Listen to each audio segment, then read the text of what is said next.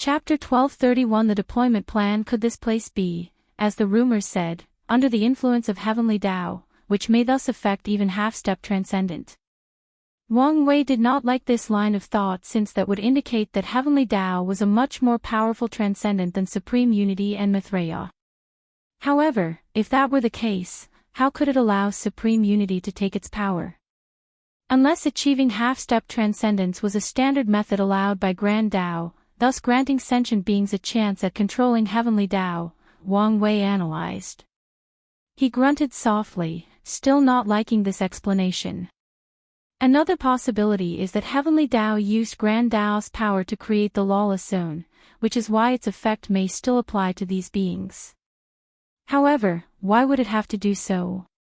Balancing the distribution of resources in the world is not a good enough reason to involve Grand Tao. So, is there a deeper secret about this place, or is my theory completely wrong? Wang Wei wanted answers, but he also realized that thinking alone would not help. Once he's done conquering this place, he might have to take some time and investigate its secret. I have one more thing to ask you about, Wang Wei asked. I'm listening, Monk nodded. Do you know whether the barbarian race has an unknown origin? Monk stopped drinking and looked at him. What is it? Did I mention a sensitive topic? Kind of, Monk replied before finishing his wine bowl. We suffer much discrimination because of our culture and language, especially in the early days of our history. Yet, Buddhism is perfectly fine despite also being an anomaly. Wang Wei understood what he meant. Buddhism's name and culture still retain aspects of their origin in India, meaning they are also an anomaly in the universe. However, they are widely accepted and even worshipped across the chaos universe. Your race should have been curious about your origin. Didn't you try to explore it? Wang Wei asked. We did, Monk replied. The result was that we were born in the eternal ascension world, just like everyone else, and our culture diverged from others at a certain point in our early history. Meaning there was no anomaly from your development? You just naturally evolved such a culture. Correct, Monk nodded. Another possibility is a higher power influenced you without even noticing it, Wang Wei nodded, and Monk gave him a praising look. We deduced the same thing after realizing that most of our brethren from other source chaos worlds evolved in the same way. They developed the same culture with minor changes in languages and so on. Wang Wei pondered about the situation. He was intrigued by Buddhism and the barbarian race's origin, believing them to have some connection with the prehistoric world in one form or another. He also thinks Grand Tao is involved in this, and probably the cause of the uniqueness of these two groups. Well, thank you for answering my questions. Wang Wei knew he wouldn't get an answer about these things until he was a half-step transcendent. By then, it might not even be difficult, as asking Hong Jun directly might get him answers. It's fine, but can I ask you a question? Monk nodded. By all means. Why is your battle IQ so high? Monk asked. The way you fight is not the result of talent alone. It's more like you've experienced trillions of battles, but from what I can detect, you're a very young Empyrean, maybe too young. So, how is that possible? Quite observant, Wang Wei praised as he raised his hand to condense a talisman. Consider a meeting gift. Dream combat. Monk uttered after detecting the information inside. He closed his eyes before opening them 5 minutes later. The big man did not hide his excitement. Thank you, he said sincerely. He could not fight and learn at all times, even when awake or doing menial tasks. There was no greater gift for someone like him. No problem. I did not expect someone else to love battle as much as I do, Monk added. Such a brilliant technique, why didn't I think of it before? I wasn't the sole creator, but we indeed enjoy the art of combat, but I doubt as devoted as you. Oh, there is someone else. Can I meet him? He's still in the lower dimension and probably won't ascend for a while. That's a shame. However, when he does, please notify me, and I will hold a grand banquet to welcome him. No problem. The two chatted briefly before ending this meeting. The outside world was shocked by the barbarian king's defeat, but the big man lay on his huge bed beside his wife. So, what do you think? Only someone chosen by fate with such tremendous destiny could defeat you, Dulgun nodded. Then, she asked, you said his name was Wang Wei. Yes, why? Do you think he's from that Wang clan? It's possible, but Wang is such a common surname. What do you think is most likely? That he's an extremely talented individual with great destiny with that surname or chosen for that destiny because he's from that Wang clan? You have a point, Monk nodded. If that's the case, our alliance doesn't have to end once we defeat these parasites. We can extend it to involve our respective factions. Are you sure about this? Dulgun asked. You should understand how our elders value their neutrality. Many people believe that once these parasites are removed, the world will return to the era of the 13 overlords. However, these people have not figured out that the two suns have broken the previous situation. The upcoming era is not a return of the old time, but a new competition to re-establish the game board.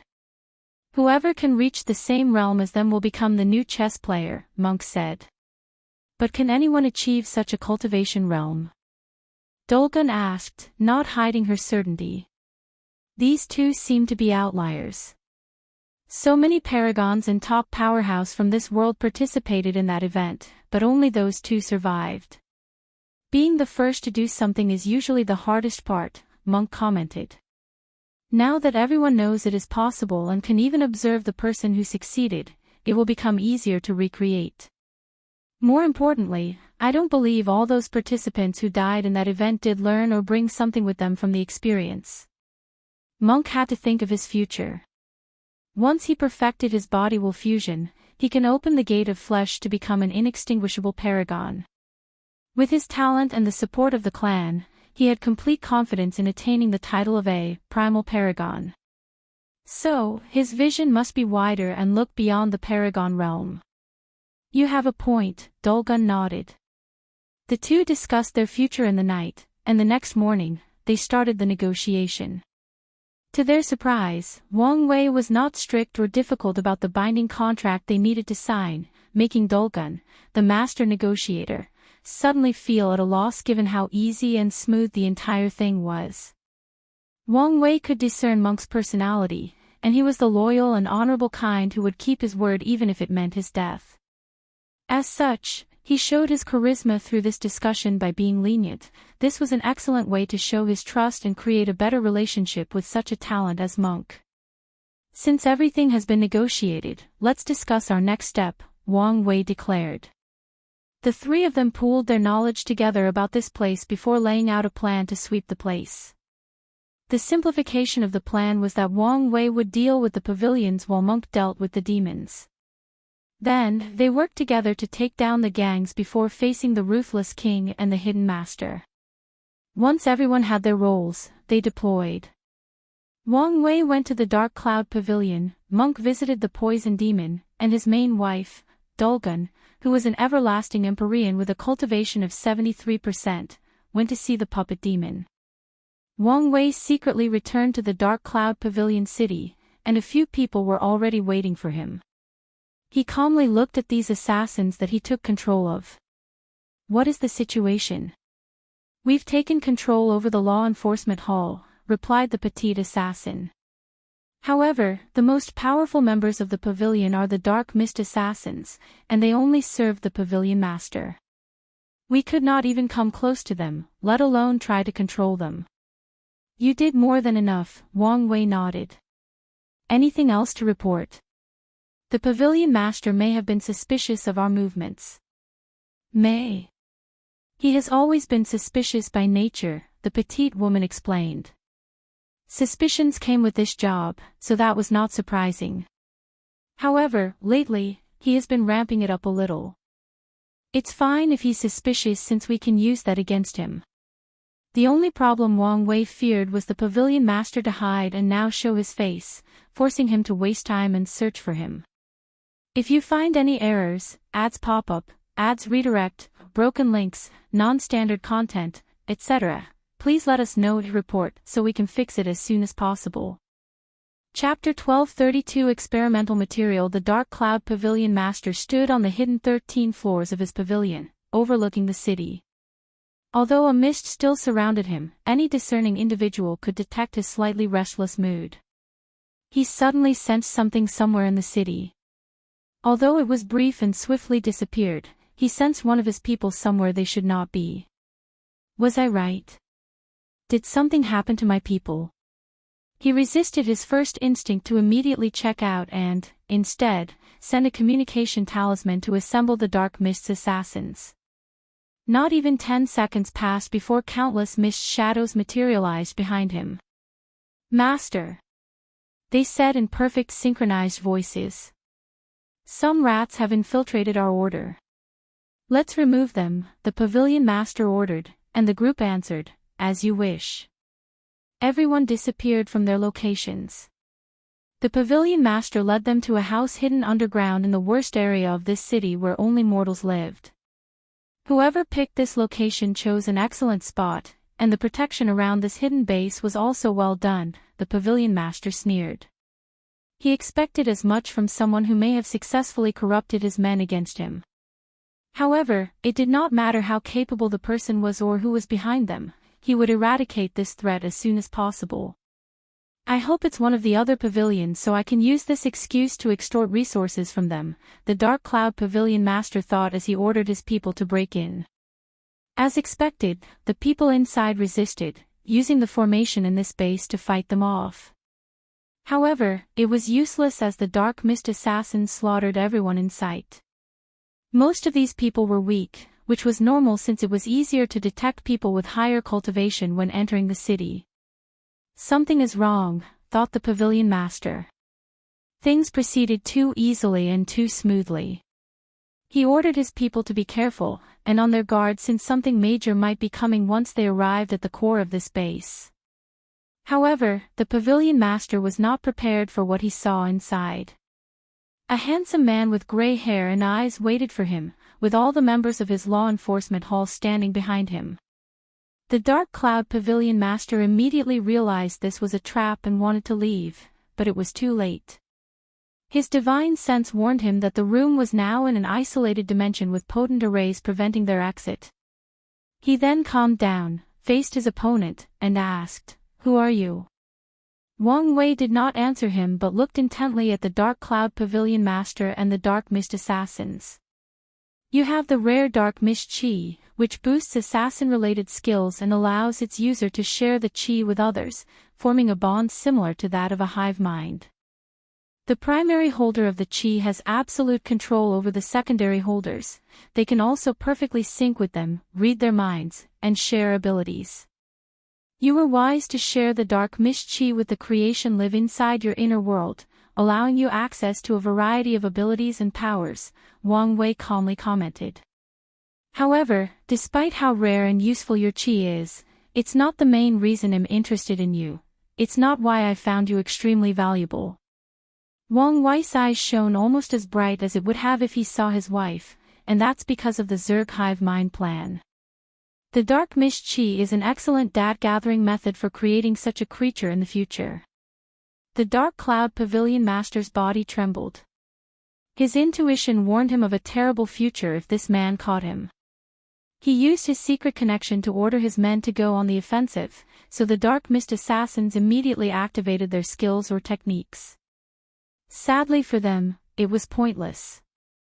A projection of the River of Fate materialized above the room, releasing strings that immediately entered these assassins' foreheads and disarming them in the process. The Pavilion Master's face turned ugly as he sensed his connection with these people being forcefully severed. He quickly calmed down to think of a solution, and he ended up using the creation lives inside his inner world. Although he could not allow these people to leave his world since he was only a Dao ruler, his unique Qi allowed him, to some extent, access to many of their broken abilities. Breaking Void, the Dark Cloud Pavilion Master disappeared from the room as he chose a talent to help him escape the situation. Unfortunately for him, He reappeared in the same room after another second after navigating through hundreds of spatial layers. Wang Wei suddenly appeared before him and punched him. The Dark Cloud Pavilion was not instantly outclassed despite the situation. He responded by using an ability that turned her body into blue stone and even successfully blocked Wang Wei's terrifying punch. However, this was the extent of his ability in this fight. As soon as his body touched Wang Wei's fist, his face changed because a powerful seal enveloped his inner world and sealed his power. The Pavilion Master still resisted, trying one last effort to remove that seal as swiftly as possible and continue this fight, but Wang Wei released a soul attack to knock him out. Wang Wei muttered as he looked at these people. It would be terrible if my Zerg could be dealt with so easily, especially the hive mind communication system. Maybe I should build a small and independent river of fate for the communication system. This should prevent most people from being capable of interfering with it. Wang Wei nodded as he liked this plan. However, he also understood he was getting ahead of himself. He had a long way to go before he could even attempt this plan. Let's move on to the next step, Wang Wei ordered. With the Dark Cloud Pavilion under his control, Wang Wei swiftly took control of over 80% of the pavilion before targeting the remaining 20%.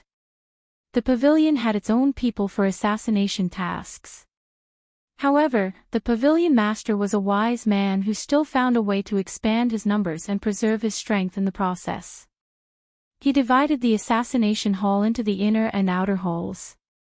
The inner hall belonged to the Dark Mist assassins, or people close to him, while the outer hall recruited foreigners who served as assassin mercenaries. Anyone can join the assassin hall, they complete missions and receive resources as compensation. The pavilion will even invite talented individuals to join the inner hall, thus, this hall also serves as a recruiting method. Wang Wei controlled the Pavilion Master to activate the Supreme Summon, which is a rare event in which the pavilion demanded all the outer members to show up for an important meeting. This was the only mandatory thing in the outer hall, and anyone who refused the call could forfeit their identity.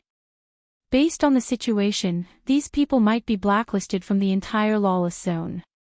With this massive summon, assassins as low as iron and as high as gold swiftly headed to the Dark Cloud Pavilion. Sadly, they were walking into a lion's den. Wang Wei showed no mercy and controlled these people, forcing them into his servitude. Once everything was under control, he prepared to head to the Green Earth Pavilion when he received a talisman from Monk. Did something happen?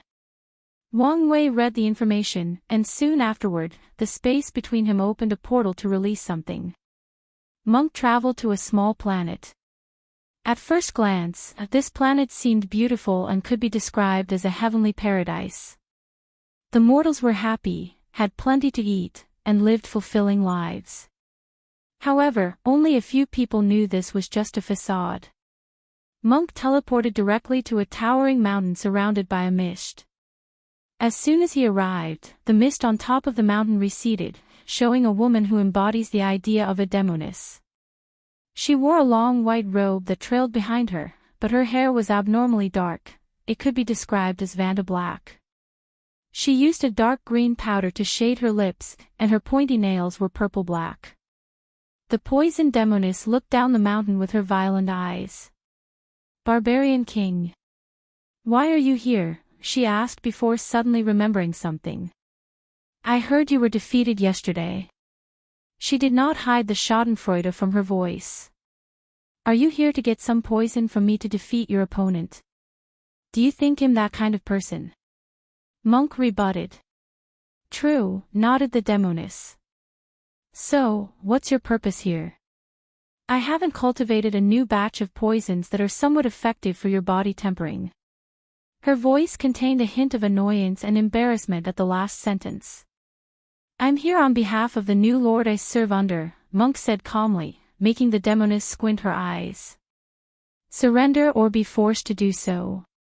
If you find any errors, ads pop up, ads redirect, broken links, non-standard content, etc., please let us know to report so we can fix it as soon as possible. Chapter 1233 Death Root. Are you serious? The poison demoness asked. Do I look like I'm joking? What the hell happened to you? The poison demoness was truly baffled.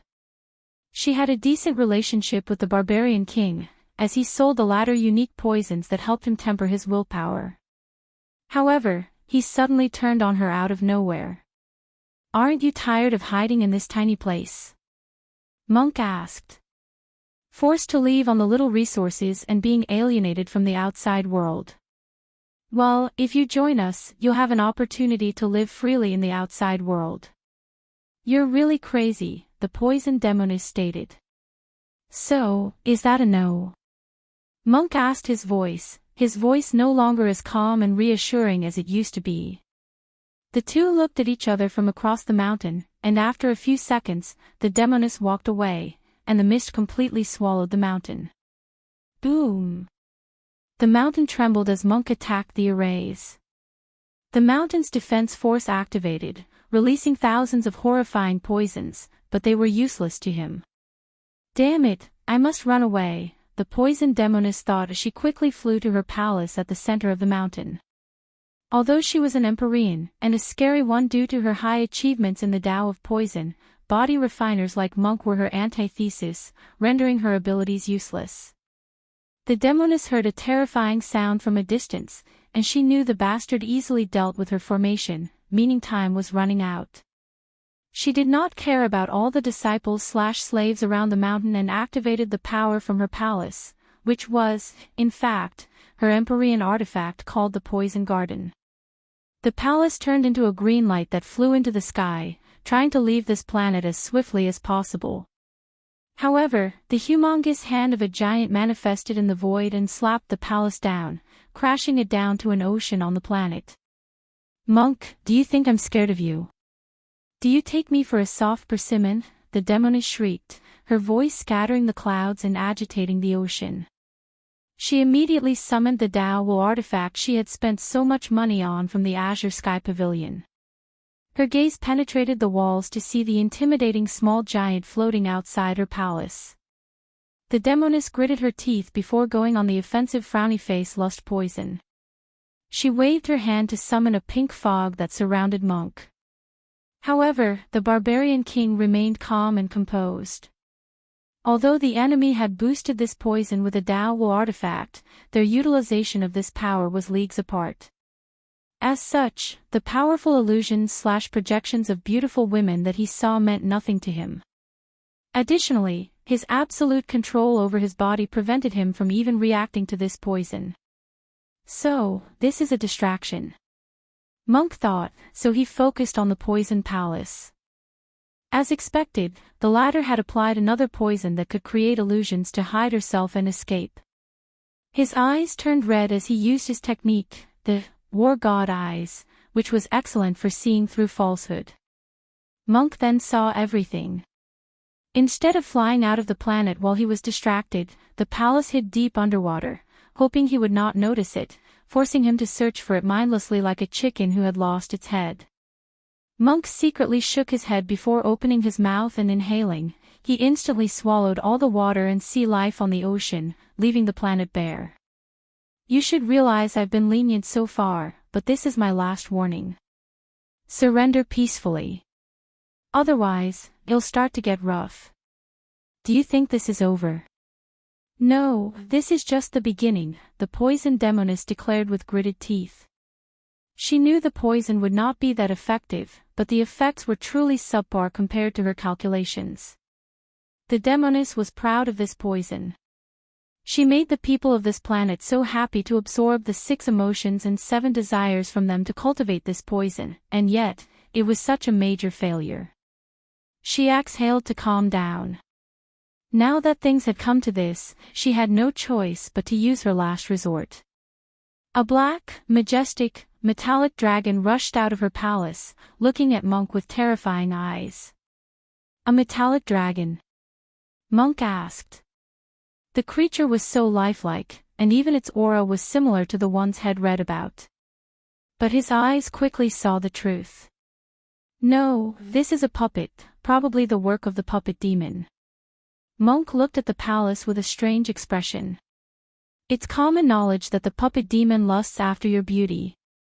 What did you do for him to build such a thing for you? Bastard, do you want me to claw your eyes out?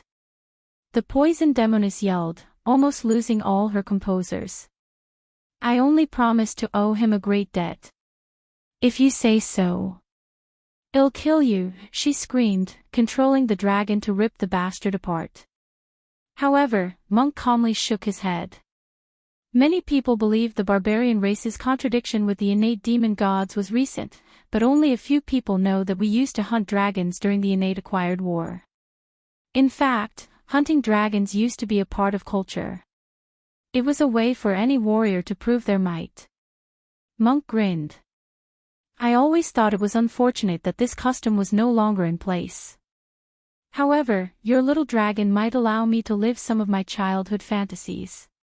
He clenched his fist before attacking, dragon-slaying fist, penetrating spear. Monk's attack released a piercing attack that left a hole in the dragon puppet. The hole immediately released a green poisonous gas, but such a thing was useless to him.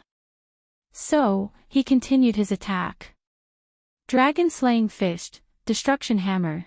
He appeared above the dragon's head and used a brutal attack that pulverized the creature's cranium. However, the puppet was still moving despite losing its head.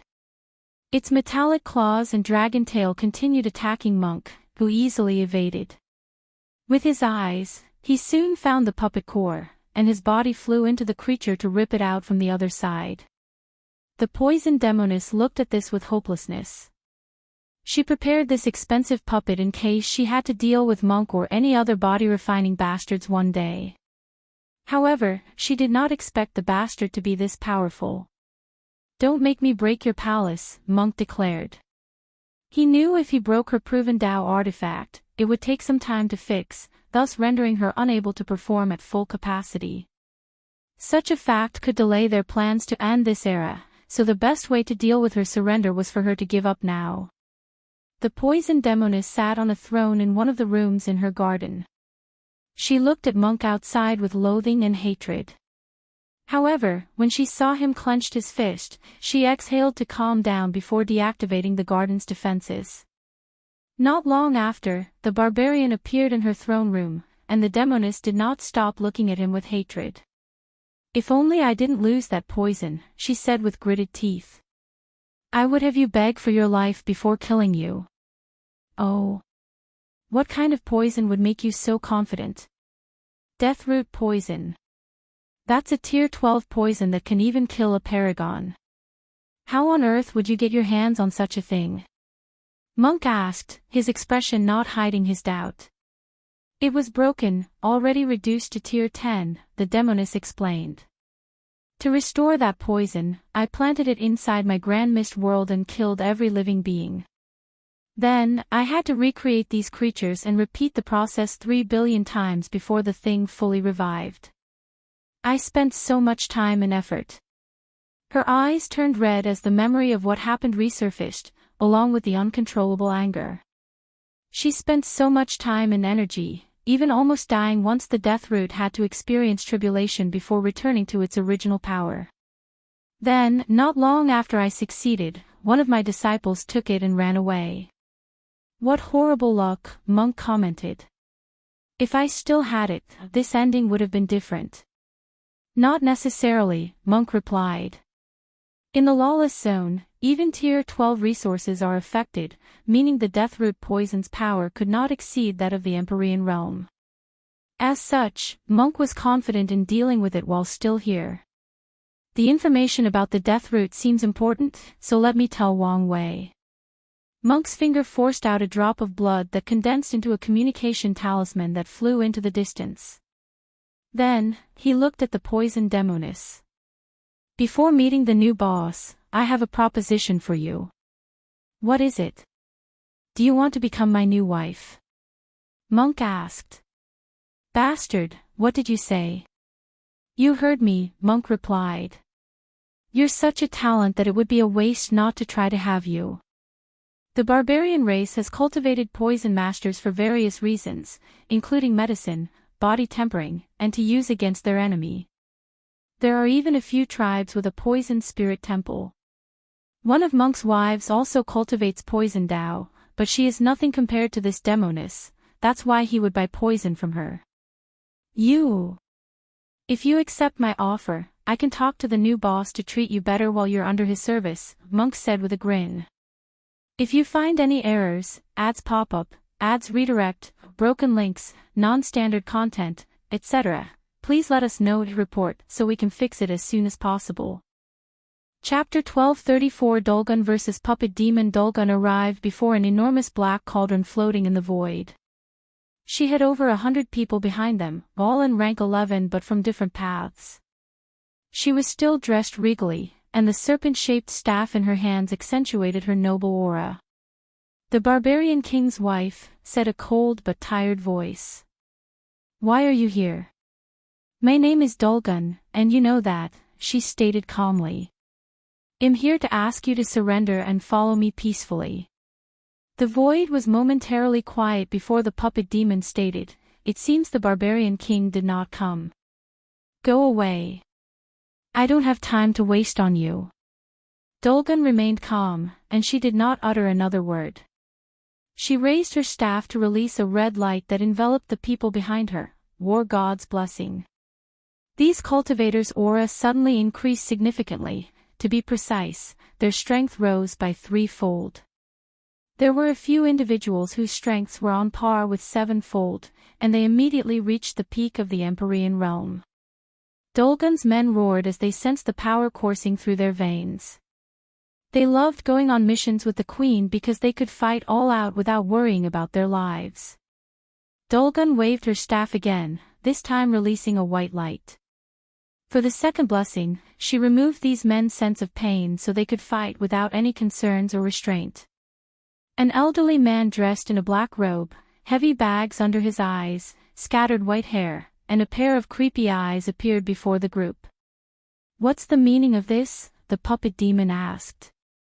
"Attack," Dulgun said as an explanation, and her men did not hesitate. The fastest of them condensed a bolt of lightning in his palm before throwing it at the puppet demon. A warrior clad in black armor that covered it from head to toe appeared before the demon and cut off the lightning bolt with its long sword. The puppet demon had received the message loud and clear. With a thought, he summoned an army of millions of puppets that looked exactly like the first warrior. This puppet legion was perfectly aligned like a well-trained military. As soon as they appeared, they activated an array that blessed all their strength to the commander or the first warrior who protected their master. The commander puppet's long blade released a dark light before slashing toward Dulgun. Her men came before her to erect a shield, but something unexpected occurred. The slash disappeared, and when it reappeared, it had already hit someone called the Fire Ash Empyrean, cutting her body and soul into 100%. However, the Fire Ash Empyrean did not scream in pain, nor did her eyes show any despair at the fact she was instantly killed. On the contrary, her eyes contained this obvious smirk, and it did not take long for the puppet demon to know why. Life Goddess Blessing.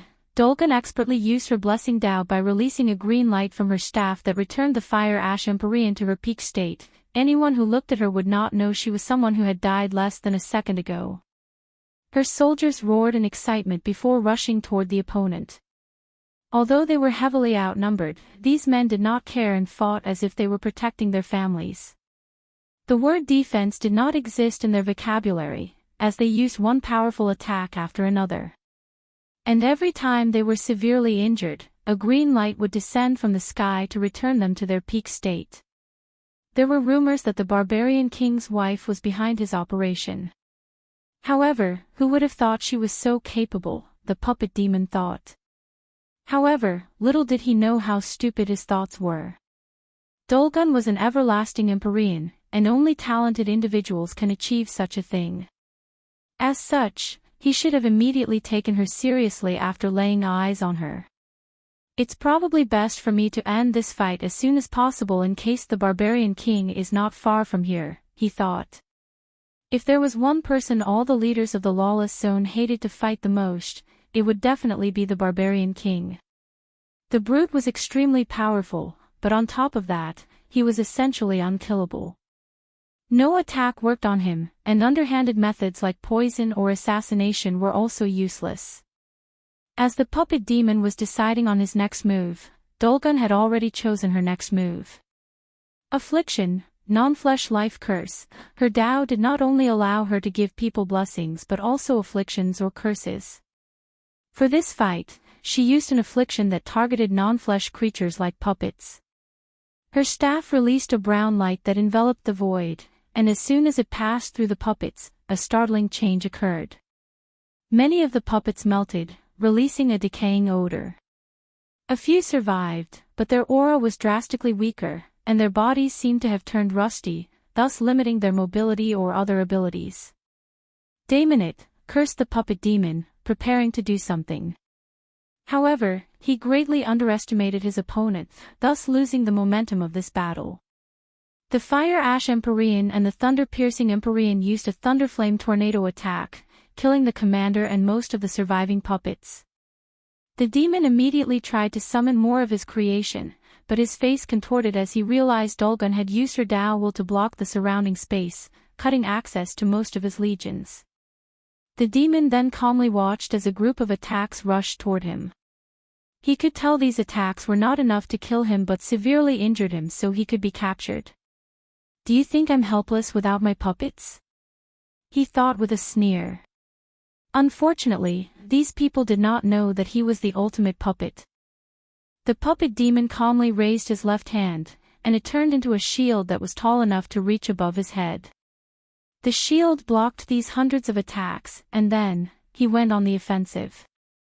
Myriad Tao Core, Space, the puppet demon's heart, which he had replaced with a unique puppet core, activated. A rune representing space flashed on the core, and the demon's right hand turned into a sword. Dimension Slash, the demon created 2 slashes. The first targeted the space blockage that prevented his access to his puppets, and the other directly targeted Dulgun. However, she ignored the attack and focused on ensuring the opponent remained isolated. Meanwhile, 2 of her men appeared before her and released all the blood in their bodies to form a cocoon that protected them. The blood cocoon was effective, allowing Dulgun to focus on her opponent. She used another affliction targeting puppets, but the demon was unaffected for 2 reasons.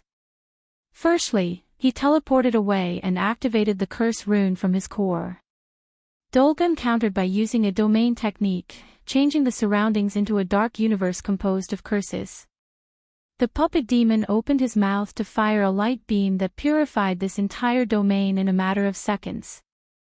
However, Dulgun's previous attack was only to buy time for her real trump card, the war god Destined. An intimidating spirit appeared before everyone. He was almost as tall as Monk and muscular, too. However, he was not as big as Monk, and his body was more streamlined. The spirit had pants and boots but not a shirt. It looked at one of Dulgun's men and showed contempt. However, in the end, the spirit entered its chosen vessel. The war god vessel was a Tao ruler with a special inner world designed to receive the power of the war god spirit. As soon as the vessel fused with the spirit, his eyes turned golden, and his aura became fierce. The vessel raised his hand to condense an axe. Then, it moved so fast that the puppet demon could barely perceive him. The vessel slammed its axe on its opponent with unparalleled force and terror. The demon reacted swiftly, turning his core to the gold rune and the defense rune. The puppet demon's arms turned golden as he crossed them, with a thin but potent shield surrounding them. However, this was useless. The axe shattered his left arm as it contained a brilliant skill that targeted a person's weakness. The puppet demon barely saved his right arm by using the half-hearted indestructible rune he's been working on. However, the arm was still cracked and on the verge of being useless. "This vessel truly cannot contain my power," said the war god spirit in a voice that contained echo. He raised his axe for a second attack. The puppet demon activated his space rune to exchange places with one of his puppet debris that survived the previous battle. However, to his horror, he discovered his opponent was still before him, and the axe was rapidly lowering toward his head. Despair enveloped his mind as it was too late for him to move. Clink.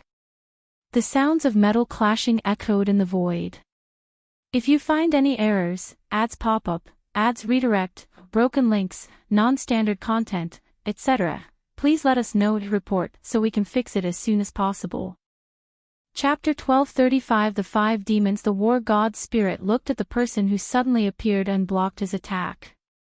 Red skin was the first thing he noticed about the newcomer, followed by how odd the person's life energy was. It was as vibrant as some of the best body refiners, but this evil and twisted sensation was on top. Brother, said the puppet demon. I'm glad you're here. I couldn't possibly let you die in vain, could I? The flesh demon, Dulgun said. There were rumors you two were related. It seems that it's true. You've crossed the line, said the flesh demon, his black clothes perfectly fitting his well-toned muscles. He was a handsome middle-aged man despite his odd red skin, but there was this evil aura around him that instantly made people weary of him. Cross the line, said the man who enjoys taking others' body parts to strengthen his flesh. Dulgun sneered. Didn't you once boldly proclaim you would turn my husband into one of your flesh collections? Well, this is your opportunity. The flesh demon quietly stared at her. The master never truly trusted you or the Ruthless king, believing that your background meant that you were not one of us. Your actions have proven him correct. No need to use him to scare us. Since we made this move, it means we're ready to confront him. The flesh demon frowned, wondering where the barbarian king's confidence originated from. Even if he gained some success in his cultivation, it was not wise to attack the other factions and antagonize the entire Lawless zone. Remember, you're the one who chose this path, the flesh demon declared before looking at his sworn brother. Can you still fight? I can, but with only one arm, my strength will drastically reduce. The flesh demon pondered briefly, and in the next moment, he pushed out his humerus bone and handed it over. Will that work? Of course. The puppet demon put the bone in his left socket, and instantly, it turned into a new puppet arm. He moved it around, nodding in satisfaction. It'll support you from the back so you can go on the offensive. The flesh demon ripped out his spine before turning it into a bow. Then, he expelled a muscle from his thigh to use as the bowstring. He pulled the thing, and the resentments in his body from years of experimenting on people's flesh condensed into an arrow. He pointed the arrow toward the war god's spirit and fired without hesitation. The spirit casually turned his head to avoid the arrow, but the thing turned around without losing its momentum and speed and rushed toward him. No, the arrow became even faster. The spirit waved his axe to destroy it but frowned in the process. The war god's spirit immediately noticed a black spot on his hand. A curse. Moreover, it's a potent one based on resentment. A golden light descended from the sky, curing him of this curse. However, this was just the beginning. The flesh demon started to fire thousands of arrows, all moving at unreasonable speed and containing a terrifying curse that resents all life. The war god's spirit could only evade while complaining about how weak his vessel was. Meanwhile, the other people Dulgun bought had to confront these arrows. With her help, they barely survived these powerful arrows. However, they were not useless, leaving the puppet demon ample time and opportunity to move on this battlefield as he saw fit. He activated his core and teleported a few meters away from her. The puppet demon looked at her with derision and hatred. You'll make an excellent piece in my collection, while your husband's body is the best material to upgrade my brother's body. It seems I must do this the hard way, Dulgun stated, and her staff released myriad color lights that entered her body. The puppet demon's face changed, and he rushed over for the kill, but she casually swung her staff to counter his sword. The puppet demon planned to go for a flurry of attacks. He even activated his speed rune to ensure he overwhelmed his opponent. However, he had to pause as he realized his sword had decayed after coming into contact with that staff. Dulgun took this opportunity to go on the offensive. She rushed toward him to punch him into oblivion. However, the demon was fast, so he moved backward. Dulgun moved her staff counterclockwise to release a potent pulling force that drew the demon to her before punching him through his chest and holding his heart. That idiot really left his core in the same place as his heart, she thought before putting a seal on the core, shutting down this puppet body. The puppet demon was decisive and immediately abandoned this body after realizing her intention.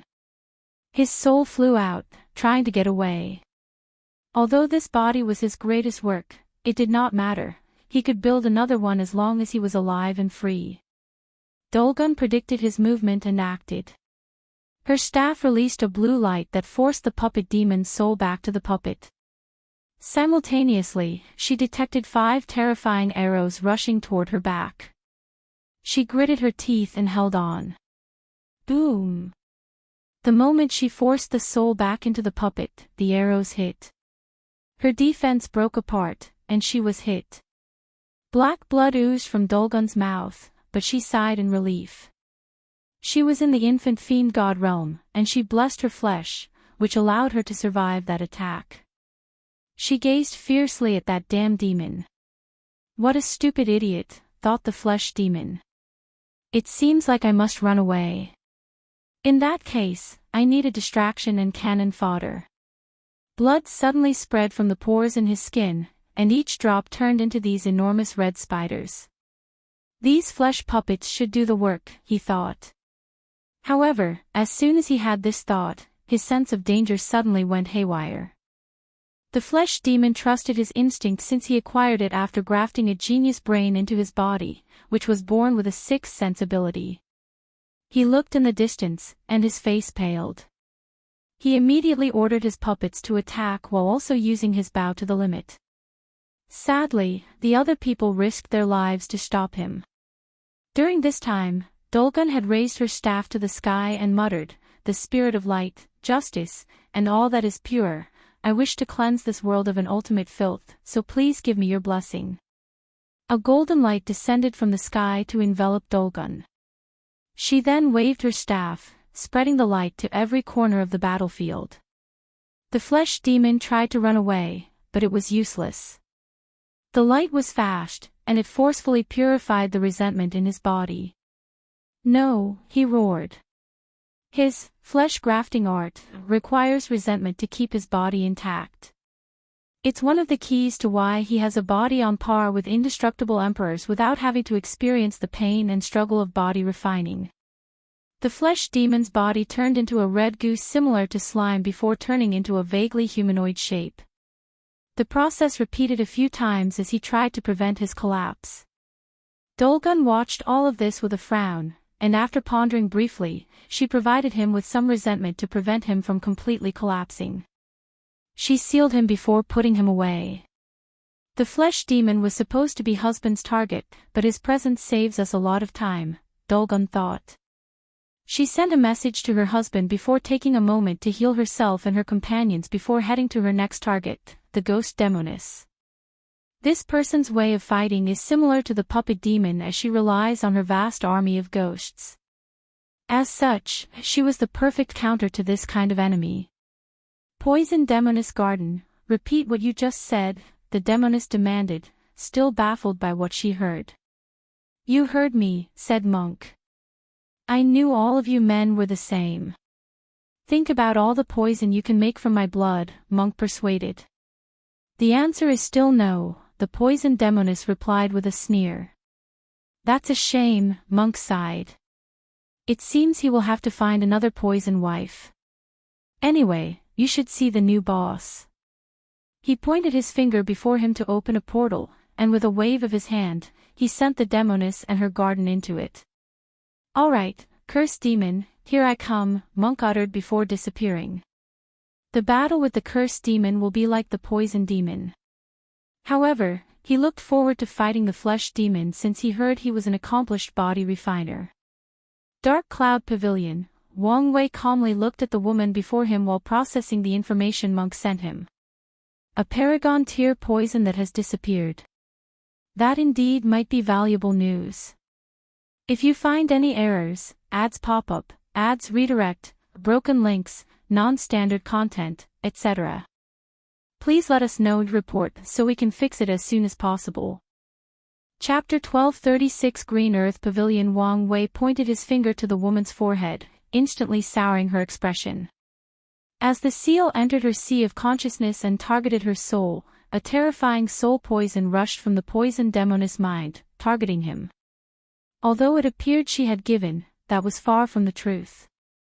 Someone of her cultivation level and status would never give up hope of freedom until she exhausted every possible measure. As such, when Monk did not kill or immediately control her, the demoness planned her escape. Sadly for her, she jumped from one monster's mouth to another. Ultimately, she sighed, resigning herself to her fate. What can you tell me about the deathroot poison? Wang Wei asked. What is there to say? I spent so much time and effort cultivating the thing, but someone stole it. Who stole it? It was an apprentice. No, not even an apprentice, but a medicine slave I bought, the poisoned demoness replied nonchalantly. Wang Wei frowned. His intuition told him this news was important, but he could not pinpoint how. His eyes turned gray as he divined some information, but a vaguely familiar fog blocked his true sight. He tried other divinations and discovered a clue. Where did you get the poison?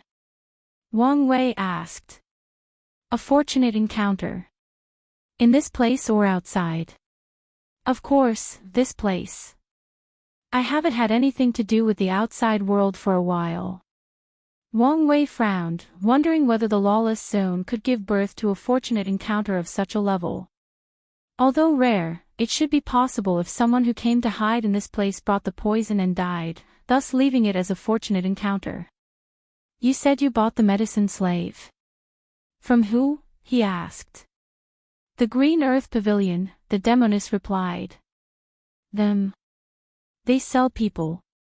One of the biggest sources of wealth from the Green Earth and Azure Sky Pavilion is selling slaves, the poisoned demoness calmly explained.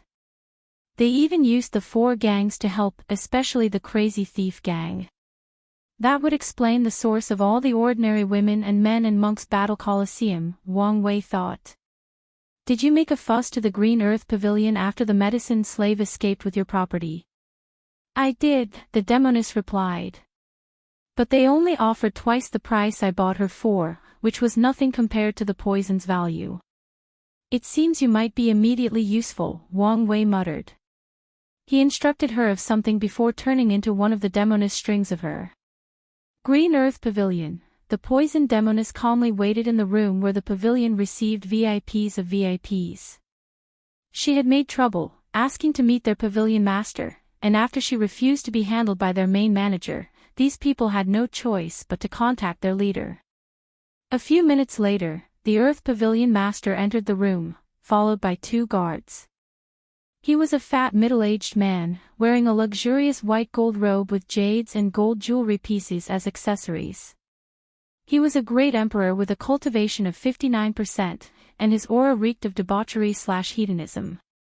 It was apparent to anyone that this man had his cultivation achievements because of his wealth, and if not for his immortality, his body would be weak due to indulgence in food, alcohol, drugs, and sex. However, some credit should be granted to him since he could still use his power, meaning his Tao heart was intact, and his state of mind, no matter how twisted, had some sense of purpose and direction. A look of disdain flashed in the poisoned demoness eyes. However, she still gave the Earth Pavilion some respect, mainly because of the twin bodyguards accompanying him. Meanwhile, the Earth Pavilion controlled himself and did not gaze at her with any lustful thoughts or intent. On the contrary, he showed her the most respect despite detecting the disdain in her eyes. Poison Master, what happened to you to make such a fuss? The Earth Pavilion Master asked with a businesslike smile. The demoness was about to open her mouth and make a fuss about her poison, even demanding them to search for her medicine slave on the outside.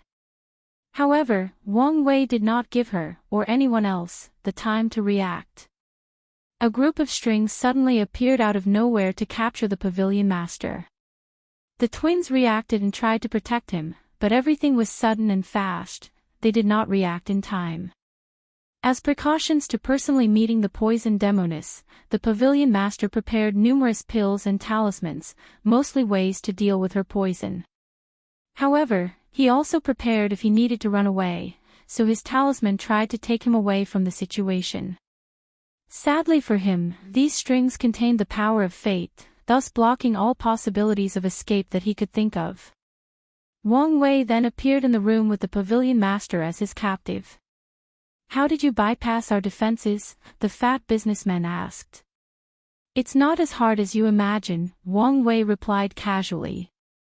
"Put down the Pavilion Master," said one of the Fire Ice twin Empyreans. "And you may still walk out of this room alive," finished the other. Wang Wei focused on them. False everlasting Empyreans. And two of them. These two used to be eternal emperors but failed to become everlasting. However, they had a Tao will and secret vaults. "Kill this bastard," said the Earth Pavilion Master. The twins hesitated. They could cultivate peacefully because the Pavilion Master was an excellent business. If they lost him, the Green Earth Pavilion would not last long despite being the most powerful martial force. "Don't hesitate," the fat man continued. "If you kill him swiftly enough, it won't matter whether he kills me since you can revive me." The Pavilion Master was an emperor, so he had prepared plenty of resources for his fast revival. "You're really the embodiment of not judging a book by its cover," Wang Wei commented, silently praising this man for his boldness and quick thinking. Maybe having such a capable merchant under his command was not bad.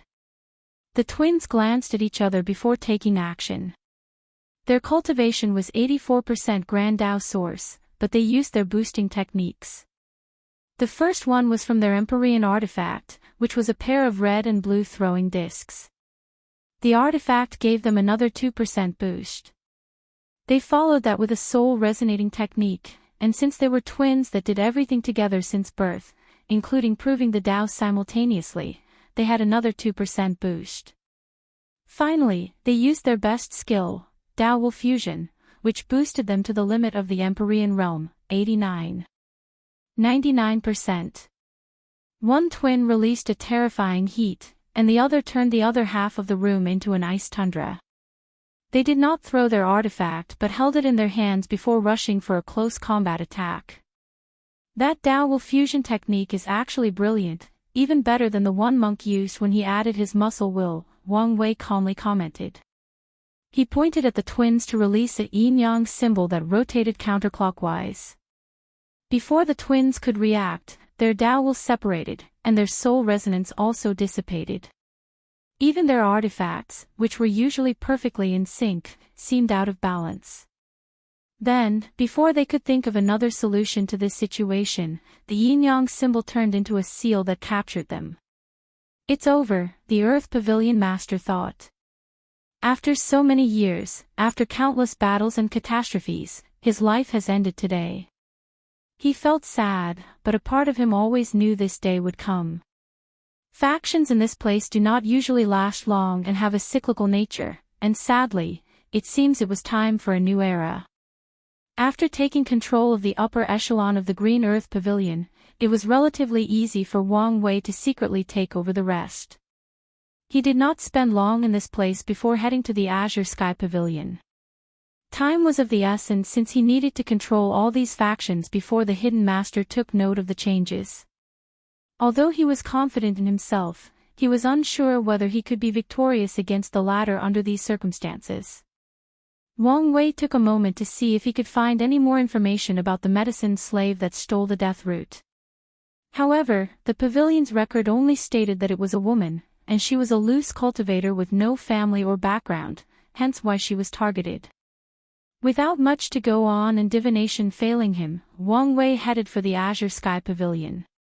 His plan for them was slightly different. He detected one of the spies they had in the Green Earth Pavilion and released the news that he was a newcomer to the Lawless zone, and he came to sell a piece of important news that involved the Azure Sky Pavilion. The information was about the secret routes they used to acquire resources from the outside. This news was, in fact, true, as Wang Wei had acquired it from the merchant that his fate's shadow guard accidentally saved. After setting the bait, Wang Wei waited. If you find any errors, ads pop up, ads redirect, broken links, non-standard content, etc., please let us know to report so we can fix it as soon as possible. Chapter 1237 Lawless Iron. Damn these stupid people. I'm trying to sell them such valuable information, but they act as if I'm mad, Wang Wei cursed as he walked out of the Green Earth Pavilion. He looked around, sighing to himself. He searched around the city to buy a place to stay but felt everything was too pricey. At first, he thought of just living inside his Grand Mist Wheel but thought this was too embarrassing. So, he gritted his teeth and found an inn.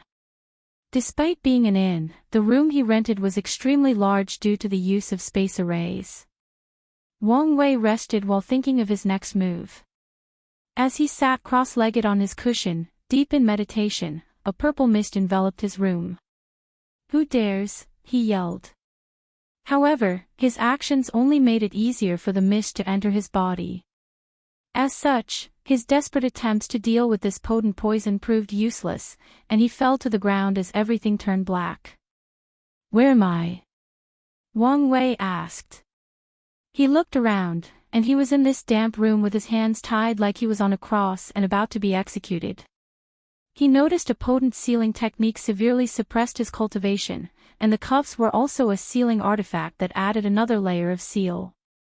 "You're awake," said a rough but serious voice. Wang Wei's eyes moved away from the torture devices in the room to a serious-looking man dressed in black and a scar over his left eye. Wang Wei knew this man for a variety of reasons. Firstly, he was part of the information he bought. Secondly, he had never passed out, so he saw every part of being transported to this dungeon. Wang Wei frowned. The spirit particle he previously separated did not detect the Sky Pavilion Master anywhere near this place.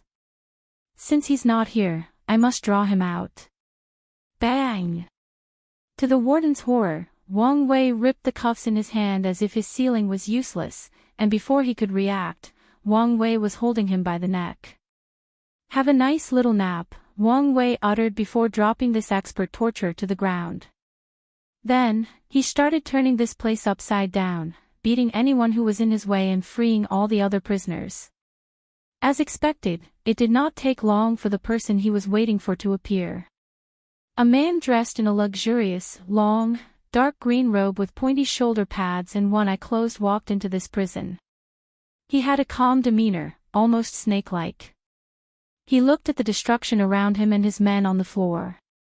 "How useless are you people," the Sky Pavilion Master uttered before glancing at Wang Wei.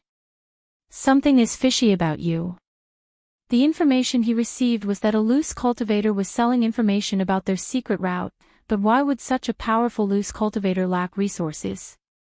"I can say the same about you," Wang Wei rebutted, and he was telling the truth. He was on guard against the Azure Sky Pavilion for one reason: they were the oldest faction of the Lawless Zone. They survived the Parasite's attempt to clean up this place and remained a top faction after the political power was redistributed. Such longevity meant they had a deeper foundation. A profound foundation meant unknown and unexpected trump cards. The information said he was an insurgent Dao ruler who fused his inner world with an Empyrean artifact that was perfectly suited for his Dao. However, they were wrong, Wang Wei thought. He fused with a broken Paragon artifact. Such a potent detection technique, the Sky Pavilion Master uttered after detecting that Wang Wei saw through his inner world. "Now, I'm more curious about your true identity." The Azure Sky Pavilion was a family business that had existed in the Lawless Zone for countless years, and all family members had excellent business skills. The Pavilion Master's business senses told him capturing this person would be an excellent opportunity. He activated his Earth Dao to surround his arms with rocks before also activating his Dao Will artifact. Strength of Earth, he rushed to his opponent to devastate them.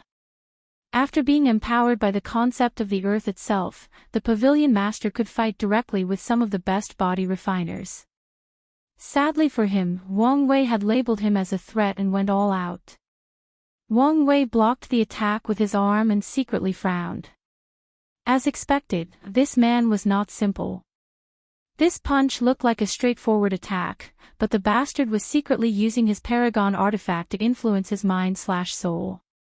Although the artifact was restricted in power level by the environment, its essence was still of a higher quality. The Pavilion Master used the higher essence to influence his opponent's mind and soul. In other words, people without a Paragon soul or strong will are easily influenced by him. Unfortunately, he met the wrong opponent. As soon as the two were closed, Wang Wei used his Fate Shackle innate talent to basically rewrite this man's past and made it as if the Paragon artifact did not perfectly suit him/his Tao. And since the Sky Pavilion Master's insurgency originated from that artifact, his strength drastically decreased. Wang Wei then immediately went for his throat in an attempt to catch him as swiftly as possible. However, his attempt failed. When his arm was less than 10 centimeters from his opponent, his own strength suddenly decreased. His cultivation realm was suppressed to the Emperor realm, and even his body refining realm dropped down to the Dragon Phoenix realm. The Pavilion Master used this opportunity to escape. "What in the nine hells?" Wang Wei commented. His power had returned, but he was slightly baffled. "I can't believe you forced me to use it in less than 10 seconds of fighting," the Pavilion Master sighed. His aura returned to its normal state as this ruthless man sacrificed all the lives inside his inner world to remove the shackle on his fate and regain his connection to the artifact. This kind of sacrifice was permanent, meaning he could not recreate these lives again, showing his ruthlessness and decisiveness. He then opened his closed eyes, revealing an all-black pupil. The environment suddenly changed. Wang Wei's strength once again returned to the Emperor realm, and even the Sky Pavilion Master's aura had a drop in strength to the early stage of the Empyrean realm. "Lawless iron," Wang Wei commented. "Any unique environment will evolve unique material, that's one of the fundamental laws of heaven and earth." This law also applied to the Lawless zone, and the unique material this place created was the Lawless iron, which was in or with the same effect as the cultivation suppression of this place. "I thought the parasites destroyed all the Lawless iron mines in this place," Wang Wei asked. "Lawless iron mines are rare and would appear in small quantities. However, when the parasites cleaned up this place, one of their main targets was the mines." "No, that's not important," Wang Wei continued. "The truly impressive thing is the fact that you found a weapon master that can refine Lawless iron into such a small, powerful, and detailed artifact. Lawless iron is valuable even in the outside world because of its main use in creating prisons to hold powerful creatures or entities. However, it's not as valuable as in or to create weapons or artifacts because of how difficult it is to retain its power of suppression after being processed or when fused with other metals. One of the Lawless iron's natural characteristics is that it works better when there are large quantities of it. That's why Wang Wei found it incredible that he had an eye artifact with this effect." "You're very knowledgeable and astute, but you talk too much for a prisoner," the Sky Pavilion Master stated as he once again encased his arms into a rock armor before going on the offense. "I had no choice but to," Wang Wei replied with a smirk. Then, to the rock man's horror, they clashed with both of them intact, meaning their strength was on par. "You? How is that possible?" Wang Wei smirked. He was not conversing mid-fight with an opponent for no reason. In this short time, he got a basic enough understanding of the composition and effect of Lawless iron to use his Freedom Tao to become free of its effect. He did not return to his peak, but he regained his Empyrean level strength and his limit indestructibility, which was enough for him to deal with the situation. Damn you! The battle waged for a while, but ultimately, Wang Wei was the winner. In the same cultivation realm/strength, it's a sure thing to bet on Wang Wei. As the Sky Pavilion lay on the ground, he held the Lawless iron eye in his palm. "Truly masterful work," he praised. "I have plenty of resources but not enough professional talent to put them to use. Now, it seems I'm about to recruit a master weapon refiner. If you find any errors, ads pop up, ads redirect, broken links, non-standard content, etc. Please let us know to report so we can fix it as soon as possible. Chapter 1238. A talented ally. Wang Wei followed the Sky Pavilion Master to a sun in a cosmic star area of the Lawless zone. At the center of the sun was what Wang Wei would describe as a smithing house that used the sun to create samadhi flames for weapon refining. Wang Wei walked into a room with a muscular elderly man in a simple black robe, a long white beard twisted in a braid, and using a hammer on the mold of a sword. The sight was odd because the elderly man had the aura of an everlasting Empyrean, but his way of refining weapons resembled a blacksmith instead of a cultivator. The blacksmith did not pay attention to their presence and continued hammering. Once he finished, he used his fingers to draw a simple rune on the air that fused with the sword, releasing a golden light indicating its complexion. The blacksmith looked at the sword briefly and shook his head in disappointment. He threw it to the small weapon pile next to him before finally focusing on the people present. Pavilion Master. Are you here for another unreasonable request? I told you there is a limit to even my skills. No, that's not why I'm here, the Sky Pavilion Master swiftly said. This is Empyrean Wang, and he is, well, the new leader of the pavilion. I brought him to make your acquaintance. The blacksmith was not stupid and understood the situation, so he gazed at Wang Wei. His eyes were weird, it was as if he was appraising a weapon. Wang Wei was slightly surprised by this man's detection technique, so he did not resist much. With such a unique soul and sub-Dao of refining, it's a shame you're a combatant, the blacksmith uttered. Thank you for the compliment, Wang Wei replied. But how do I address you? You can call me the Flame Blacksmith, and as long as you accept the same terms I had with the Pavilion Master, I don't care who the new leader is. Wang Wei already learned the relationship between those two was not of servitude but more of an equal partnership. I have no problem with keeping the previous agreement, but my goal is not to be caged in this small place. I have goals and ambitions I must accomplish in the outside world. So, can you leave this place and be more active? The Flame Blacksmith looked at him briefly. Then, his eyes suddenly turned fiery red. You are, so, that's how it is, that time has already arrived. He looked at the Pavilion Master. Give us a moment to talk. The latter looked at Wang Wei, who nodded to him. Do you know my identity? The Flame Blacksmith asked. I do not. I'm the direct disciple of Paragon Blood Rune. Paragon Blood Rune. One of the two primals of the Skill Dao Association. That's right. From what I know, he only had 2 direct disciples, and they were all paragons, Wang Wei stated. My master left his inheritance scattered all over the world to find disciples, and I only passed the test after he died, Black Flame explained. He's met his teacher a handful of times from Limbo, but despite such an odd situation, he was acknowledged as the 3rd direct disciple and received Paragon Blood Rune's teaching. That explains it, Wang Wei nodded. But why are you telling me such sensitive information? For many reasons, but primarily, I want us to be straightforward with our identities or backgrounds to ensure a better alliance or cooperation. Background. You seem sure that I'm not a simple loose cultivator, Wang Wei stated. These people have erased, twisted, or hidden history, so only a few top lineages still have perfectly intact records.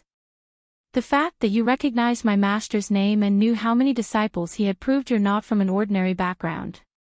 Fair point, Wang Wei nodded. My name is Wang Wei, from the Dao Opening Sect. Them. My master did say the chances of the Destined One having a deep connection with them were very high, the Flame Blacksmith uttered. Oh. What else did he say? He said that if I have a chance to participate in the closure of this era, I should take it. The blessings from my achievements will help me tremendously in the next era, an era which will be even more brilliant than the Golden Era. Your master is wise, Wang Wei said, but his mind was thinking of something else. Based on the information the sect gave me, the Blood Rune Paragon's goal was always to get his hands on the refiner Dao position. However, he also accepted his limitations, thus focusing on cultivating an apprentice to accomplish his dreams. His other two apprentices have great achievements, but they did not meet his expectations. Could he be trying again with this flame blacksmith? Does he have this much potential? If his deduction is true, then an alliance with the flame blacksmith will not only help him in his fight against the parasites but also be a perfect opportunity to expand the Dao opening sex alliances. With this mindset, Wang Wei had a deep conversation with the blacksmith, laying out the groundwork for their alliance/cooperation. Finally, he left with the Sky Pavilion master. By the way, what was the unreasonable request you asked of him? Wang Wei casually asked after returning to the Azure Sky Pavilion. I wanted him to refine an artifact with lawless iron that was as small as sand, maybe even smaller. That is unreasonable, Wang Wei agreed. But why would you want something like that? No, he said it was a customer request. Who would want such a thing? My apologies, I can't say. Excuse you. No, don't get me wrong, Azure Sky swiftly said. It's not that I don't want to say, but I can't. The customer made me sign the most restrictive contract not to reveal their info. I couldn't even keep any records of this request. Why all the intense secrecy? Wang Wei complained, feeling something was odd. Why did you even entertain such a request in the first place? I had no choice, Azure Sky declared. These parasites crippled my family's connection to the outside world, and it was that person who reinstated it. In fact, this person basically controls our lifeline when it comes to accessing resources from the outside. Although they never interfered or made things difficult for us, it does not change the fact how much power they secretly held in our pavilion. Well, you don't have to worry about that from now on, Wang Wei reassured. Now that he was in control, the pavilions could go through him to get resources. In fact, they will start to operate on a large scale in the outside world while the branch in the Lawless zone will become less important. Wang Wei detected Monk and Dulgun had returned, so he went to meet the demons since these people would be underneath him. He needed to assess their potential and know what to expect of them in the upcoming struggles. As such, he gathered all 5 of them, including the poison demoness that he had already met. He sat on a throne, observing all 5 of them. Wang Wei read their fate lines to have a better understanding of their personality, experiences, and capabilities. The poison demoness is an excellent poison cultivator. She's efficient and ruthless in her approach while also keeping a more experimental mindset. However, she becomes useless once her poison does not work. Maybe she should add Gu Dao to expand her repertoire. His gaze turned to the puppet demon. Another ruthless bastard. I guess all of them are ruthless, hence the demon in their name. However, this one even abandoned his flesh and turned himself into a puppet.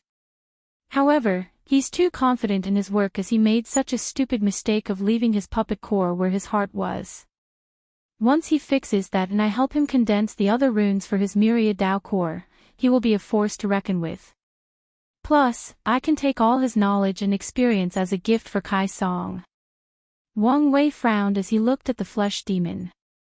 This grafting technique is quite unique, but this bastard went the wrong way. He acquired the body of an indestructible Empyrean but not the strength of one. He used his grafting method to avoid the tedious and painful process of body refining, but that only made his flesh full of flaws and his willpower extremely weak. Despite his potent flesh, this demon did not even achieve willpower manifestation. He even avoided the true power Dao realm tribulations by taking body parts from people who succeeded. Such an act ruined his luck as he achieved strength without paying the price. Wang Wei could tell this bastard would probably be the first to die in the outside world with how terrible his luck and destiny was. So, I must shield this bastard with my own luck and turn him into a genuine body refiner, starting by tempering his willpower. Once he meets my requirements, I can give him my and Monk's body parts to turn him into a top expert. Wang Wei was satisfied with this plan, especially after realizing the flesh demon was the most cunning of these 5 individuals. He will be an excellent pawn if used correctly. He turned to the cursed demon, a young man with a morbidly pale complexion and tattoos of black rose that ran from his neck to his back. He looked nothing extraordinary from the surface. However, it seems he was born with a terrifying bloodline curse. The origin of that curse will probably lead to something interesting, but for now, this is not something I can deal with. Wang Wei pondered. However, if we can find a way to use that bloodline curse as his power, he will be a great asset. Finally, he looked at the ghost demoness. She was an ugly elderly woman dressed in a dark purple robe. Cultivators can change their appearances at will, unless something unexpected occurs, but she chose that ugly appearance despite having no extenuating circumstances. Through the fate line reading technique, he knew it was due to a heartbreak she suffered in her youth, so he no longer cared. If I confuse her ghost army with the puppet demon's puppet army, I can cultivate a ferocious legion. He knew how deep the parasite's background was, so he needed all the help possible. Now that he had a better understanding of his team, Wang Wei prepared to finish conquering this place by targeting the 4 gangs. He wanted to be as swift as possible since he sensed that time was not on his side. If you find any errors, ads pop up, ads redirect, broken links, non-standard content, etc., please let us know to report so we can fix it as soon as possible. Chapter 1239 The Ruthless King. After planning the next step, everyone separated to fulfill their task. Wang Wei chose the Bloodline Gang as his target, and he dealt with them relatively quickly. He lured their leader, a somewhat rare Snow Thunder Leopard, who was a second-tier Earth Primarch, meaning he was on par with an Empyrean but did not have a Heaven Will. Wang Wei created a secret realm and left his bloodline inside before luring one of the Bloodline Gang members to find it. The poor lad hurried to notify the upper echelon of the gang, and this secret news soon reached the Snow Thunder Leopard, who quickly rushed over. Once that happened, defeating him and taking control of his gang was relatively easy. Wang Wei returned to their base, where 2 of the other groups were already waiting. So, he's the leader of the Grand Mist Gang, Wang Wei commented as he looked at this man that could be described as beautiful due to his many feminine features. Was there any problem? He asked. He sent Monk to deal with this person as the Grand Mist Gang Lord because the latter hated Empyreans, Dao rulers, or any cultivators capable of creating lives. He granted me an audience, but after knowing why I came, he immediately turned hostile, Monk replied. Wang Wei nodded as such a response was expected. What's your name? Wang Wei asked. However, the Grand Mist Gang Lord just stared at him. Zobo.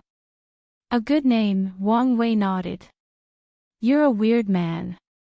You have such a strong hatred for us, creators, but you also secretly wish to find one worthy enough to serve, to dedicate your life. I guess it's not so weird since your master treated you so nicely, you probably wanted to relieve that time which was dear to you. Shut up. Don't act like you know me, Zobo yelled. But I do. I would rather die than serve you, Zobo said with gritted teeth. That's fine by me, Wang Wei replied casually. You're not as valuable as you think, especially after I extract your memory on how you survived an Empyrean tier creation tribulation. However, do note that if you kill yourself, I will have the Bloodline Gang leader desecrate your body and soul by letting him eat you and all your people. You monster, Zobo said with gritted teeth. If there is one person he hated more than those Empyreans who played with life as if it meant nothing, it was that racist bastard. He would rather be subservient to someone else than let that leopard win over him. Let's make a deal, Zobo said. Let me kill that leopard, and my life is yours. As I said, you're not that valuable, Wang Wei replied casually. What you're saying is if I'm way more valuable than him, you'll allow it to happen? Interesting, Wang Wei muttered as he held his chin. I'm open to your bargain. But how will you prove your worth? By becoming an everlasting Empyrean, Zobo said with gritted teeth. Oh. That's right. If you become one of my creatures, I can allow you to retake the creation tribulation to become an everlasting Empyrean. But, can you survive the tribulation? Unlike my original creations, you'll be truly dead once you fail. I'll survive, Zobo declared with gritted teeth. He knew such tribulation would be, at minimum, 10 times harder than a creation tribulation for a regular Grand Mist life trying to become an everlasting, but he did not care. He would put his life on the line to kill that leopard. Well, I look forward to the result, Wang Wei commented. Did you see how he used this man's desire to control him? It seems I have much to learn in the ways of the human heart, Monk said to his wife. Yes, you can learn much from observing him. Once this era ends, it might be difficult for the barbarian race to maintain their neutrality, given their participation in ending the parasites. By then, Monk will have to deal with many of these elders who are set in their ways, so having leadership and diplomatic skills like Wang Wei will be crucial for him to navigate the situation, especially before he becomes a primal paragon and has absolute power in the clan. Wang Wei turned his focus on the two people from the crazy thief gang that Dulgun, Ghost, and Puppet Demon brought.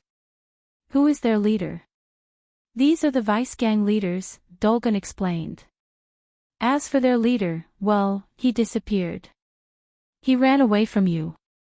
No, she responded.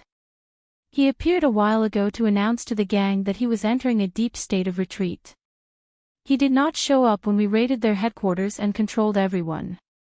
So, he abandoned his men. The gang leader did not abandon us, said Thin Finger, one of the two vice leaders. Wait until his cultivation is successful. He'll come to kill all of you and return our gang to normal. What a strong faith you have in your leader, Wang Wei commented. Do you think this is the first time this has happened? Thin Finger sneered. Shut up, yelled Blacktooth, the other vice gang lord. Do you want to give the enemy all our information? Thin Finger immediately quieted down but still stared ferociously at Wang Wei.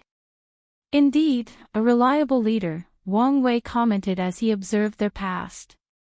However, he could not see their leader clearly as he was enveloped in a black fog. This place is full of unique characters, he thought to himself with a smile. Where is the last? Wang Wei suddenly stopped to look in the distance. Did something happen? Monk asked. The last group was captured. Really? Their task was to observe and wait for us. So how could they be captured? Did they disobey their orders? Monk asked. No. The martial outlaw gang already knew they were coming. It seems that our movement was leaked, or the Ruthless king detected some kind of danger and preemptively attacked, Monk summarized. It seems we must do this more directly, Wang Wei said with squinted eyes. He did not waste time and teleported everybody outside the martial outlaw gang's headquarters, a colossal continent. These people were already awaiting their arrival, all dressed in armor and perfectly lined up. These men are not gangsters.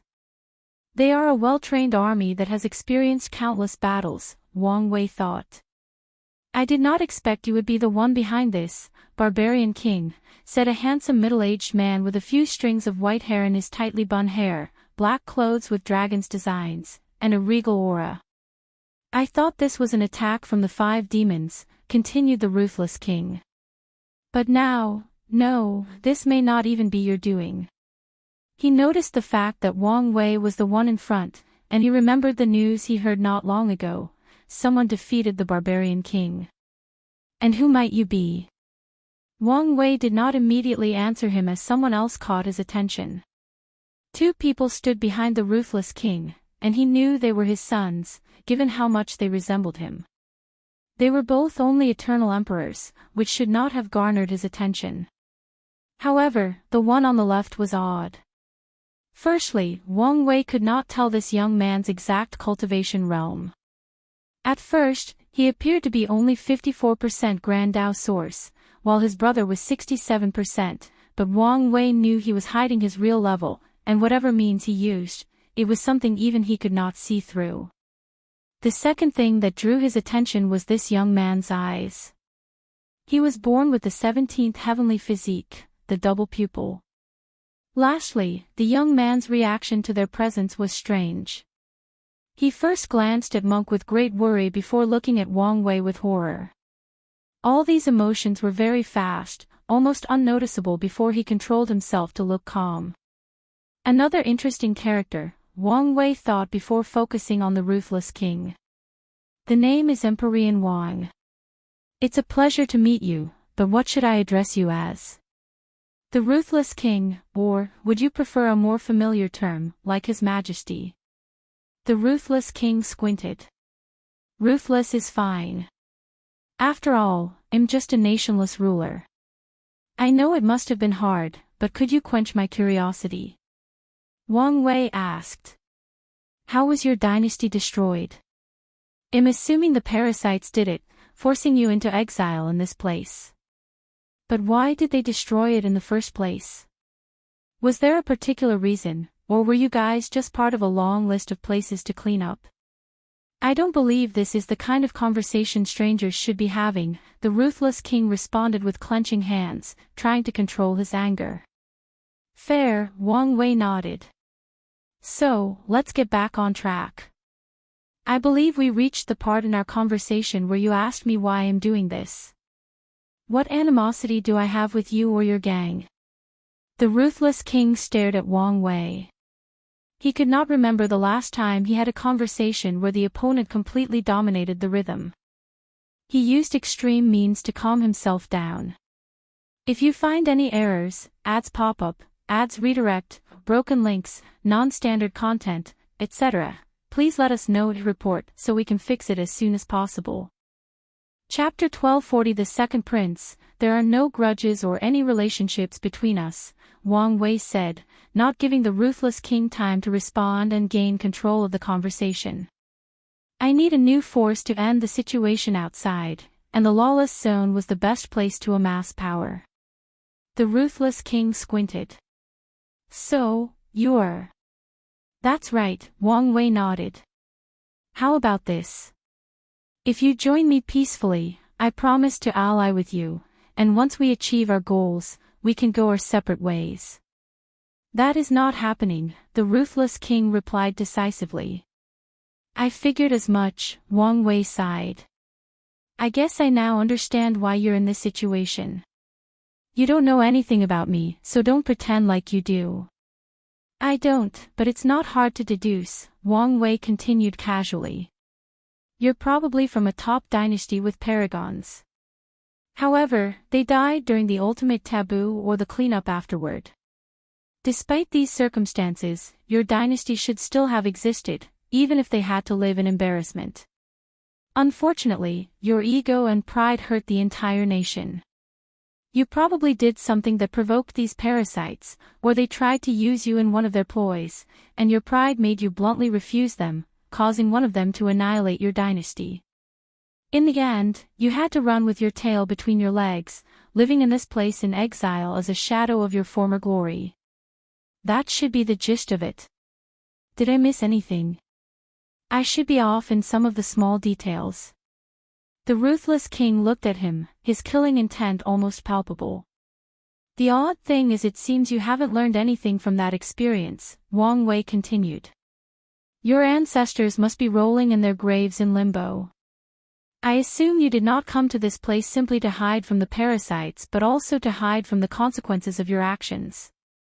After all, once your ancestors are revived, they will definitely dethrone you and may even directly execute you. This restricted place is your best chance at surviving their wrath. You have a sharp tongue, the Ruthless King commented, secretly clenching his fist. It's a shame you used to spew nonsense. Wang Wei ignored his feeble comeback, his gaze focusing on the legion behind him. It seems you're not completely useless. Your men's spirit and morals have not wavered the slightest with my words. So, your forte is military training. It's probably how you became the successor in your generation despite your terrible personality and unsuitable mindset for a ruler. Wang Wei then turned to the princes behind the Ruthless King. Your father's fate is sealed. If any of you can control his legion, I will be more than happy to work with you instead of him. If you wish to exercise filial piety, I can even spare his life as long as you promise to control him properly." "Stop talking nonsense," yelled the first prince. "You're stupid if you think we will betray our own father." "I see," Wang Wei replied with a hidden smirk. His focus was on the second prince, the eye with the double pupil.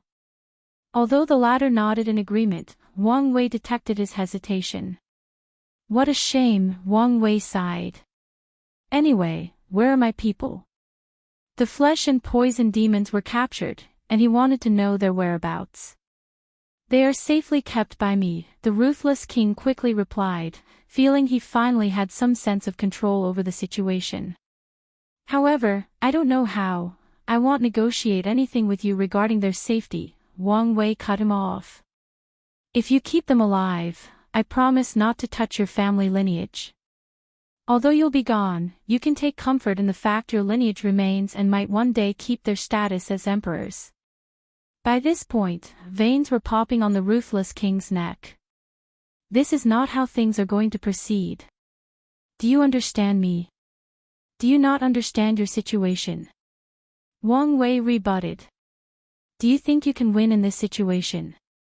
I have experienced millions of battles, and one thing I've learned is that there is always a way, no matter how dire the situation," the Ruthless king sneered.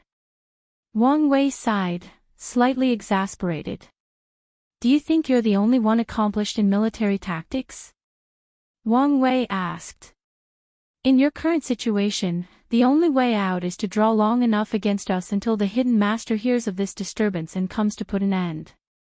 Sadly for you, his presence will not change the situation." The Ruthless king's heart skipped a beat. The enemy was correct. As soon as he saw all these leaders show up, he knew this method was the only way for him and his people to survive. "Now that we have everything laid up, I'm giving you one last chance. Surrender peacefully and spare your people this bloodshed." "Father, please accept his offer," the second prince thought to himself, despite knowing it would be pointless, given his father's pride and stubbornness. He knew how terrifying this group was, especially the barbarian king and this Empyrean Wang. One of his double-eye abilities is to determine people's talent. Over the years, he developed his own system to classify an individual's talent: worthless, genius, heaven chosen, which is further divided into low, middle, and top, and monstrous. Monster-level talent is the highest tier that someone can be born with, but not the highest level he's created. Above that are once-in-a-generation talent, once-in-an-era talent, and anomalies. However, to achieve these levels, innate talent is no longer applicable. Cultivators must achieve certain tasks or goals, like breaking the barrier between mortals and immortals or achieving 9 supremacy, to go beyond the monstrous tier. Then, there is the level at the top of this list, the anomalies. The second prince did not even know such a level existed until he one day accidentally saw Empress Wu from afar, and his eyes detected a level of talent that had never seen in someone else. The prince thought his eyes may have made a mistake for many years until he met the barbarian king.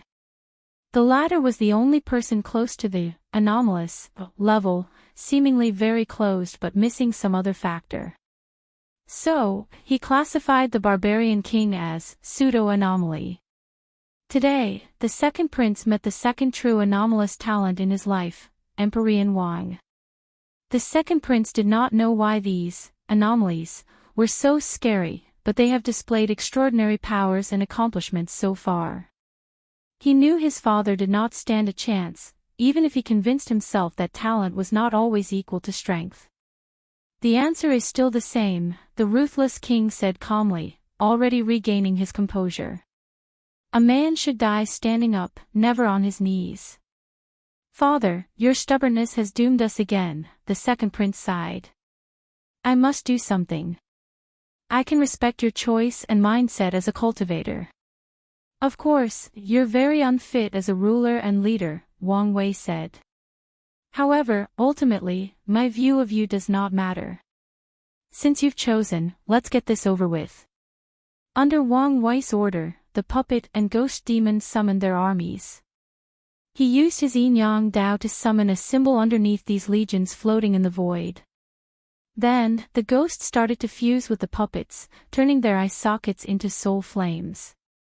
Wang Wei nodded in satisfaction. With his actions, these powerful puppets now had more soul/spiritual attacks. Additionally, they could transform into a ghost state, providing them some intangibility. Such a state is also an excellent way to protect their puppet cores. Then, Wang Wei proceeded to activate his awakening and summon his 11 fate palaces. He arranged them in a weird shape before they suddenly linked into a magic circle with intricate designs. The palaces released a unique fluctuation that affected the area. The Empyreans were the first to notice what had happened. They could not summon their creations from their grand mist world. Wang Wei knew one of his weaknesses was his young age, which prevented him from even cultivating enough creation lives. As such, he immediately banned them in this battle. "Be ready," the Ruthless King ordered with an ugly expression, and his legion responded in unison to his command. The two princes suddenly swallowed a pill, and their strength instantly reached the Empyrean realm. Then, a Chiluk dragon from their dynasty manifested in the void before fusing with the three and blessing them. "Be careful," Wang Wei strangely warned the group. "Did you also notice that fleeting gaze?" Monk asked. "I thought I was overthinking." "No, it was there," Wang Wei stated. "You're familiar with the hidden master. Do you think it's him?" "It was so fast that I couldn't tell," Monk replied. "However, if someone can spy on us without being detected, it would be him." Wang Wei groaned softly. "Anyway, prepare for possible interference and maybe even a sneak attack. If you find any errors, ads pop up, ads redirect, broken links, non-standard content, etc., please let us know to report so we can fix it as soon as possible." Chapter 1241 Settle. Wang Wei did not want to spend much time in this battle, so he went all out from the very beginning. His body released a dark and eerie aura that enveloped the surroundings. The Ruthless King was immediately on guard, which was a wise move. A ghost-like figure dressed in all black, with a bony face and a scythe, suddenly manifested behind him and swung its weapon. The Ruthless King felt that death itself had come knocking on his door, so his intuition warned him to get as far away as possible from this embodiment of death.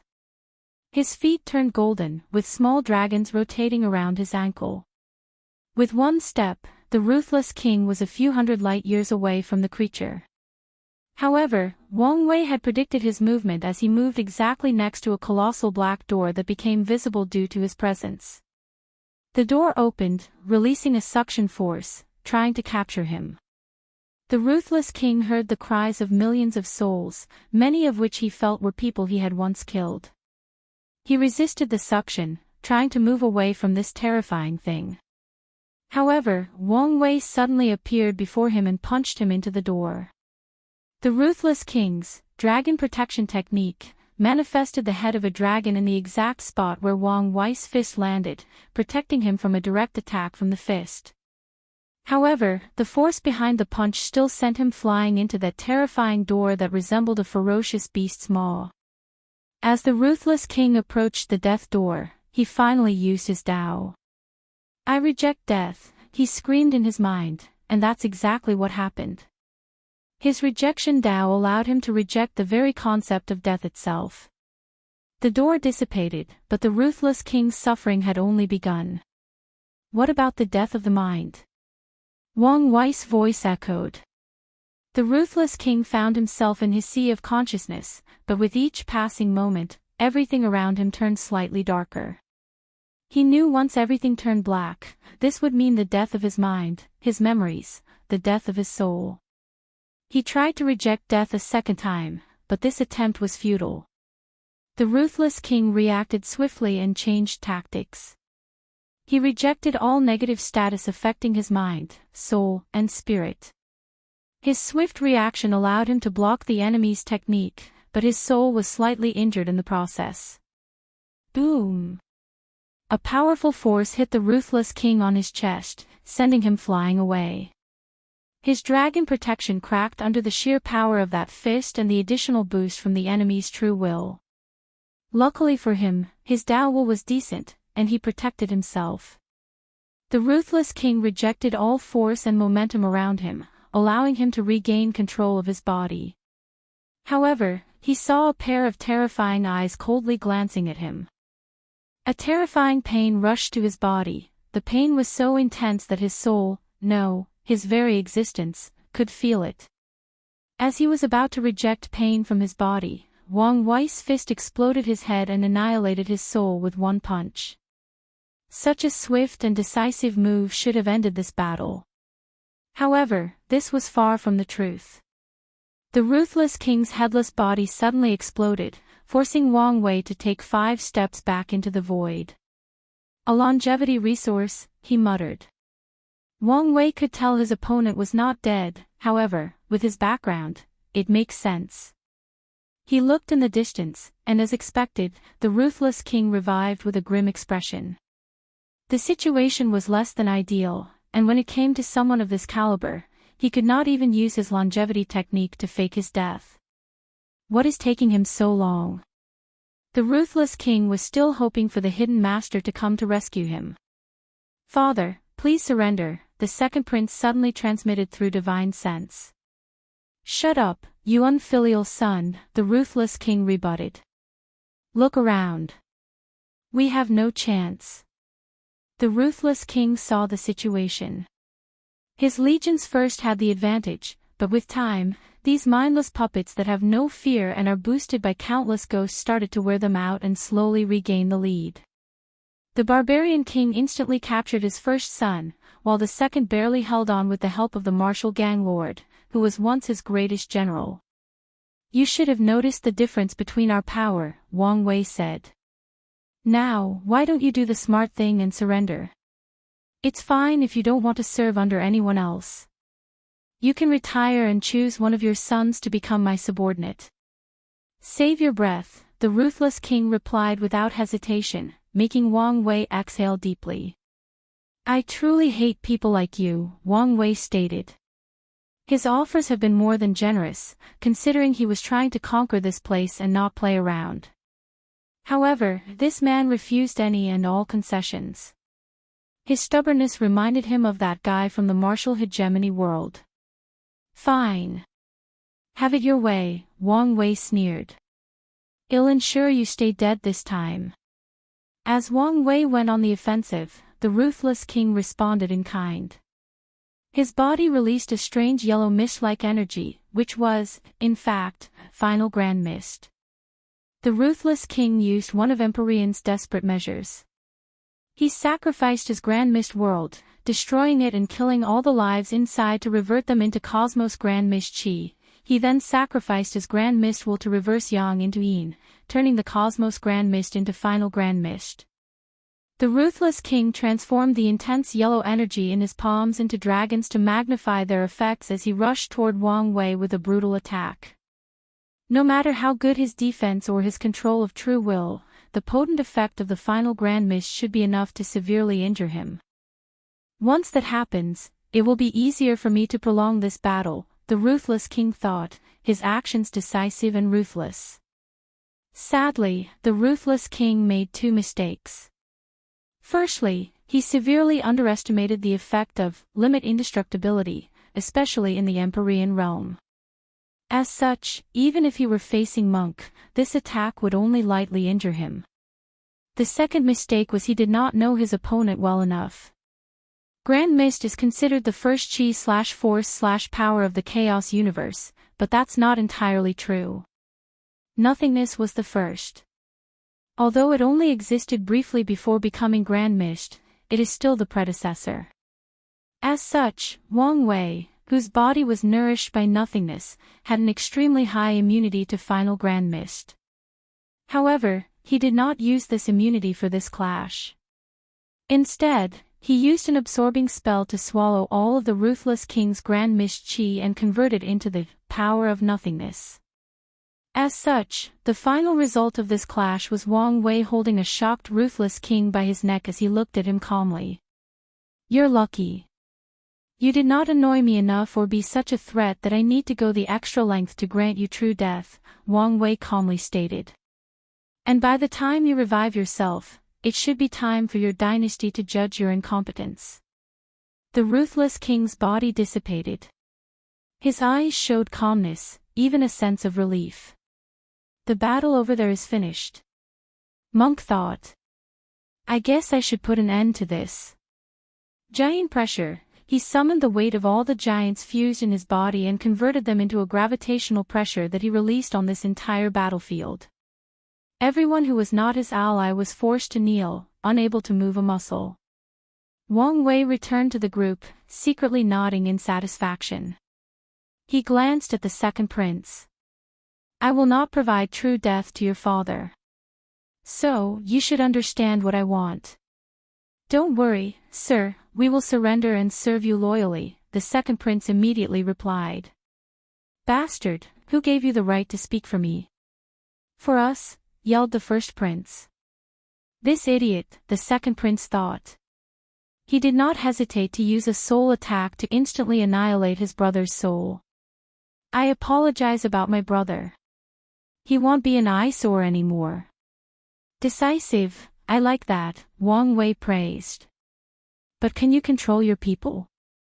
Half of the legion are my people, the second prince calmly announced this shocking truth. As long as I convince General Long, the other half will follow me.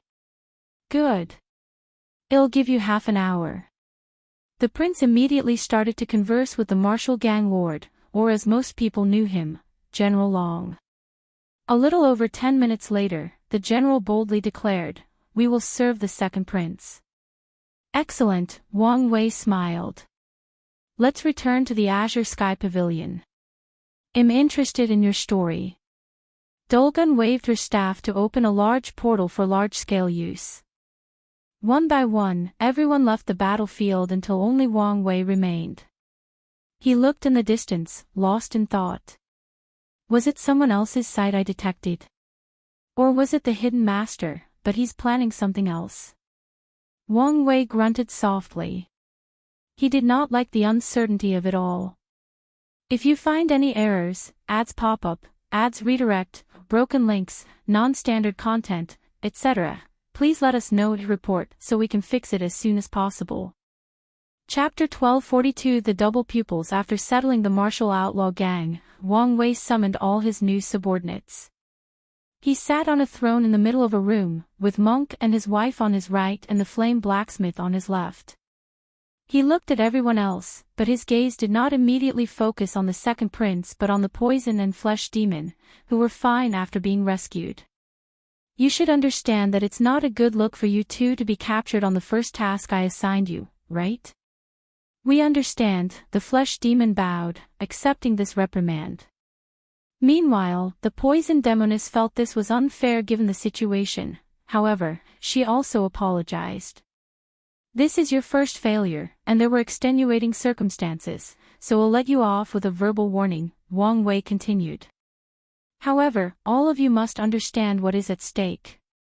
We are about to fight a war to end an era, so I don't need to remind you what failures will mean for us or anyone we care about. Wang Wei let his words simmer for a few seconds before addressing the second prince. What's your name? I am Jia Ping, the second prince of the Great Tan Divine Court. Great Tan.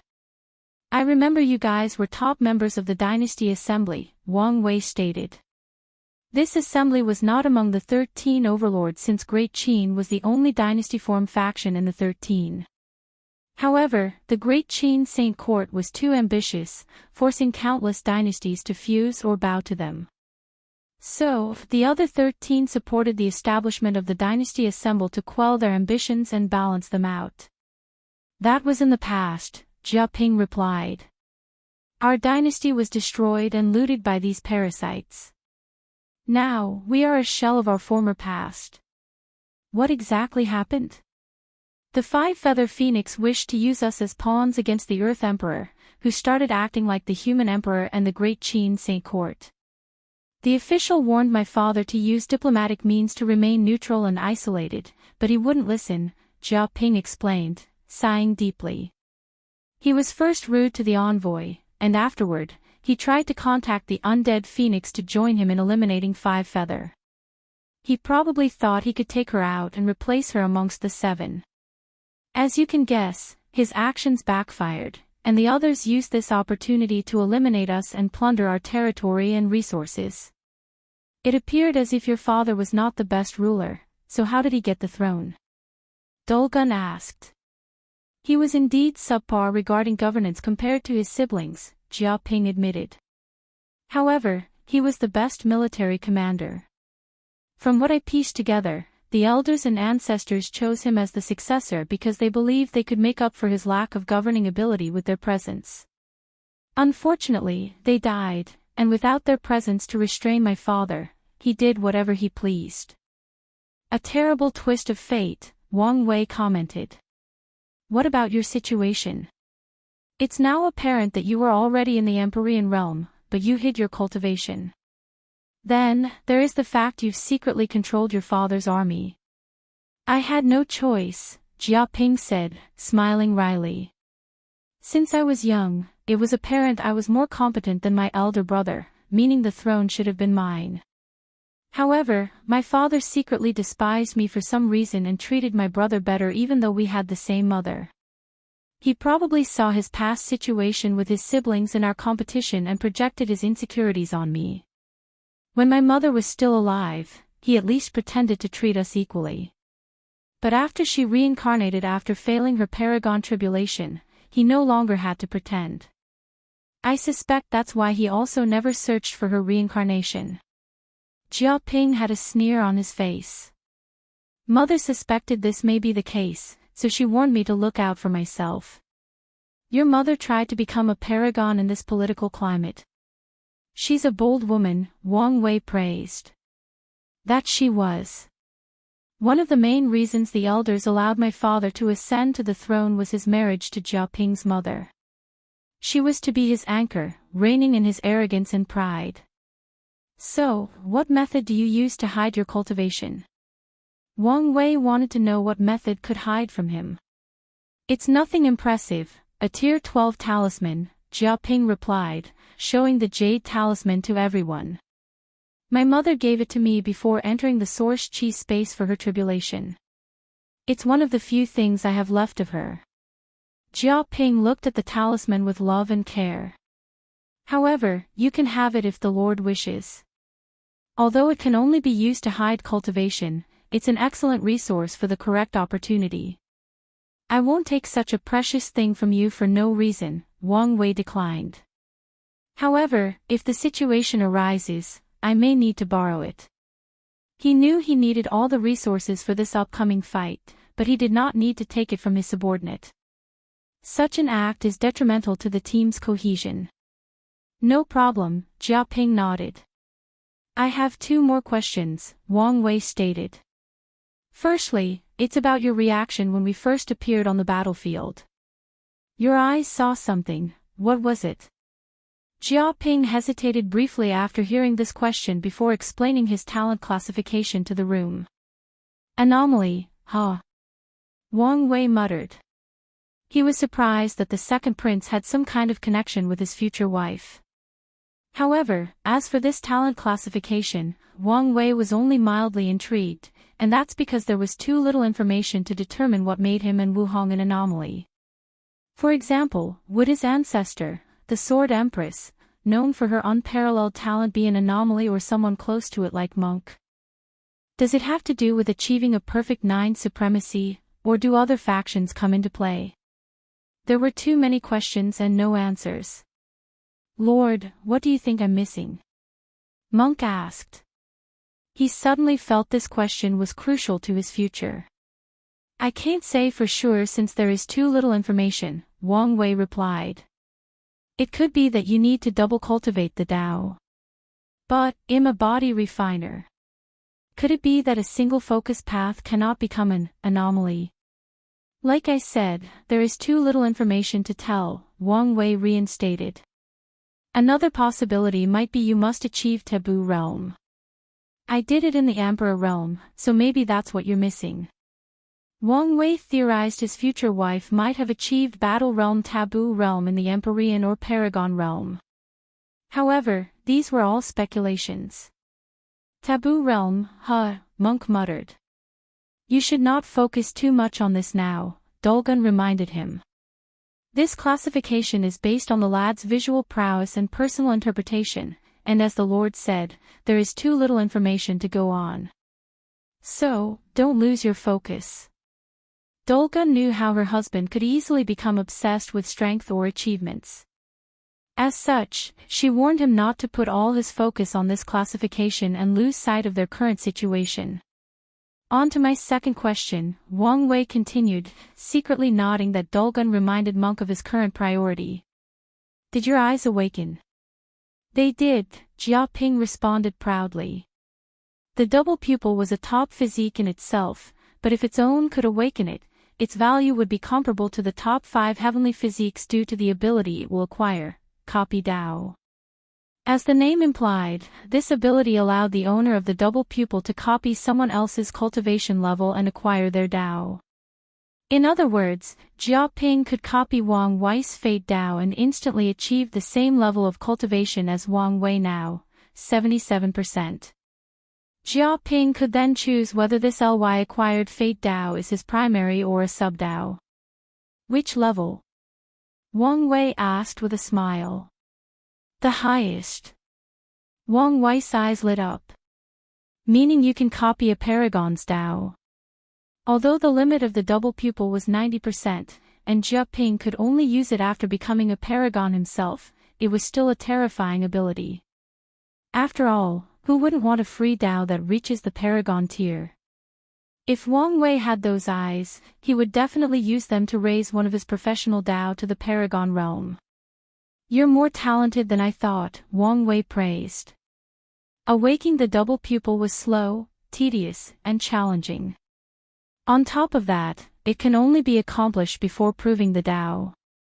Wang Wei suddenly sighed. Your father was truly a moron.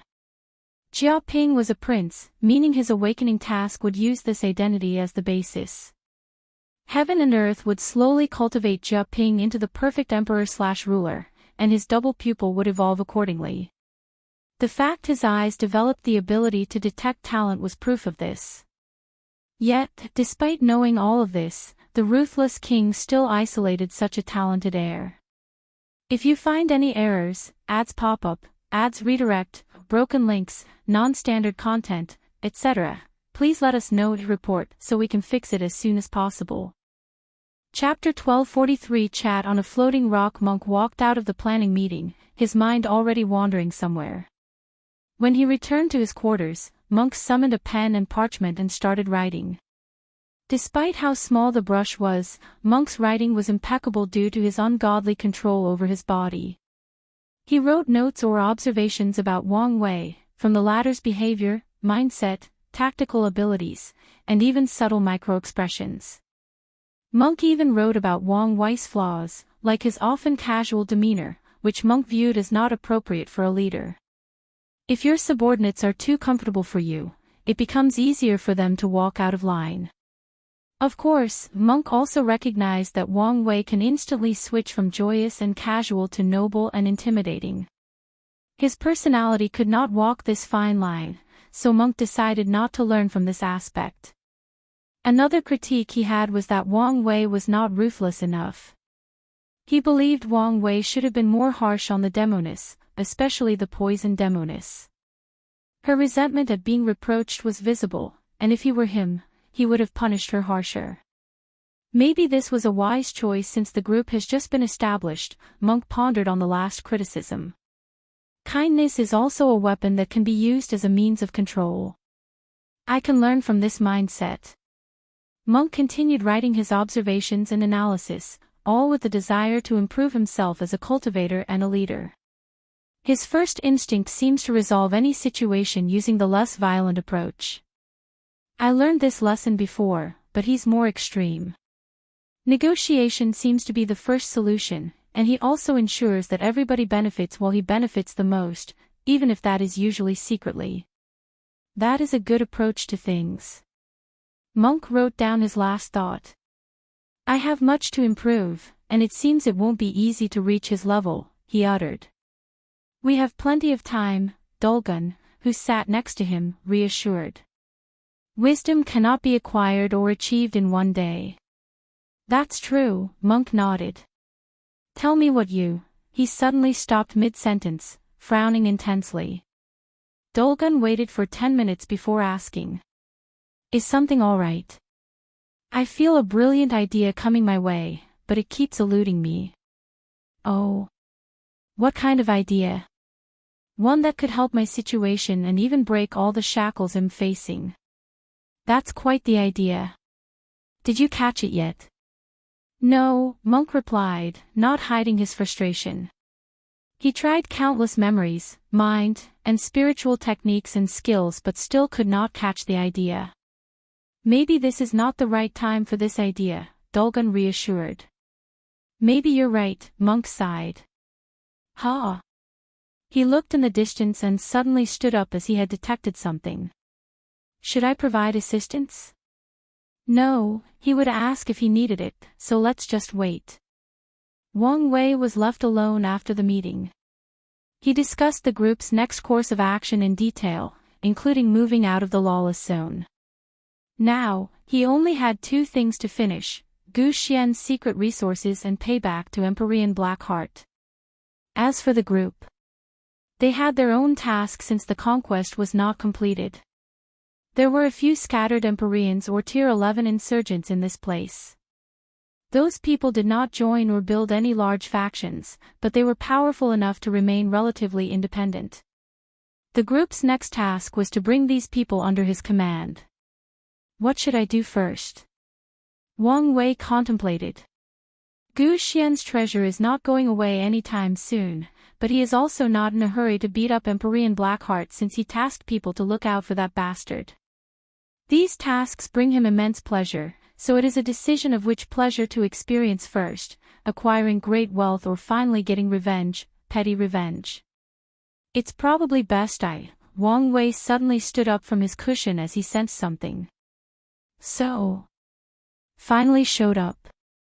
He teleported to an isolated location of the Lawless zone full of debris of destroyed planets, dimensions, and vast continents.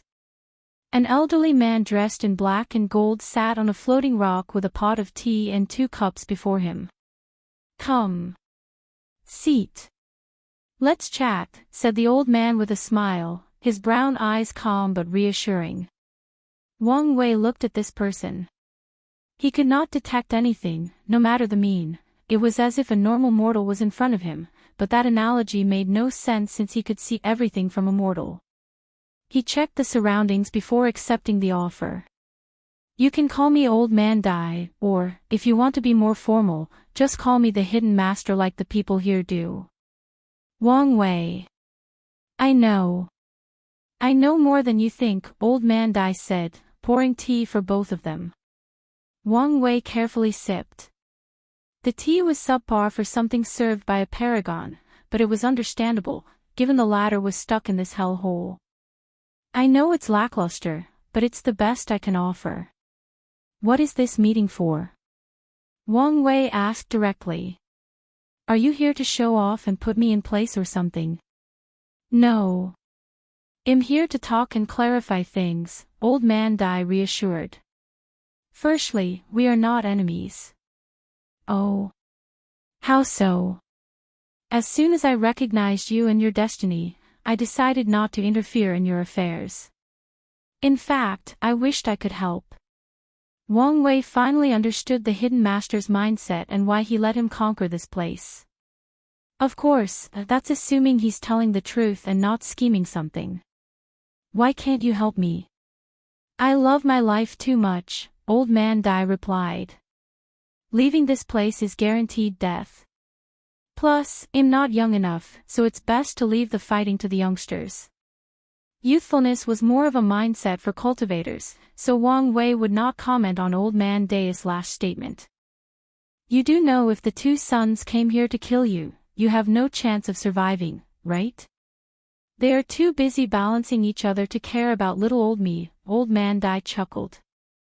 Plus, it's not like I don't have a chance. Those are bold words, Wang Wei said, suddenly intrigued.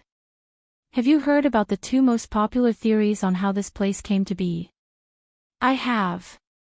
Well, they are both true, Old Man Dai said. Long time ago, this place was created by a man with an outrageous amount of hatred and obsession. He even sacrificed his life to make this place. However, he did not stop at that. He somehow convinced true heavenly Tao, probably through merit or something else, to help him make a safe zone in the eternal ascension world before sacrificing himself to imbue this place with his will and obsession.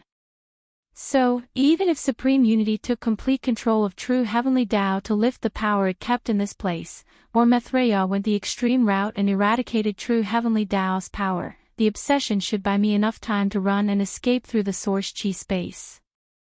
You thought a lot about this, haven't you? It's one of the main thoughts that keep this old man the most at night, Old Man Dai chuckled. Yes, Wang Wei muttered before squinting. You seem to know a lot of secrets or hidden truths. Didn't I tell you? I know more than you think. My question is how? Wang Wei followed up. That is my secret to keep, Old Man Dai smiled. My thought is 4 ways to explain it, Wang Wei continued before counting with his finger. 1. You're an unparalleled genius like me who can deduce these truths from a data pool. 2. You're a diviner, unlike anything the world has seen. 3. You have one of the best information agencies in the world. 4. You have direct information from the inside. Which one is the correct one? Can you tell me, or do you want me to deduce it? Old Man Dai secretly cursed himself. Why did he have to show up by appearing more mysterious and revealing so much information? I think you're overthinking, he responded, his expression unchanged. Let's see, Wang Wei continued, looking him in the eye. You talk like you know a lot about me, but this is the first time we've met, so where did your information come from? We can start by eliminating the fact that you're an unparalleled diviner. Wang Wei was a master of fate and a fateless, so he doubted Old Man Dai could divine his information without him even detecting a hint of it. This might be possible if the old man was a top paragon. But if that were the case, the 2 sons would have eliminated him no matter the price needed to pay. The subsequent elimination is the best information agency in the world. You would need a lot of money and resources to build something like that. And if you had succeeded, your way of life in the Lawless zone would not be much different on the outside. Additionally, the parasites would put more effort into eliminating if you had access to such resources. The third to eliminate is intelligence. You don't conduct yourself in such a manner. However, that's not a completely valid reason to discard your intelligence. After all, you may be putting on an act capable of even fooling me. No, I eliminated intelligence because that also requires data. You can't deduce such knowledge and secrets without some basic information. You don't know me, and we have never met, so how would you know much about me? How did you know enough about Maitreya and Supreme Unity to deduce their strength and capabilities? We've already determined you don't have one of the best spy agencies in the world, so where did your information originate from? Wang Wei asked, looking him directly in the eyes. He was already on guard, preparing for things to get sour. Old Man Dai sighed deeply. He told me to be careful when dealing with you. I should have listened. Who? If you find any errors, ads pop up, ads redirect, broken links, non-standard content, etc., please let us know to report so we can fix it as soon as possible. Chapter 1244. Fate. Oh. Fate. Old Man Dai pondered briefly. It was no use hiding at this point since he may figure it out given enough time. Plus, revealing the news has no downside, and it might allow them to establish some level of trust. It was Disaster who told me. The hidden 8th moon. Yes. I see, Wang Wei nodded. You don't seem surprised, Old Man Dai asked. He was on my list of people, albeit not at the top, Wang Wei explained. Logically speaking, it explains some things. For example, I now knew why you could hide from the parasites when they came together to clean up this place. Thinking about it now, the fact you could hide at all means you have a decent technique. Did it come from Disaster? From what I deduce about him, he should be excellent at hiding, probably the best in the world currently. That's right. I did use his technique of avoiding disaster to hide myself, Old Man Dai acknowledged. That means you must be closed, Wang Wei added. But how? Brothers? Apprentice? Lovers? Which is it? Old Man Dai's lips twitched. It wasn't hard to guess since your personality is very similar, Wang Wei continued. You both value your life above everything else, and you have no shame in hiding and running when necessary. However, Disaster seems more extreme since you're willing to fight the parasites under the right circumstances. Old Man Dai sighed. This conversation has been nothing but frustrating.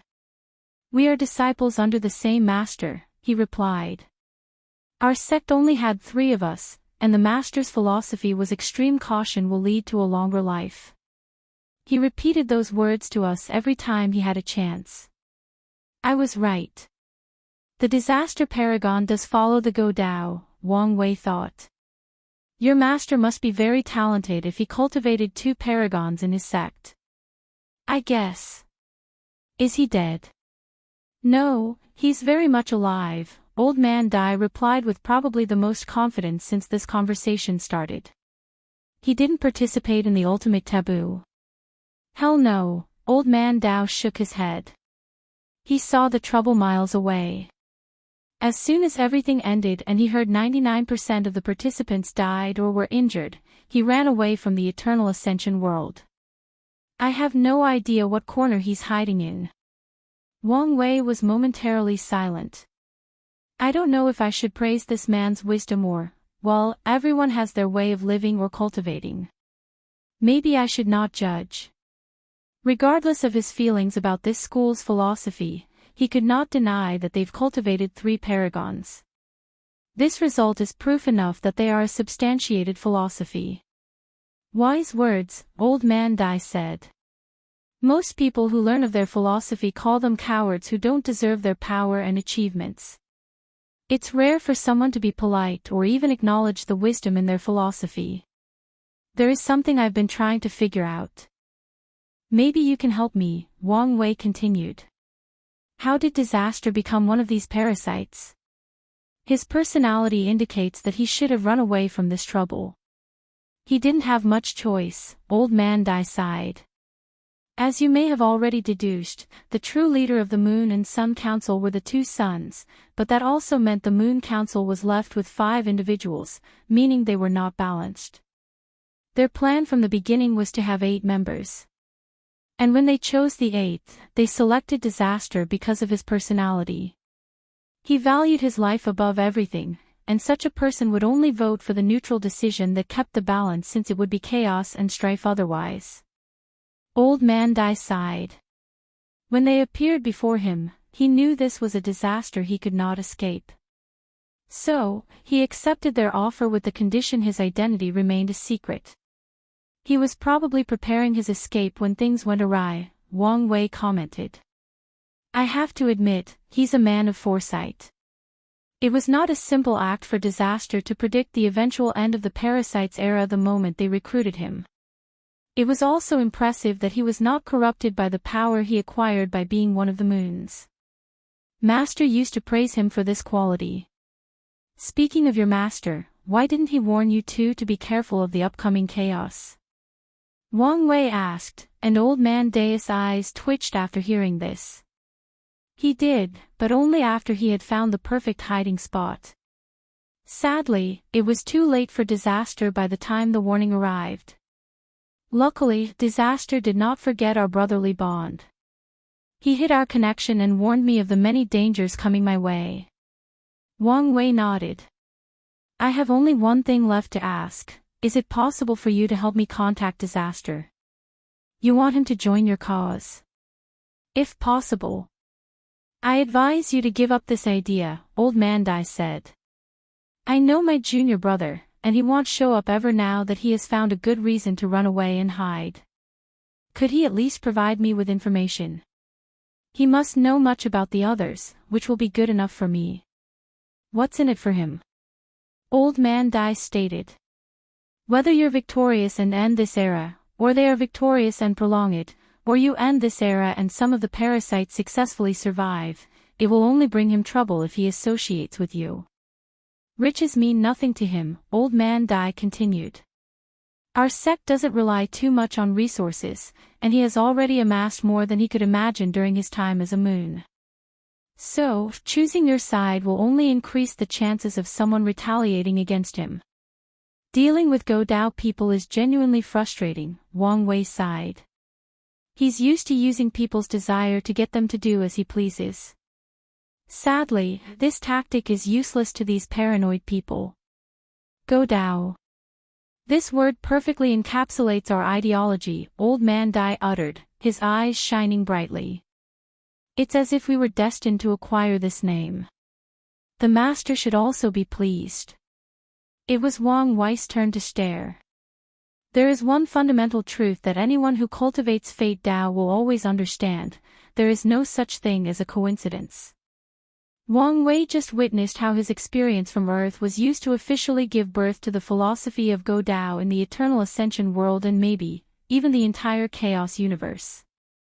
Oh. Fate. Oh. Fate. When are you going to stop slapping me in the face? Wang Wei thought to himself, his calm mood instantly ruined. Is something wrong? Old Man Dai asked. Wang Wei has been an enigma to him during most of the conversation. However, he could detect his terrible mood all of a sudden. No, Wang Wei answered. But we need to fight. He stood up from his cushion, showing how serious he was. What do you mean? I thought we had come to an understanding. We have. Then, why are we fighting? For 3 reasons, Wang Wei explained. Firstly, fighting you is a great learning opportunity. I don't want to pass on that. Secondly, I believe your true nature will show up while we fight. In my experience, battle is one of the best ways to judge someone's true character. Lastly, I'm in a foul mood and must vent. I understand the first 2 reasons, but what's with the last one? I don't think I did something to offend you. Don't overthink about it, Wang Wei said. I'm sure this conversation was as frustrating to you as it became for me. So, I used this opportunity to vent or teach me a lesson. No need to say another word. Old Man Dai stood up, completely energized. He put away the tea and everything else. Do you think this is a good place for a fight, or should we go elsewhere? This place is fine, Wang Wei replied, and the old man teleported 10 light years away to signal the beginning of the battle. They stared at each other for a while, clashing their aura to test their opponent. His cultivation should be around 93% Grand Dao source, Wang Wei concluded. His cultivation is lower than the Barbarian King, but he gives me a more potent threat, Old Man Dai analyzed. This battle will not be as easy as I imagined. Regardless of how he felt, he was still confident. Given their philosophy, it appeared as if members of the Go Dao school did not know how to fight. However, that was far from the truth. One of their core principles is surviving, so being good at fighting is necessary, especially when they find themselves in situations they cannot escape by running away. Their members have low karma and do not rely on luck, meaning there is very little chance of suffering backlash or being tested by heaven and earth. However, they still use the spiritual chi and laws of heaven and earth, meaning they have yet to avoid the system entirely. As such, they must also experience unavoidable catastrophe, just like what happened to Disaster. If you find any errors, ads pop up, ads redirect, broken links, non-standard content, etc., please let us know to report so we can fix it as soon as possible. Chapter 1245 Paragon will, Reign Domain, Old Man Dai's reaction was slightly faster than Wang Wei and took the initiative. The void was suddenly filled with raindrops that Old Man Dai controlled, and he unleashed them on his opponent. Wang Wei squinted his eyes as he realized each of those drops contained enough force/power to do severe damage to any peak indestructible paragon with any immunity to power Dao. However, Wang Wei himself was not safe because he detected a very subtle infusion of Dao will in each of the drops. Wang Wei waved his hand to create a universe that swallowed these raindrops. However, they were so powerful that his universe did not last a second, and that's despite the fact he boosted their defense with his true will. Wang Wei reacted by replicating his opponent's technique. However, the rain he condensed was from his death Dao, meaning they were death drops. His plan was simple: use numbers to combat numbers. Unfortunately, although he had the right mindset, he underestimated his opponent's ability. His Dao will application might be even better than mine, Wang Wei theorized. It made sense, given how long Old Man Dai has been living and that he might have received formal training from a master. Wang Wei teleported to avoid the rain, but even that was pointless. The rain contained the ubiquitous characteristic. In other words, this technique functioned under the same principle, just like people could not avoid it unless they built shelter. A few drops of rain touched Wang Wei's body, leaving minor shallow cuts that healed instantly. Wang Wei summoned a time shield around his body, and it could speed up time, forcing the raindrops to age billions of years before reaching him. This move took him some time to breathe, so he went on the offensive. He condensed a thunder spear that he threw with ungodly strength. Old Man Dai was wise, knowing that using water to block this attack was unwise. So, he gathered his rain to make water, which he then changed into ice.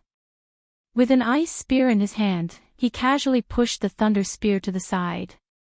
Their speed was great, but he also reacted in time, blocking 90% of them. His time shield should have dealt with the remaining 10%, but these raindrops contained the power of time and bypassed his defense. He suddenly remembered that paragons had a much easier time traveling through the river of time. Thus, it was common for their techniques or skills to touch on time Dao. Wang Wei suddenly exchanged position with the spear, placing himself directly next to Old Man Dai. He did not hesitate and went for a punch full of the power of death. The old man exploded, but not into a pool of blood, but into countless raindrops, which rushed toward Wang Wei. Their speed was great, but he also reacted in time, blocking 90% of them. His time shield should have dealt with the remaining 10%, but these raindrops contained the power of time and bypassed his defense. He suddenly remembered that paragons had a much easier time traveling through the river of time. Thus, it was common for their techniques or skills to touch on time Dao. After bypassing his defense, the raindrops also broke through his true will. The enemy's Dao will was sharp, like a great swordsman capable of cutting through defenses. Tiny holes appeared on Wang Wei's body, but he reacted swiftly. He used a true will application that copied a magnet to remove Old Man Dai's Dao will from his body. He really is much better than me, Wang Wei thought. Such news was good and bad. The good news is he had someone to learn from. The bad news is he probably will suffer in this battle, which was against his goal of venting his frustration on this old man. I can't allow this, Wang Wei thought, so he decided to take a page from Monk's book. Since he lost skill-wise, he would make up with numbers or quantities. Wang Wei no longer hesitated and used the technique he created after his fight with Monk. Although it was a prototype, it would have to do for now. Fate will, a projection of the river of fate condensed above his head.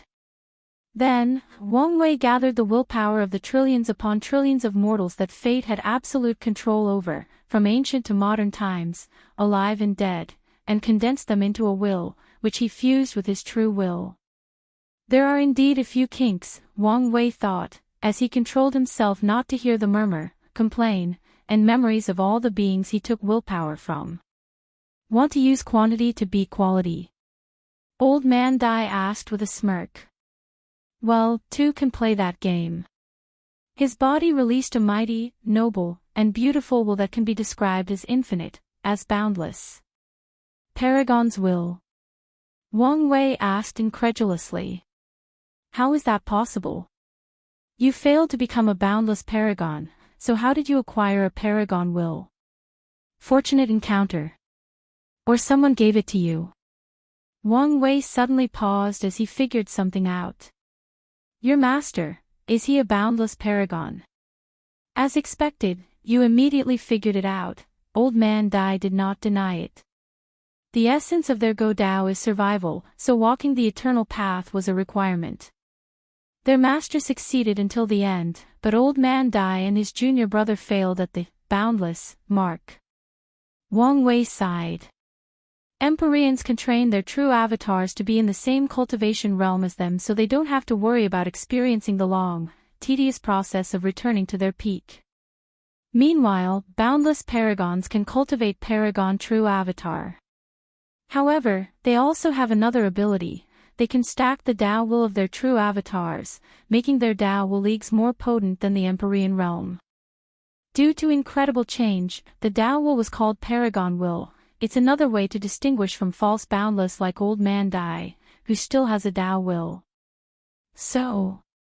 Old Man Dai asked, not hiding his smirk. Do you still want to continue? He had never used his Paragon will out of fear the parasites would increase his level of threat, why would then lead to them putting more emphasis on eliminating him. However, this battle was an excellent opportunity. Wang Wei's lips twitched. As soon as Old Man Dai used a Paragon will, he knew he could not win. It didn't matter if it was not his power and from an artifact. The sheer difference between those two power would mean Wang Wei had no chance, and that's not even taking into account his lack of skill compared to Old Man Dai. Why not? Wang Wei replied as he exhaled to calm down. As I said, this is a learning experience. Your new strengths only mean a great opportunity for growth. Wang Wei's fighting intent did not reduce in the slightest, on the contrary, it intensified. Without hesitation, he rushed toward his opponent to confront him. A raindrop rushed into his head, and his danger sense went haywire. He dodged, but the drop penetrated his shoulder. Wang Wei was injured, and it was a genuine injury. For the first time since becoming an Empyrean, his defense failed him. Wang Wei reacted decisively by isolating the Paragon will before blowing his shoulder off. However, the thing did not regenerate due to the residual power remaining. Luckily, such a minor injury was not enough to stop Wang Wei. He fought ruthlessly with Old Man Dai for 100 years before stopping. Wang Wei looked terrible. He had a massive hole in his abdomen, showing his ribs, which were missing a few bones. His left arm only had the forearm, while his right hand was missing his skin and muscle. His legs had dozens of holes, and the right side of his face was also gone. Meanwhile, Old Man Dai looked the same, without even a scratch. This did not mean Wang Wei did not hit him even once. On the contrary, Wang Wei landed many decent hits during this long battle. Sadly, Old Man Dai's Paragon will was too overwhelming, meaning he could regenerate since Wang Wei's true will was basically useless. Had enough. Yes, Wang Wei nodded. Old Man Dai secretly sighed in relief. It was terrifying how much this man stole his technique in this short period. He reckoned that if they kept fighting, it would only take him 10,000 years to learn all his Dao will skills he spent billions of yuan epics honing and mastering. Are you sure?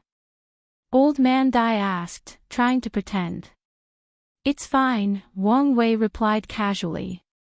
He had analyzed Old Man Dai enough to recreate all his abilities with his dream combat technique. As you wish, Old Man Dai nodded, showing his high demeanor as an old and powerful cultivator. Wang Wei ignored the latter's petty behavior and asked, can you remove your Paragon will's influence? Oh, no problem. Wang Wei's body instantly regenerated to its normal state. He condensed a brand new white and purple robe, thus returning to his peak handsome state. I must thank you, Wang Wei said. Although he lost the battle paved the way for his future while saving him a lot of time. That's no problem, Old Man Dai said proudly. Well, I'm leaving, Wang Wei continued. Even though you junior brother will reject me, I wish you would still tell him of my offer. No problem. But as I said, don't hold your breath. Wang Wei nodded before teleporting away. If you find any errors, ads pop up, ads redirect, broken links, non-standard content, etc., please let us know to report so we can fix it as soon as possible. Chapter 1246 Go Daos Rise Dao Abandoning World, an unknown cultivation cave, a young man dressed in white with luscious black hair, smooth skin, a well-defined jawline, pointy eyebrows, and burned flesh on the right side of his neck suddenly opened his eyes, showing his bright blue eyes.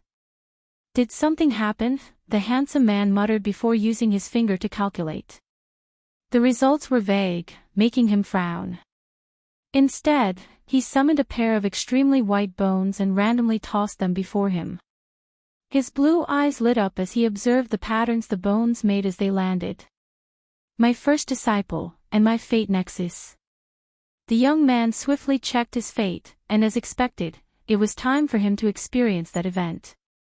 I can finally get rid of this burdened destiny, the young man, also known as Han Fa, thought excitedly.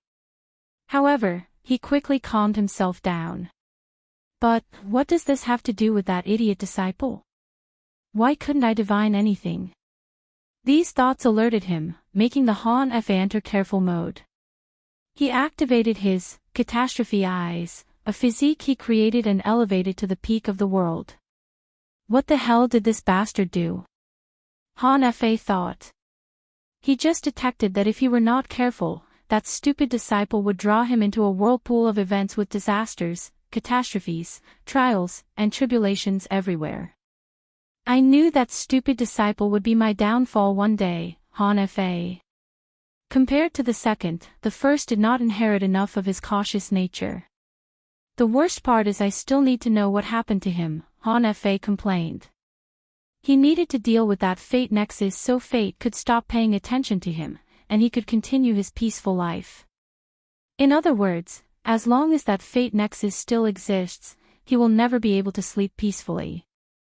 I guess I have to take some risks, Han Fa thought before glancing outside the cave. If anyone were here, they would be shocked, no, terrified, at the level of security/protection in this hidden cave. First, the cave was inside a dimension built from Carmelus crystal, making it an excellent place to isolate any form of karmic/causality detection. Secondly, there was a sea of immortal energy around this cave, which was so intense that it was enough to train more than a dozen immortal kings. However, Han Fa used the energy to interfere with all kinds of detection methods. The third layer of protection was the countless formations around. There were millions of them, and they involved myriad aspects: anti-divination, anti-calculation, anti-karma detection, anti-time retrograding techniques, information control, and many others. Finally, there is the secret transmission array that will teleport the hidden cave to different locations in case of an emergency, including to other chaos worlds, the River of Time, or the Source Chi space. However, this was not the end. The fourth layer was the Chaos World, called the Dao Abandoning World. This place had this name for a reason. Grand Dao abandoned this world, thus limiting the latter's influence/control over it. This world situation limited the use of many techniques, turning it into a perfect hiding place. This place's fifth and final layer of protection was the fact that Han Fa was a fateless. In his life, he took a few risks, and one of them was to kill a fateless to get the status, just like Wang Wei. Han Fa held a communication talisman in his hand, his face very ugly. He was angry that his stupid disciple was putting him in danger. He trained them because he knew they might be helpful one day. He's alone, and sometimes, having a few powerful allies might be beneficial for his survival. Of course, his primary reason for acquiring disciples was because he deduced it was the best way to get rid of his fate nexus. After Han Fa sent that talisman, primordial chaos experienced a small but unnoticeable vibration. It was like someone dropped a stone on a large body of water, but no one detected the fluctuations. The talisman headed to one chaos world before disappearing as if it never existed. However, its message was then redirected to more than 1,000 chaos worlds. It went back and forth another 1,000 times through the source chi space and another 1,000 dimensions in primordial chaos before reaching the eternal ascension world. While this message traveled to these worlds, countless people of different races, sexes, and cultivation realms were involved. These people never met each other and had no connection whatsoever, except to Han Fa. However, if anyone were to look at them, they would never know this since Han Fa erased the karmic connection he had with these people. They've never met Han Fa, known his name, or seen his face. However, he secretly helped them and left them with a binding contract. When the message arrived, these people followed the proper procedure and sent it to the designated area by the contract. Then, they erased their mind of the fact that they've received any kind of information. Some people had harsher contracts and had no choice but to enter reincarnation to hide the message tracked. Some people were embedded with terrifying curses to kill whoever tried to get the information from them. Han Fa did all this to ensure no one could trace the message to him. He was so careful because the Eternal Ascension world had those monstrosities called half-step transcendent. His train of thought was if one of those two captured his message and tried to trace it back to him, the trouble would deter them, and if not, it should buy him enough time for his catastrophe eye to warn him of danger and he can run away. Han Fa's message did not reach Old Man Deus until after his fight with Wang Wei 100 years later. However, that's only relative to the Eternal Ascension world. This message took different times in different chaos worlds, making it hard to calculate how long had passed for Han Fa. However, in some places, more than 1 million passed before the message was transmitted to its following location. The message silently reached the Eternal Ascension world. Supreme Unity and Mithraea did not notice for 2 reasons. Firstly, they were locked in battle. Secondly, many top factions communicate with other chaos worlds.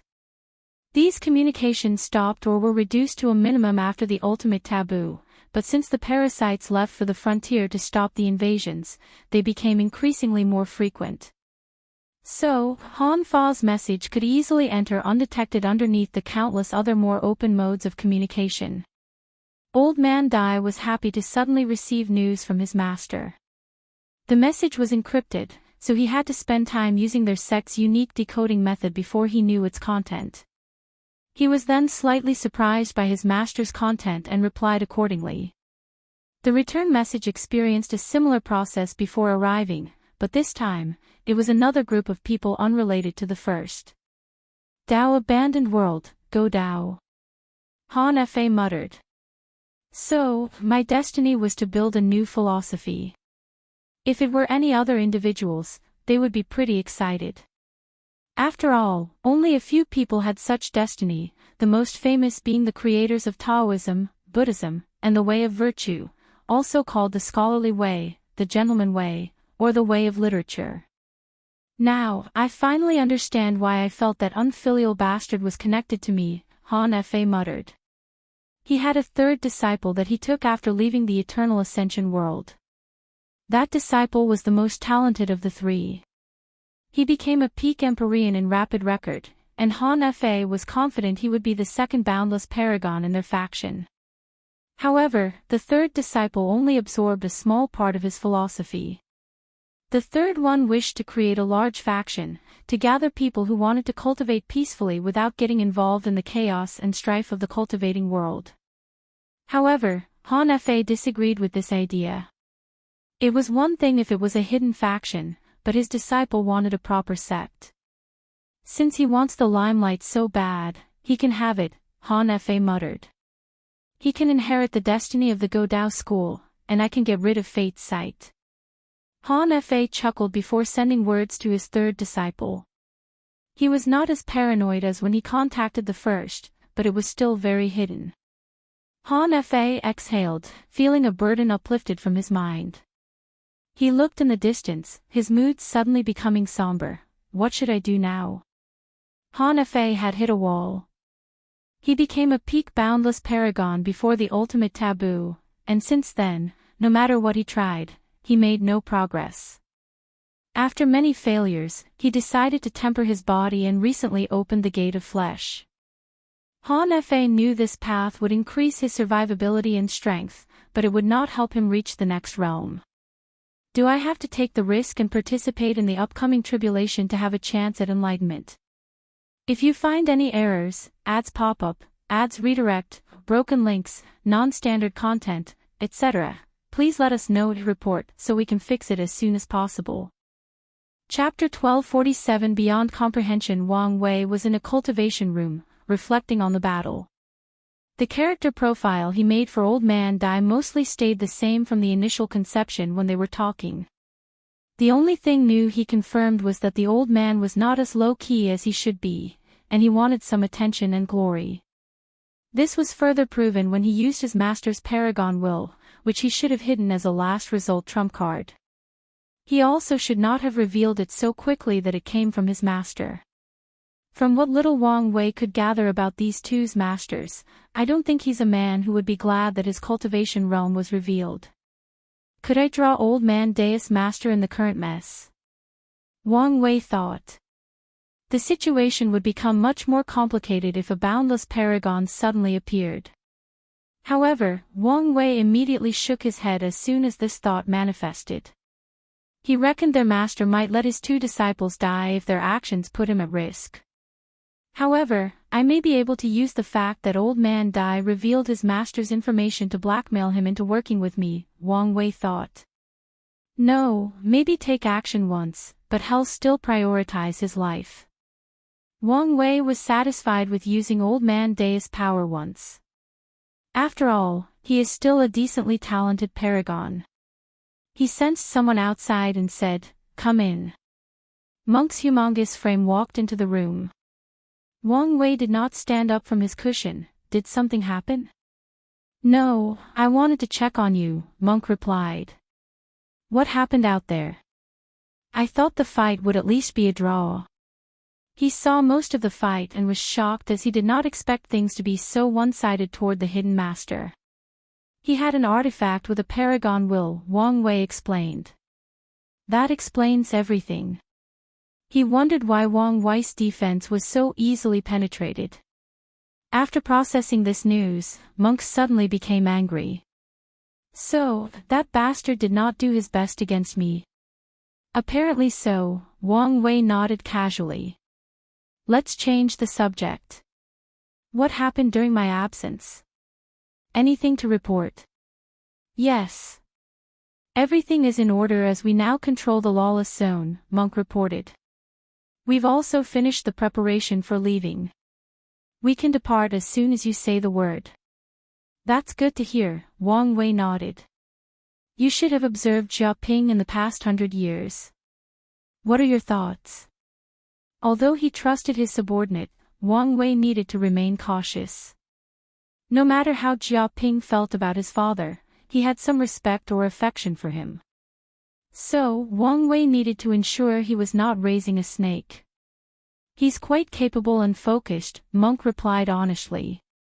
And from what I can tell, he showed no abnormal signs. Of course, it's only been 100 years, so it's hard to tell. That's good to hear, Wang Wei nodded. What about General Long? Does he follow Jia Ping without issue, or is he a problem we must deal with secretly? We haven't had any significant deployment of troops, so it's hard to tell the truth. But so far, he appeared to be loyal to Jia Ping. But not to us, Wang Wei added. However, that's fine. As long as Jia Ping is loyal, they are not an issue.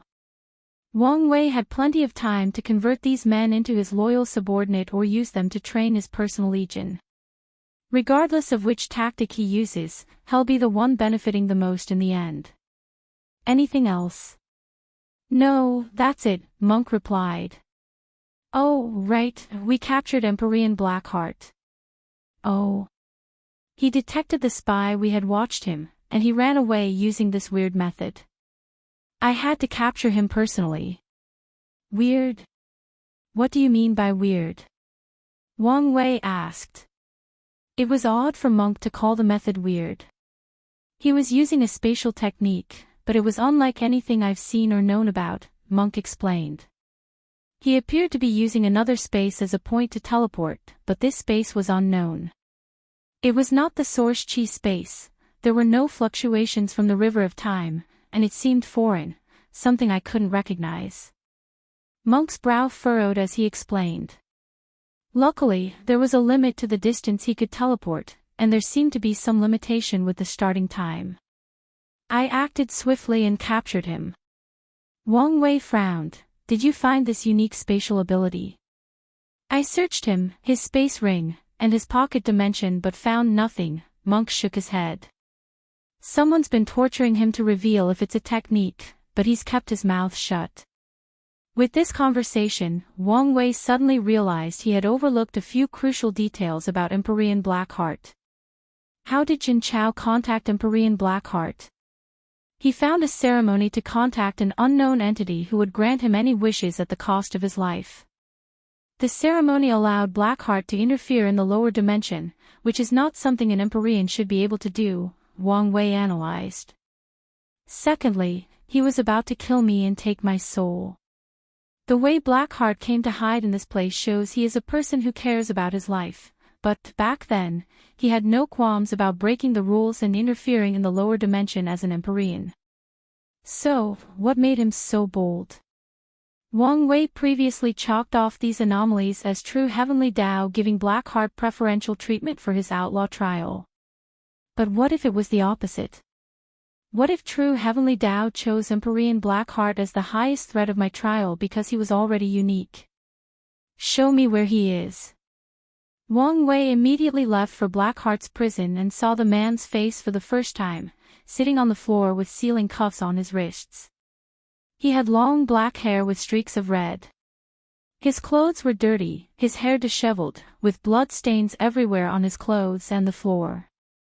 However, the most noticeable aspect of his appearance was his pitch-black eyes, which made him look like a demon.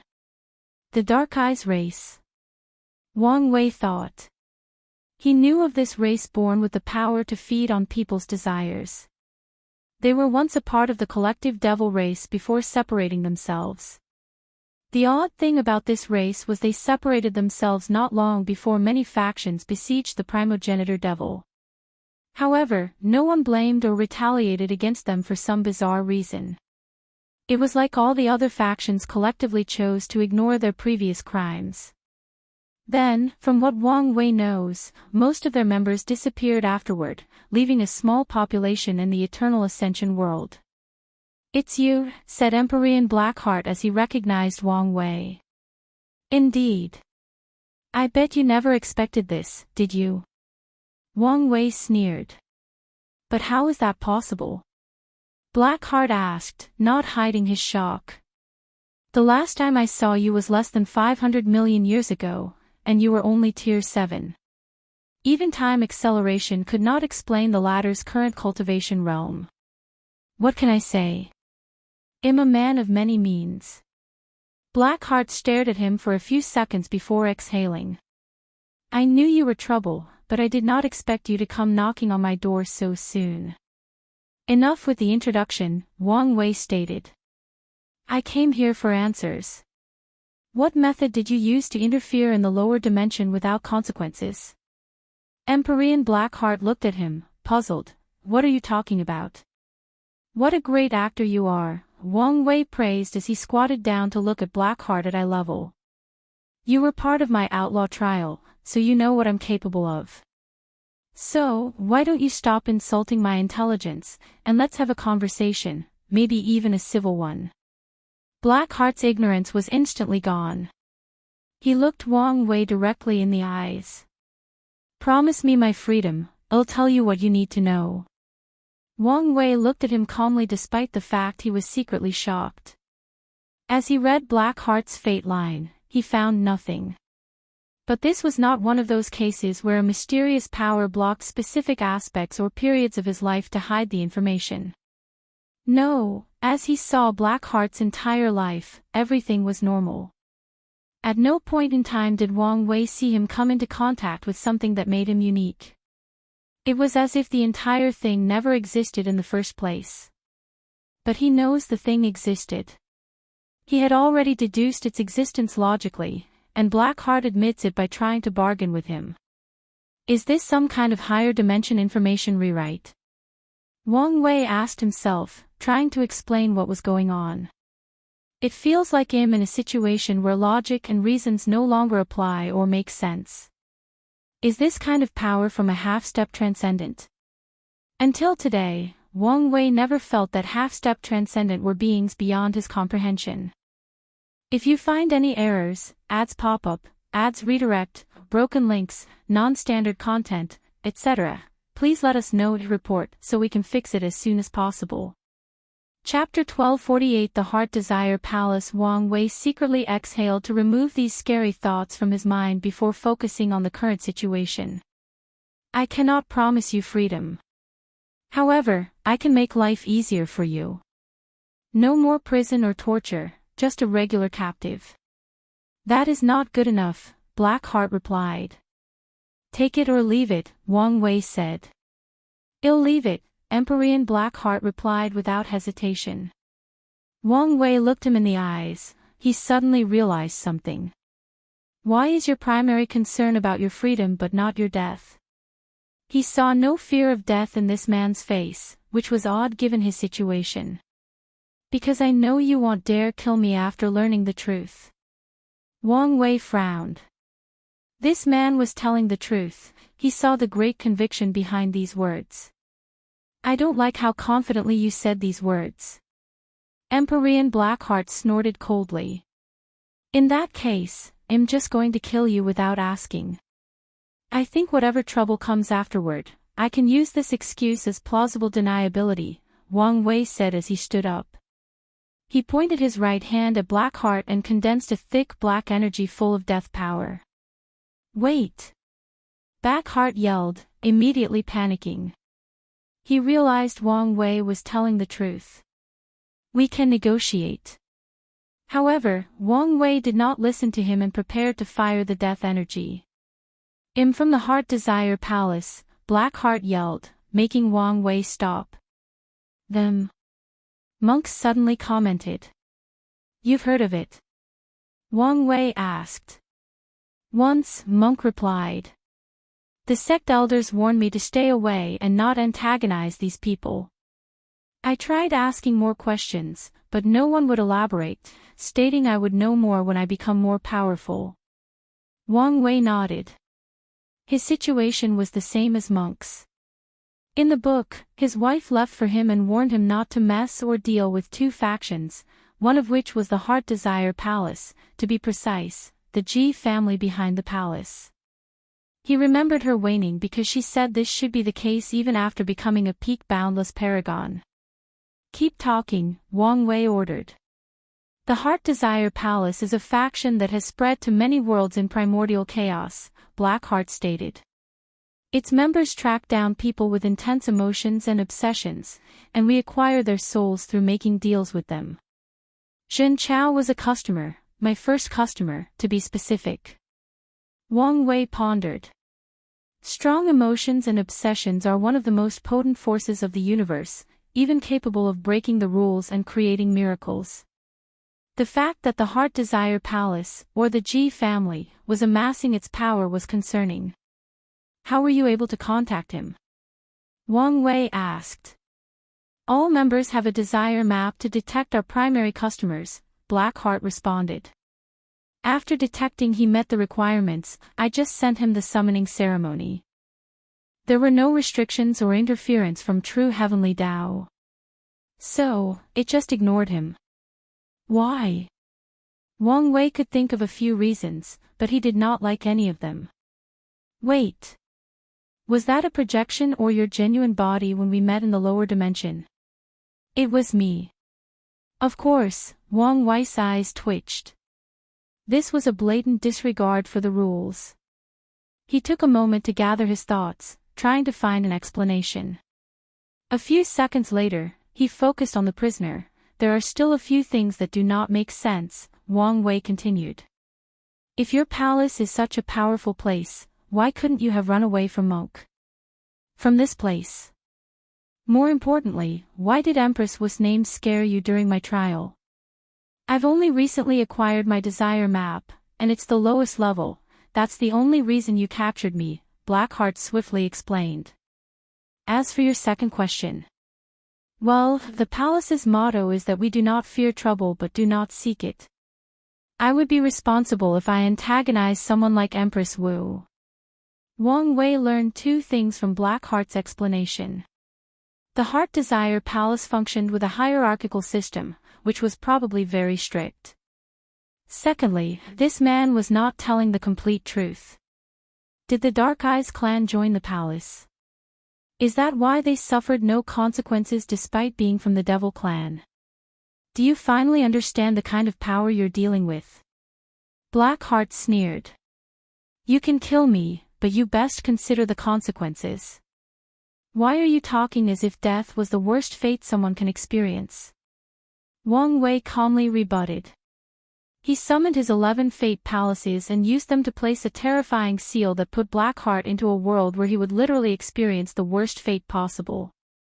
Wang Wei and Monk then walked out of the prison. What are we going to do about him? He seems to be an unstable variable. Monk asked. I want to kill him, but I must make sure there are no issues afterward, Wang Wei explained.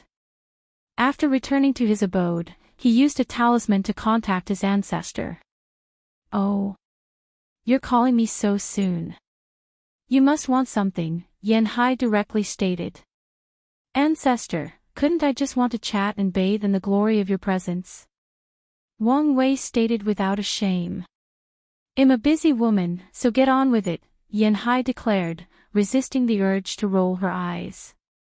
I met someone from the Heart Desire Palace. Yan Hai's demeanor immediately changed. Did you kill them? And were you at fault? No. Tell me what happens, don't leave any detail, she asked swiftly, something Wang Wei caught on. So, he explained the situation without leaving any important details.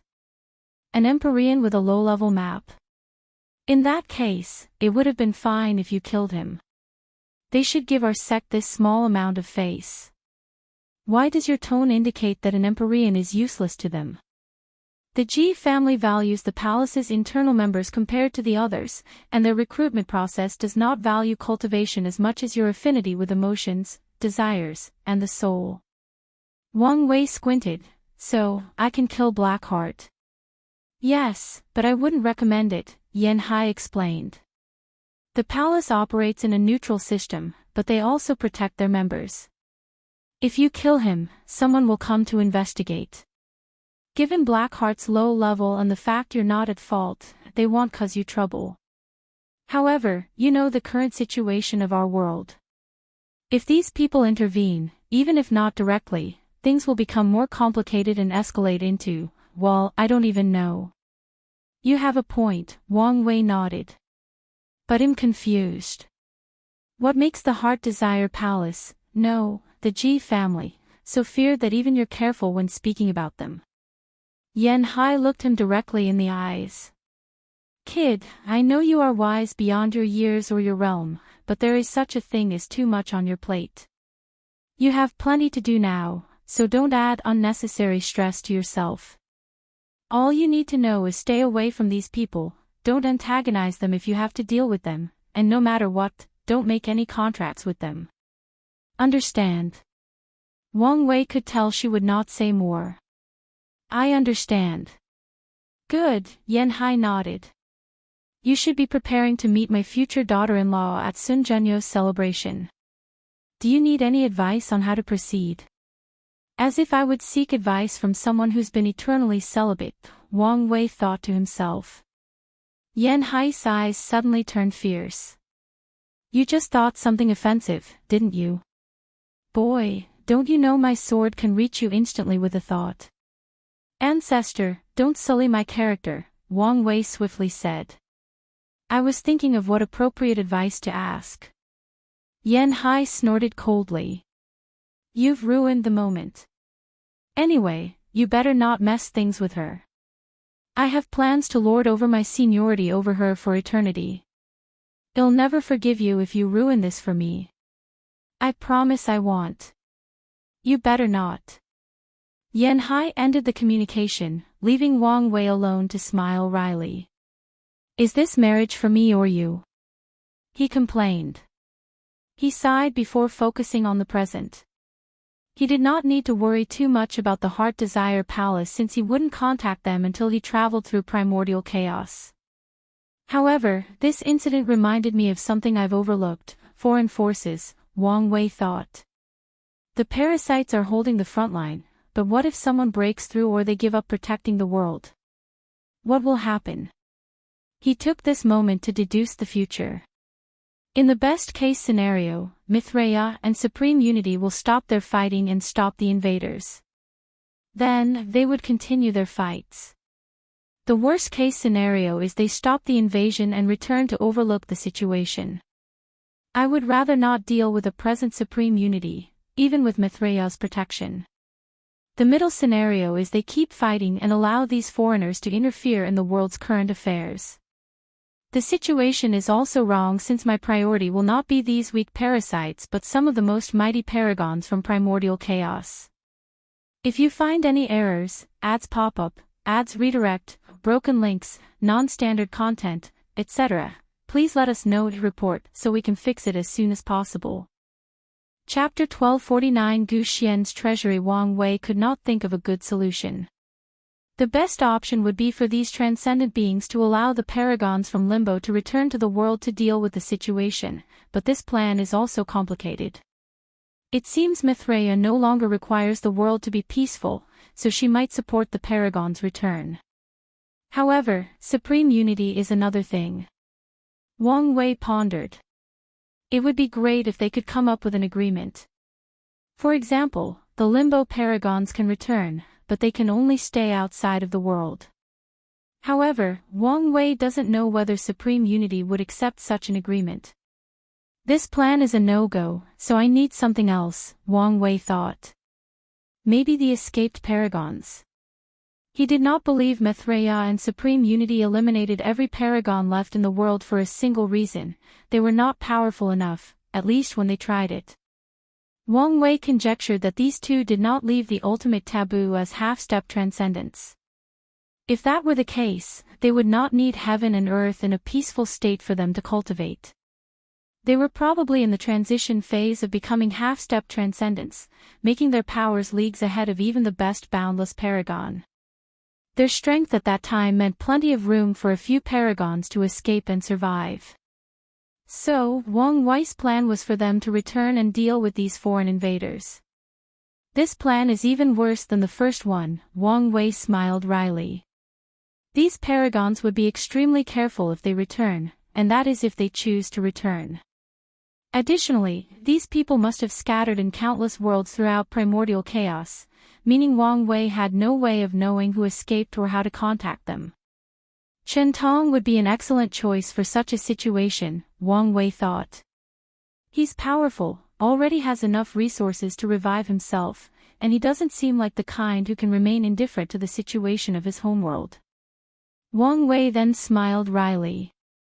He exiled Chen Tong into the source chi space, but he did not know exactly where. In other words, finding him would be worse than searching for a needle in a haystack. So, unless Chen Tong chooses to show himself, there is no need to consider him for any plan. The only solution left is for the ancestor and my future wife to sit on the frontier and intimidate everyone else, Wang Wei concluded. He sighed before muttering, hopefully, I'm overthinking, and those two chose a temporary truce when dealing with these foreign invaders. He slowly stood up from his cushion and teleported away. He wished to use the treasure from Gu Xian's treasury to relieve his current stress. Wang Wei appeared on a desolate planet on top of a volcano spewing blue lava. He pointed into the void to open a secret dimension. However, Wang Wei did not go in as he knew this was a decoy. Instead, he gathered a unique aura before teleporting to 10 more locations and doing the same. He condensed a token from the aura of all these decoy dimensions and activated it. However, Wang Wei did not enter this one as well. Instead, he entered the 7th decoy dimension. That bastard took the word deception to the core, didn't he? Wang Wei complained. I hope this bastard has some useful stuff. Wang Wei did not have all of Gu Xian's memories, but he knew these resources should be high-end since the bastard had prepared them for his future rise after becoming an unparalleled genius. Wang Wei smiled after seeing the inside of this dimension.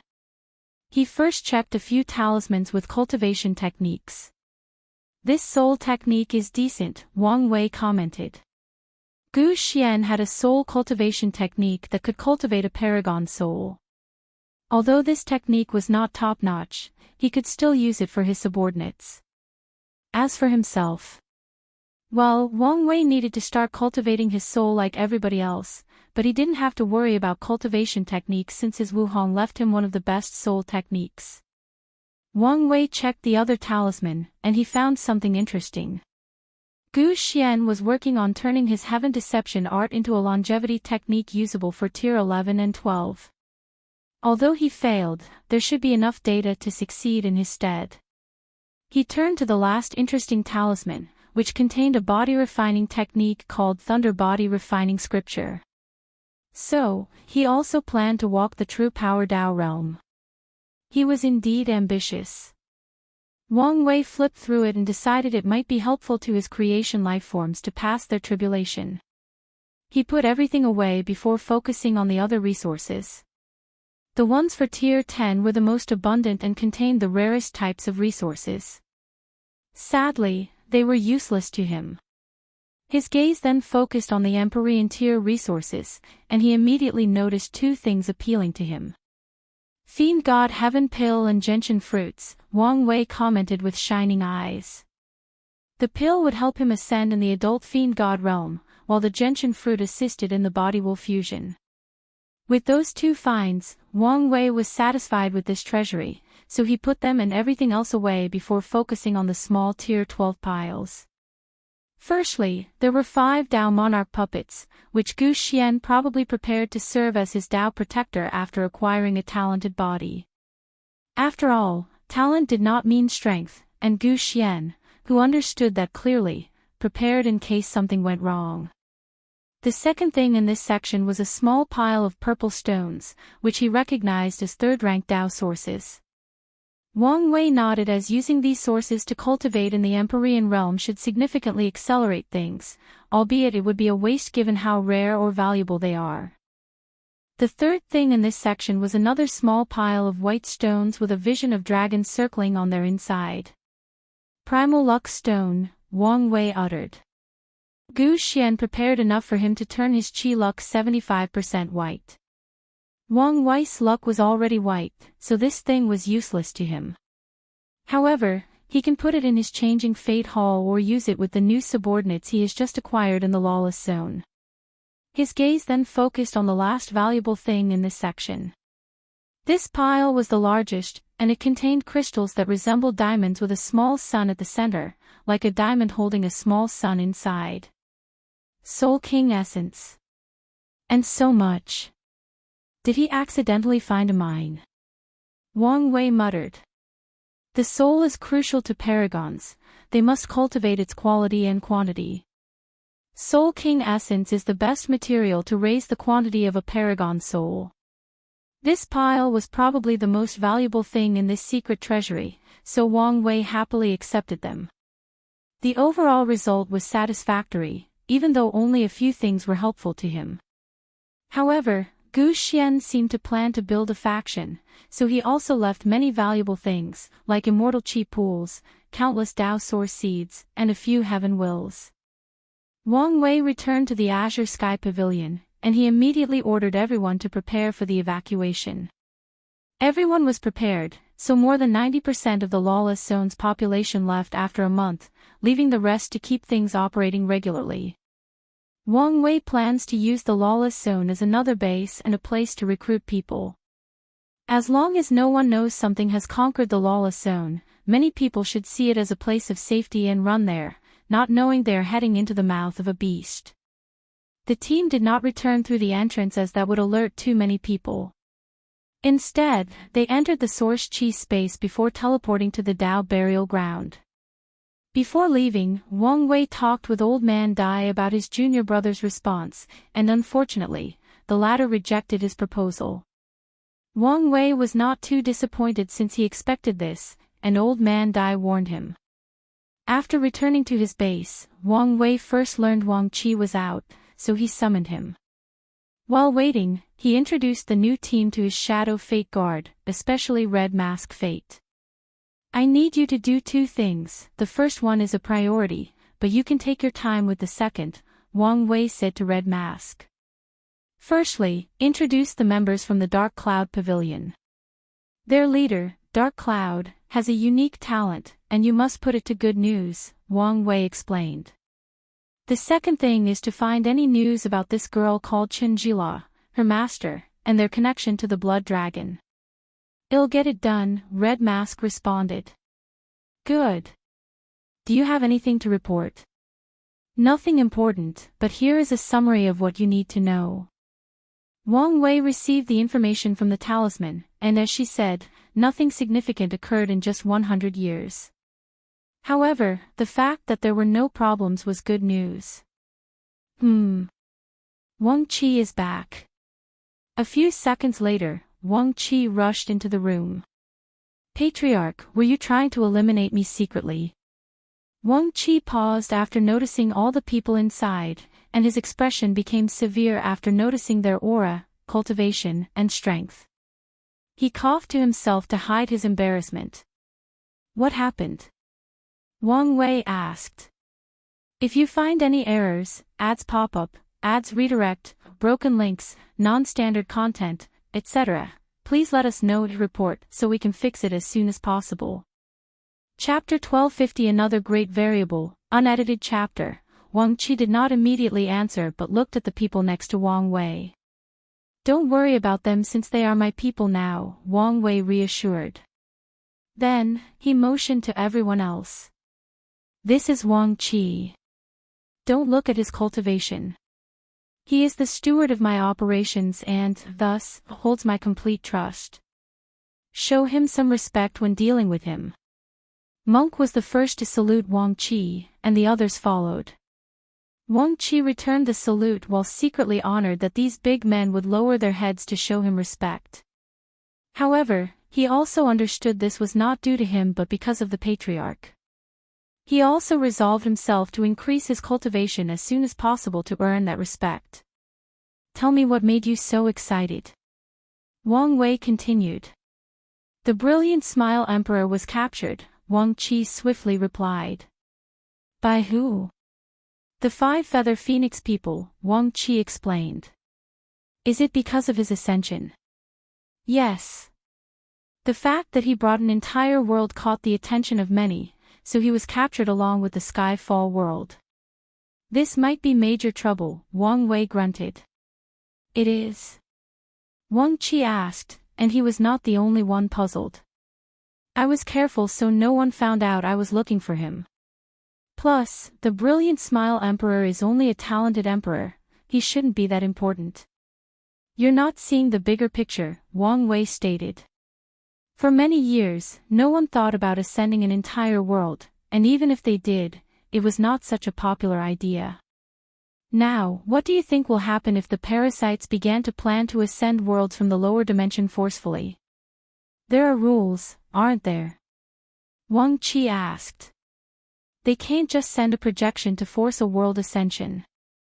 They can still send people down there to do their bidding within the limit of the rules, Monk added. They have enough time to plan this out for generations, if not eras. But the brilliant smile emperor's success cannot be easily replicated. Someone would need to convince over 70% of the world's top faction to aid him in the ascension, Wang Qi rebutted. Or force them to obey, Dulgun added. It's easy for an emperor to gain enough power to dominate a world in the lower dimension. Also, convincing an entire world is not as hard as you imagine, added the second prince, Jia Ping. With the promise of immortality, Many worlds without top factions connecting to the upper world will gladly accept such an offer. All of you are still scratching the surface, Wang Wei added. The real problem is supreme unity. He doesn't have the limitations of the parasites, so he could technically take any worlds from the lower dimension that he pleases. But why would he need to do that? Monk asked. He did not know enough about the two suns to deduce where Wang Wei was going with his analysis. It's about gaining control, Wang Wei explained. He's in a fight for absolute control over the entire world, and forcing all the worlds into the lower dimension is an excellent way to weaken true heavenly Tao and take control. He doesn't need all of them, he only needs the Myriad Emperor world. The Myriad Emperor world is the destiny center of the lower dimension. So, it should increase his control if he gets his hand on it, Dulgun added. This won't happen, right? Wang Qi asked after figuring out how dangerous the situation was. True heavenly Tao and Mithraea should stop him, but now, this possibility has become another variable to the overall situation, Wang Wei sighed, slightly blaming himself. He would have stopped the brilliant Smile Emperor if he had figured this out long before. So, what should we do now? Someone asked. There is nothing we can do currently except for killing these parasites and return the world to its time of prosperity, which will, in turn, strengthen true heavenly Tao, Wang Wei added. What about the brilliant Smile Emperor? What do we do with him? Wang Qi asked. Maybe we can rescue him later, but as of now, he's not our priority, Wang Wei decided. Anything else I need to know? There is good and bad news, Wang Qi said. The good news is Xiao Tiandi will provide you with an invitation to Sun Zhenyo's banquet, but he wants to meet you first. That's fine. What's the bad news? There is some trouble with the rebellion, Wang Qi explained. They refused to release Shen Baiyu's contract. Wang Wei frowned. He agreed with Shen Baiyu that she would report to him now instead of the rebellion. However, it seems these people are refusing to release such an asset. So, they won't give me face, huh? Wang Wei sneered. Contact them immediately. Fine-tune the formation so the person on the other side can feel everything. Wang Wei then ordered his men. Hide your faces, but release your auras. Monk, hide your body shape. Wang Qi fetched the formation disc used to contact the rebellion in the secret realms. After modifying it accordingly, he returned it to the meeting room and activated it. On the other side was a middle-aged man in yellow with a straight face and fierce eyes. His visage indicated he was not the kind of person who smiled often. However, as soon as he answered the communication, his complexion faltered as these powerful auras assaulted his senses. What is the meaning of this? Wang Wei did not answer but looked at Wang Qi. Who is he? He's the temporary leader, Empyrean Fierce Tiger, Wang Qi explained. Wasn't our communication with someone called Old Ma? It was, but he suddenly took over after our request. So, internal fighting for power. Wang Wei sneered. They've been without a leader for a couple of thousand years, and they are already crumbling from the inside. No wonder their cause didn't get any traction until I revitalized them with these superb talents. Bold words, said Fierce Tiger, eyes flashing red momentarily. He had calmed down by now and successfully resisted the pressure of everyone else. Of course, he's lucky Wang Wei did not participate in this activity. Are they? Wang Wei finally looked at him. Empyrean Jimin was a capable leader, but your cause did not have much traction or success until I sent my people, blessing you with their tremendous luck and destiny. Now, I ask for a simple request to relinquish control of one of them after I repay what they owe, but this is your response. But your response was not simple, Fierce Tiger responded, trying a softer approach after realizing this person, likely the Destined One, had already built such a powerful force in such a short period. Shen Baiyu's status and situation had made her a valuable asset, maybe above the others. Her role is integral for us to keep tabs on Taoism. That's why I offer to share the information she provides, Wang Wei countered. But here comes the issue, we cannot trust you regarding something of such significance. Who's we? Wang Wei asked. Your entire cause, or your faction that suddenly took power after Emperor Jimin's disappearance. Fierce Tiger could not answer. I've been working fine with them so far, and we've established some level of trust. If you had an issue with complete separation from Jinbayu's contract, you could have talked to me to reach a compromise. Instead, you outright rejected my request. Such a way of behaving tells me a lot about how your moronic faction operates. No need to be rude. We've shown you enough respect, that's because I have a decent power, faction, and destiny on my side. I can tell you how you were about to treat me had I not given you a warning, Wang Wei cut him off. At this point, Fierce Tiger had flames gushing out his eyes due to his anger. Tell me, Wang Wei continued. How many of the people I sent do you think will continue working for you after their contracts end, especially if I sent the words out of our falling out or the fact I've built a better resistance? How many do you think? 80%. Probably as high as 90, right? Fierce Tiger did not answer. Release the contract or not, Wang Wei continued. But remember that your choice will decide our relationship move forward from now on. Wang Wei waved his hand to end the communication, and he immediately looked at Red Mask. How is your infiltration of the rebellion? Decent. We've infiltrated many lower-tier factions and a few middle-tier ones, Red Mask replied truthfully. Accelerate the speed, Wang Wei ordered. Additionally, find out how many people know about Jinbayu's status as a double spy. I don't trust these bastards not to reveal it out of spite.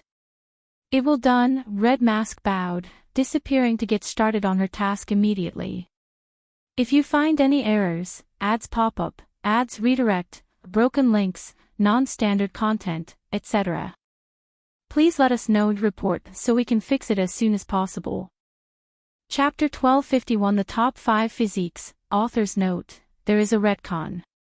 The Wuji Tao Physique was the 5th heavenly physique, but now, it's the 6th. After the debacle with the rebellion, Wang Wei contacted Xiao Tiandi, and they chose a meeting place. However, Wang Wei did not directly head there but detoured to a small temple near the border of Buddhism territory. He ensured no one was around, and he isolated the space before talking to a statue of Maitreya. Forgive the intrusion, but I came to warn you of something. I don't know if you are already aware, but I think I should mention it just in case, Wang Wei stated before telling her about the brilliant smile emperor and his worry. He waited for a response, but nothing occurred. Wang Wei sighed and was about to live in disappointment when the statue released a golden light for a few seconds before returning to normal. Wang Wei sighed in relief and bowed again before teleporting away.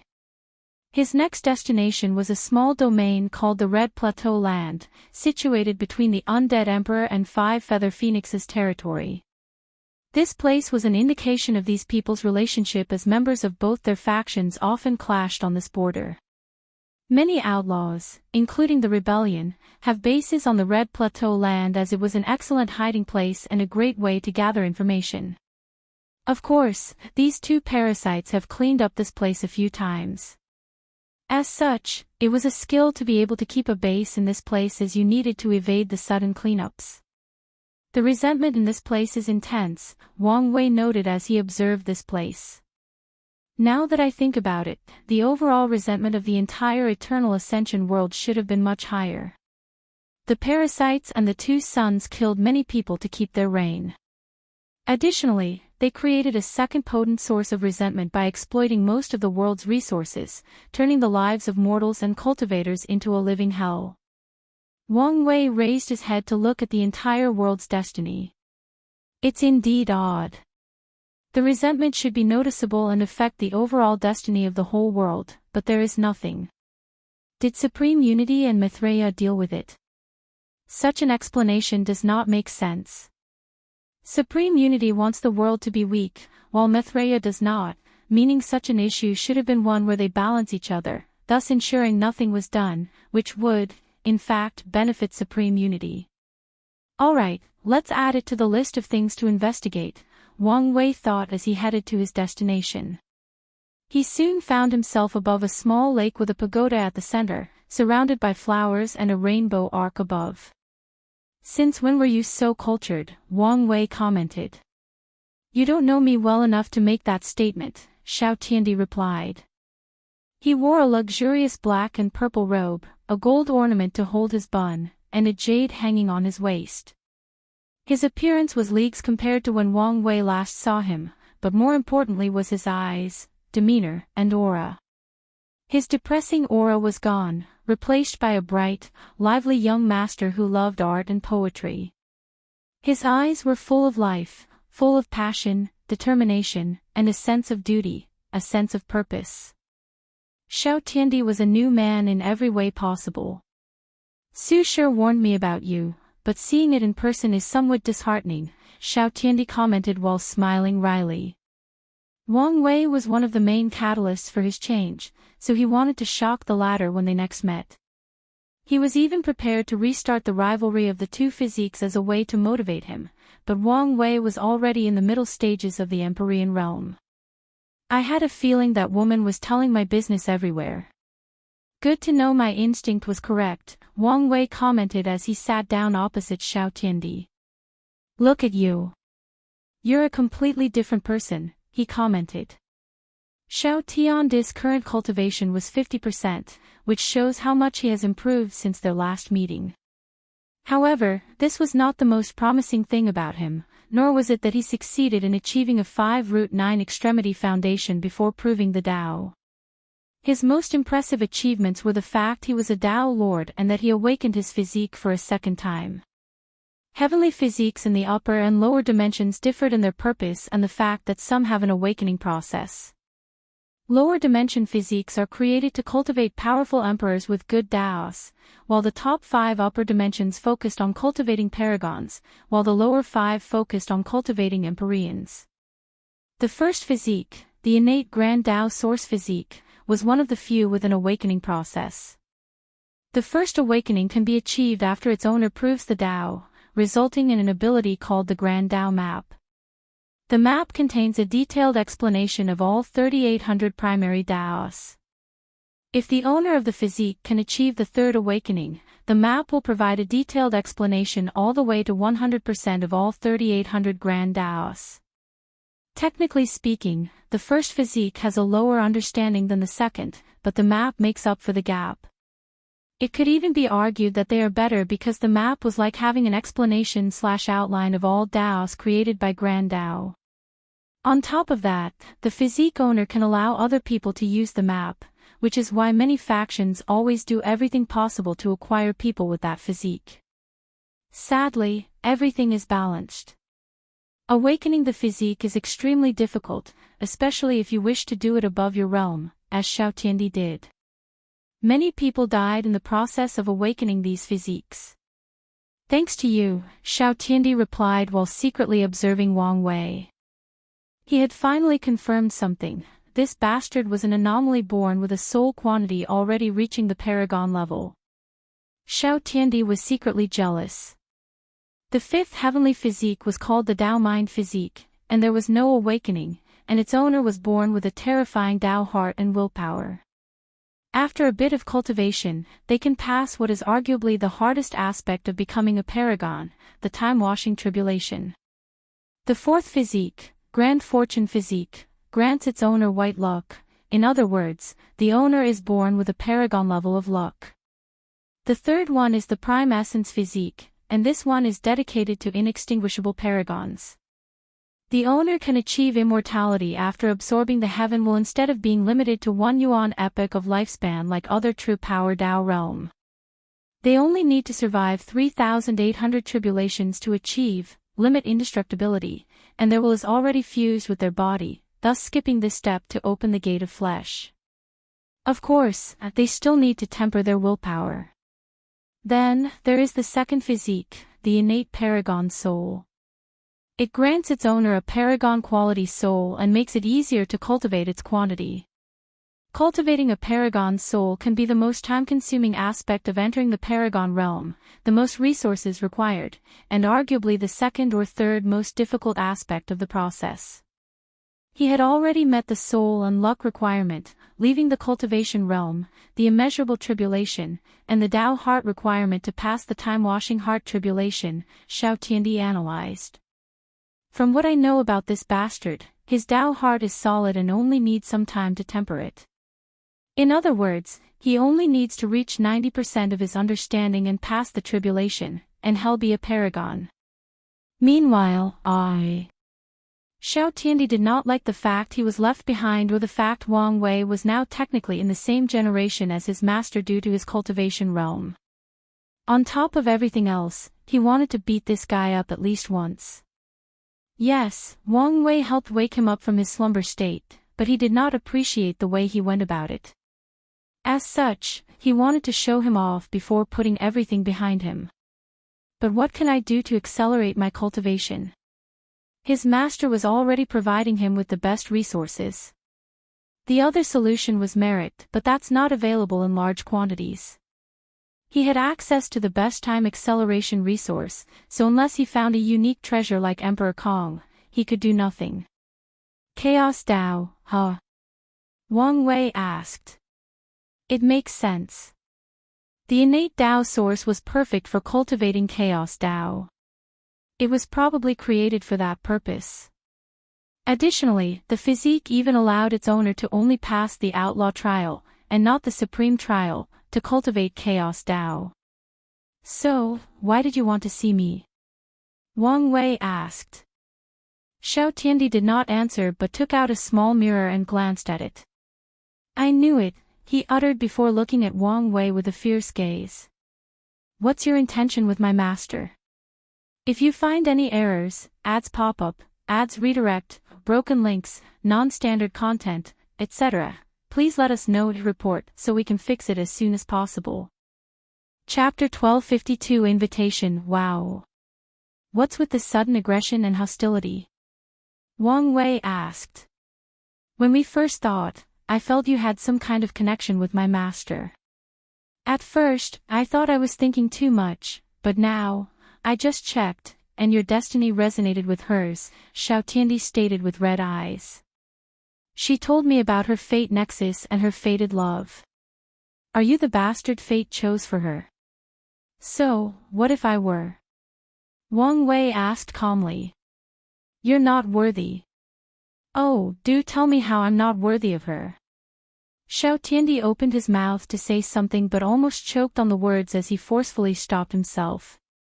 Wang Wei was handsome, his strength was very high considering his age, his talent reached the top of the world, and his background was amongst the best in the world. By all categories, he was perfect for Sun Junyao. All these facts made Xuan speechless. Luckily for him, Wang Wei was hiding his perfect aura, otherwise, it would be evident that these two were perfect for each other. You're married, Xuan suddenly said as if he had found a lifeline at the last possible second.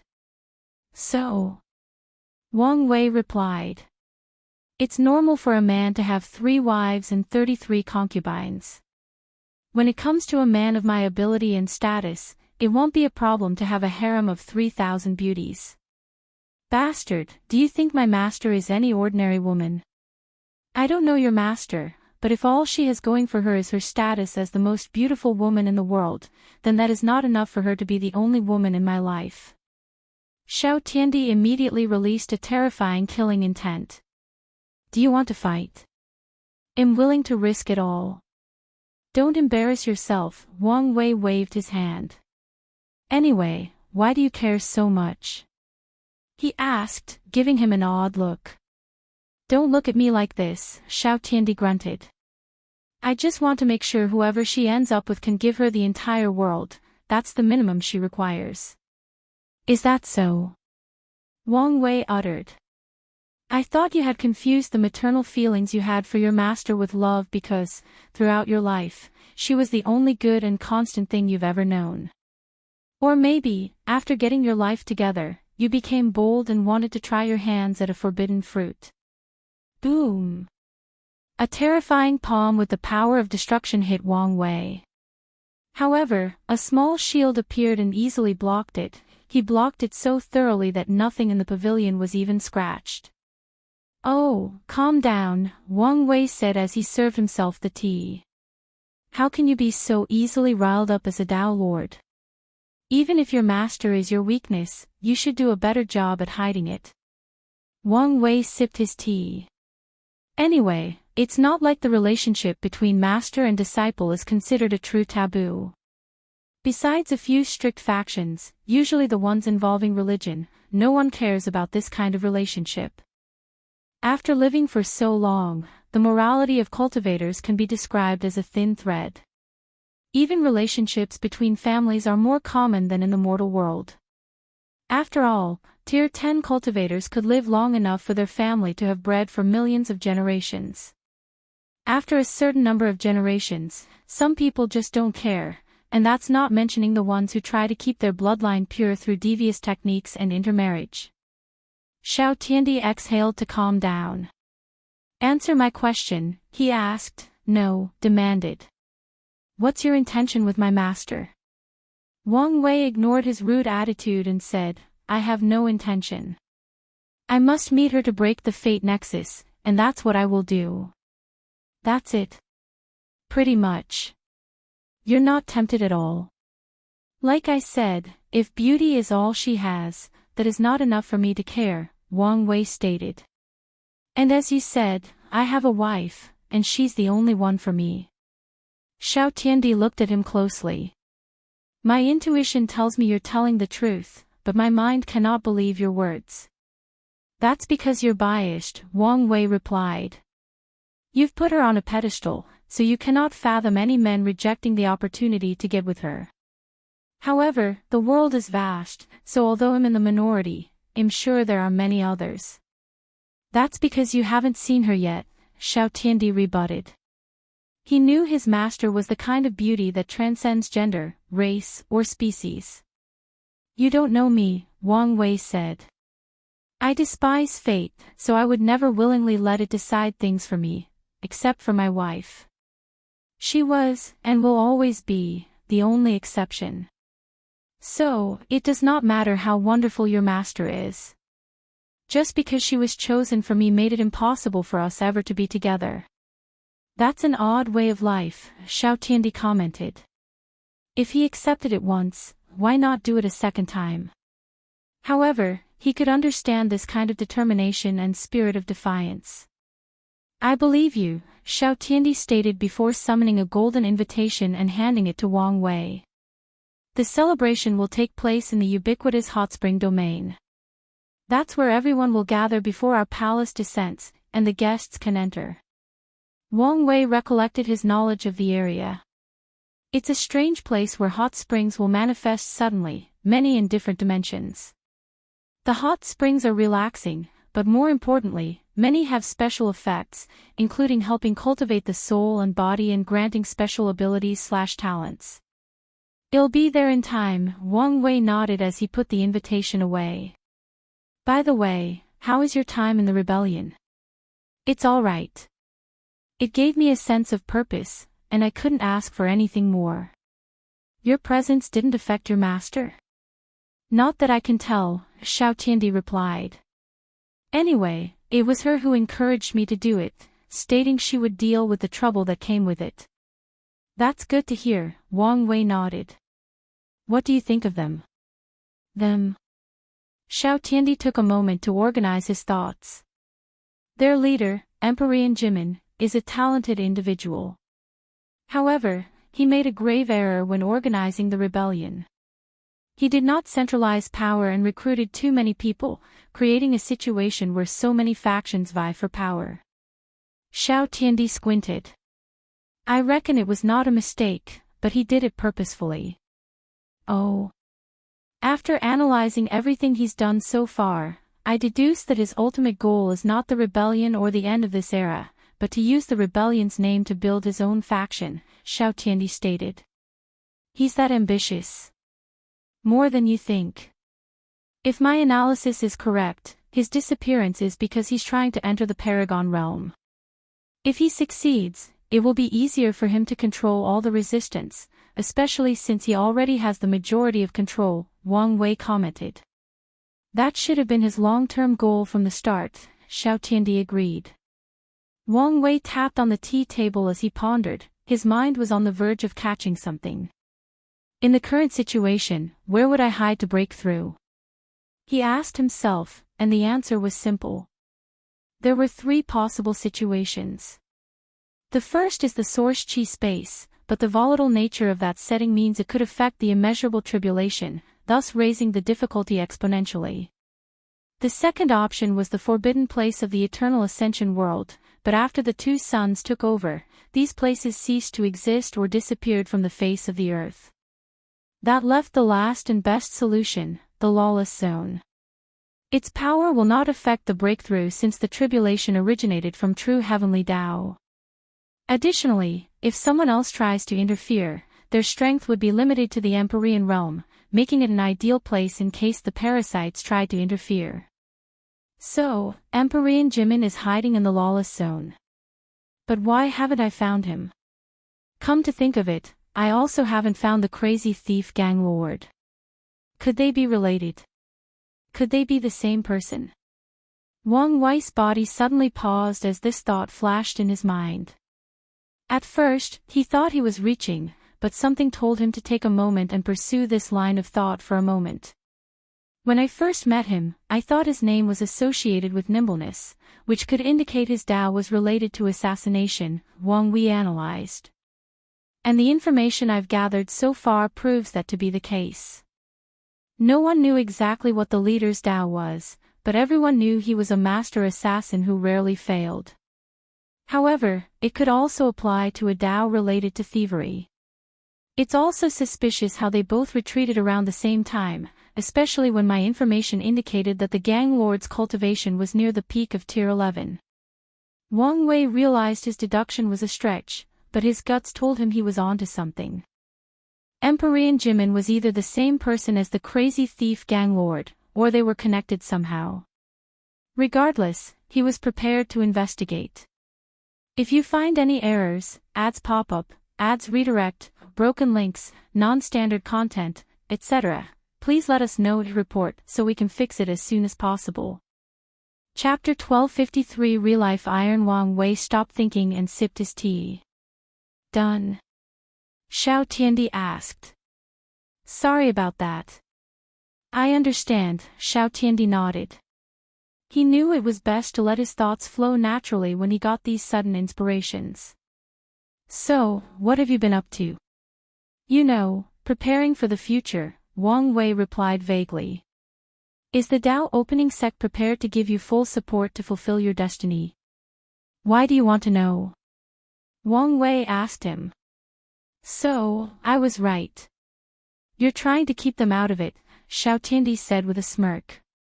You know, I preferred you when you were silent and depressed. That's a low blow. I can go lower if you continue to test me, Wang Wei said, looking him calmly in the eyes. Xiao Tiandi sighed before standing up. Well, this was fun. Let's do it again another time. His body turned into a field of flowers as he flew into the sky, and his voice echoed, I once walked a lonely path, but now, it is illuminated by a flower that symbolizes beauty and wrath, a flower that I will go to any length to protect its laugh, including living my life in bloodbath. And I spent so much time trying to write this poem. I should have just used AI. Wang Wei's lips twitched. What is this?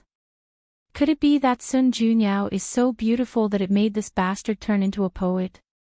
He shook his head before flying away. He did not leave but looked around this place, thinking of sending his guard to this place to gather information.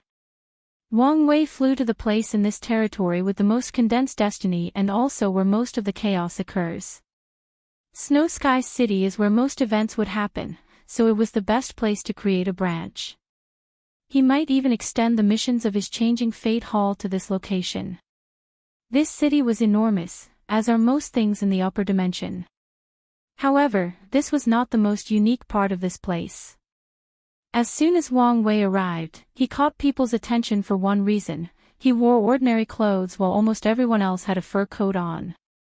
Snow Sky City was built long ago on top of celestial ice crystal mine, causing the temperature to be extremely low.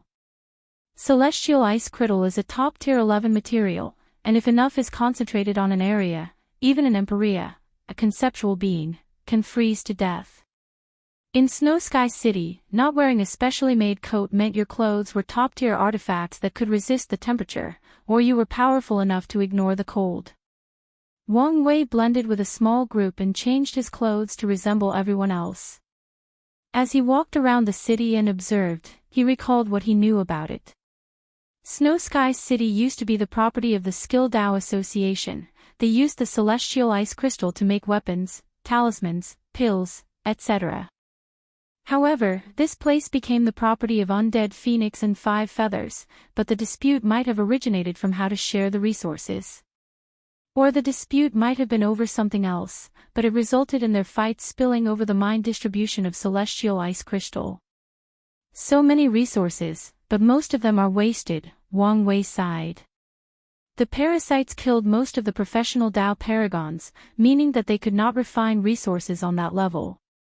Wang Wei guessed that Mithraea and Supreme Unity might have allowed them to keep a few, but that is unlikely since the creation of some Paragon pill, depending on the type, could cause severe vision and affect the entire world, which is what they wanted to prevent. Additionally, these parasites, maybe except Time Eater, were not brave enough to keep another Paragon close to their side. As such, the best they could do was keep a rare insurgent Dao Monarch that could refine Paragon grade, or close to that, artifacts, pills, talismans, etc. As Wang Wei was walking around the city, he heard something that caught his interest. "Are you serious?" said a female Dao ruler. "Yes. I just heard the news. The Purple Lotus Actiol Hall released the news that the next auction will contain real-life iron," said her companion, an immortal sovereign. "Shoo, don't say so loud," warned the woman. "But they are so bold to announce selling such a thing. It's probably because it's only second tier, but there is a rumor going around that they have third tier real-life iron, but it will only be sold in a secret auction. Rumors are rumors, after all." "So, you don't think it's true?" "So what if it is?" the woman asked. "Do you think this is the kind of stuff we can interfere with?" "I know. I'm mentioning it to convince you to attend the auction. There might be some good stuff there." "I smell trouble, so we should stay far away," the woman replied. "You play it too safe," her partner countered. "That's fine and all, but if that is how we were going to operate, what was the point of coming to such a dangerous place? There is a fine line between benefiting from danger and being swallowed by it. I feel this is one of the cases where we might get swallowed, so listen to me and stay away from that auction." All right, I'll listen to you," the man sighed. Real-life iron. Wang Wei thought with squinted eyes. This is another rare resource with many uses, the most important being the nemesis of longevity resources. Initially, this thing was used by people without access to a Dao will to kill emperors and above. They would seal the body in prisons built from real-life iron, preventing the emperor from reviving. The prison also made it easier to wash away the dead Bodhis Dao imprint. Later, real-life iron was further developed into the real-life talisman, which can force someone with an extra life to revive directly in front of anyone who killed them. In other words, people would use the talisman to force people with extra lives to revive before them to kill them again, ensuring they are truly dead. The parasites outlawed real-life iron. Although they only reinforce the rules when the third-tier ones are discovered, their subordinate does reinforce the rest of this rule, Wang Wei thought. So, why are those people so blatantly selling it? He was intrigued, so he participated in this banquet. He had to wait 6 months but decided to take a small vacation. Wang Wei bought a VIP lounge for the auction, but he also complained the price was too much. The receptionist explained that the price was due to the nature of what was being sold, however, he still felt it was needlessly pricey. On the day of the auction, he waited and observed. The announcer/hostess was a beautiful woman with a goth vibe. She wore dark purple lipstick, long black nails, and a revealing winter fox coat. Why would a coat be revealing? No one knows, but that's how she was dressed, and the audience seemed to love it. The first item was surprisingly grade 7, meaning it was for people of void-shattering realm. Then, it slowly increased until grade 10, when Wang Wei finally bought something. He fetched 3 of the 5 heaven wills they were selling. He did not fight for the remaining 2 because the people who wanted it seemed desperate, so despite the fact he could outbid them, he let it go, considering granting these 2 some blessing. After his bid, someone brought him his things, and he paid. The process was simple and direct. As he held the heaven will, Wang Wei could not help but sigh. These things are fought after in the lower dimension, with everyone lusting and willing to do everything for one of them. However, in the upper dimension, it is a commodity, albeit rare, but still a commodity. Wang Wei did not buy anything more, as even the things in the tier 11 section did not interest him. Then, it was the last object of the auction. The hostess waited a few seconds for someone to bring it out, but no one cared. Apologies, everyone, it seems there might be some issue. Give me a moment to resolve everything, the hostess announced as she bowed. To compensate for this blunder, everyone here will receive a 5% discount in all future auctions.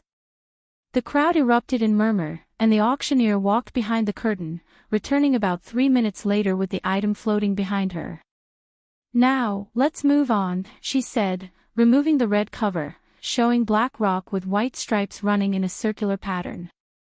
Countless divine senses checked this thing to ensure it was the real deal, and the auction allowed it since this was an unwritten rule of the auction business. You all know this thing's value, so I won't repeat it, the auctioneer said. For the starting bid. She paused for dramatic purposes and to build suspense. Your life, she said in a severe tone, her eyes full of disdain and killing intent as expected, Wang Wei thought. A barrier suddenly surrounded the auction, and 2 armies wearing phoenix-designed armor rushed into the place and immediately attacked everyone present. If you find any errors, ads pop up, ads redirect, broken links, non-standard content, etc., please let us know to report so we can fix it as soon as possible. Chapter 1254 The Mortalhood Trial, and Su Junyao is changed to Sun Junyao to differentiate her last name from Su Shi. The chaos erupted. Lights, weapons, and transformations flashed everywhere in the auction. However, it was evident that the army had the advantage as they captured most of the participants instead of killing them. Meanwhile, Wang Wei was the only one calm and still sitting down. Someone busted into his room and looked around, including past him, but saw nothing. Then, the person left in confusion. As soon as the trouble started, he used his time Dao to enter, or maybe create, a parallel spacetime similar to the mirror dimension so he could see and interact with everyone else, but they couldn't do the same to him. Well, I might as well get something out of this, he thought. Wang Wei did not leave but went directly to the auction's treasury. These people were confident in themselves, probably thinking that no one would be brave enough to steal from them, so their protective measures were mediocre, to say the least. Wang Wei stole everything, including a small amount of real-life iron, probably enough to make 1 or 2 talismans. The problem now is where to find someone to make it for him. He doubted the flame blacksmith could refine talismans since his expertise lay in weapons. As Wang Wei was about to leave this facade, he sensed a powerful person in one of the rooms, which he learned was where the auction's manager lived. So, he decided to take a look. He passed through the door and saw 2 people staring at each other. To be precise, a beautiful woman with a phoenix headdress and red hanfu glared at a man looking at the floor while trying to make himself as small as possible. The mighty person he sensed was the phoenix woman, as her cultivation was the peak of the Empyrean realm, and she was close to opening the gate of power. Well, she asked. I really didn't know it was a fake. You keep saying that, but do you think this is good enough? Lady White Phoenix, even you were almost fooled by this fake. What can someone as lowly as me do in such a situation? White Phoenix looked at this fake third-tier real-life iron on her left hand. It was indeed an excellent fake, and if not for her unique ocular prowess, the heavenly phoenix eye, she would have missed it. Your excuse is good, but it's not enough, White Phoenix declared. This operation was supposed to lure these ridiculous rebels and maybe even some excellent fishes, but you ruin it. According to the plan, they wanted to use the excuse that the price the iron sold was not to their liking, so they would delay this auction by another month, all in the hope of the news traveling far and luring some important individual. Sadly, this plan failed once they realized someone had stolen the real thing, leaving a fake. You should have listened to my advice, postponed the operation, and bought a new iron, the manager complained. He suddenly felt a surge of strength and looked her in the eyes. Do you think it was easy to put this operation together? Lady White Phoenix snapped. She knew how much effort she put into convincing these people to lend her this iron without someone labeling her a traitor. Forget about continuing the operation, and she will be in major trouble after returning home, she might even be executed. The manager's body trembled, and he quickly lowered his head. White Phoenix looked at him fiercely, contemplating whether to kill this imbecile directly.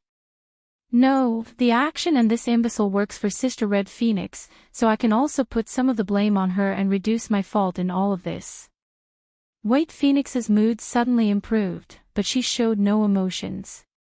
Meanwhile, Wang Wei was surprised by this news. Who could be responsible for this theft? The resistance. No, my guard should have sent notes of such vital information, Wang Wei thought. Is there an excellent thief in this area? Another event related to thievery. He shook his head before focusing on this woman. White Phoenix, one of the primary subordinates under the Five-Feather Phoenix. What should I do with her? Kill her now. Or turn her into a pawn to use later. He considered briefly before deciding to make better use of her. So, he blew an invisible gray mist into her body. White Phoenix suddenly reacted and turned to look in his direction. She frowned as she saw nothing, so her eyes turned into phoenixes before she looked at every corner of the room. Am I too sensitive? She pondered. She checked a second time with the same result. It seems I am. She turned around and started using her divine sense to check the situation. Another talent wasted, Wang Wei thought as he looked at her with pity. The fact that White Phoenix detected his actions proved she was talented, especially in the detection category. Sadly, she can never fulfill her potential because of who she serves. There is also the fact he might have to kill such a talent. Wang Wei left the room, but he did not leave the auction. Of course, he had his reason. He feared breaking through their formation might warn White Phoenix of someone capable of breaking their array. And if someone can do that, that person can also spy on her.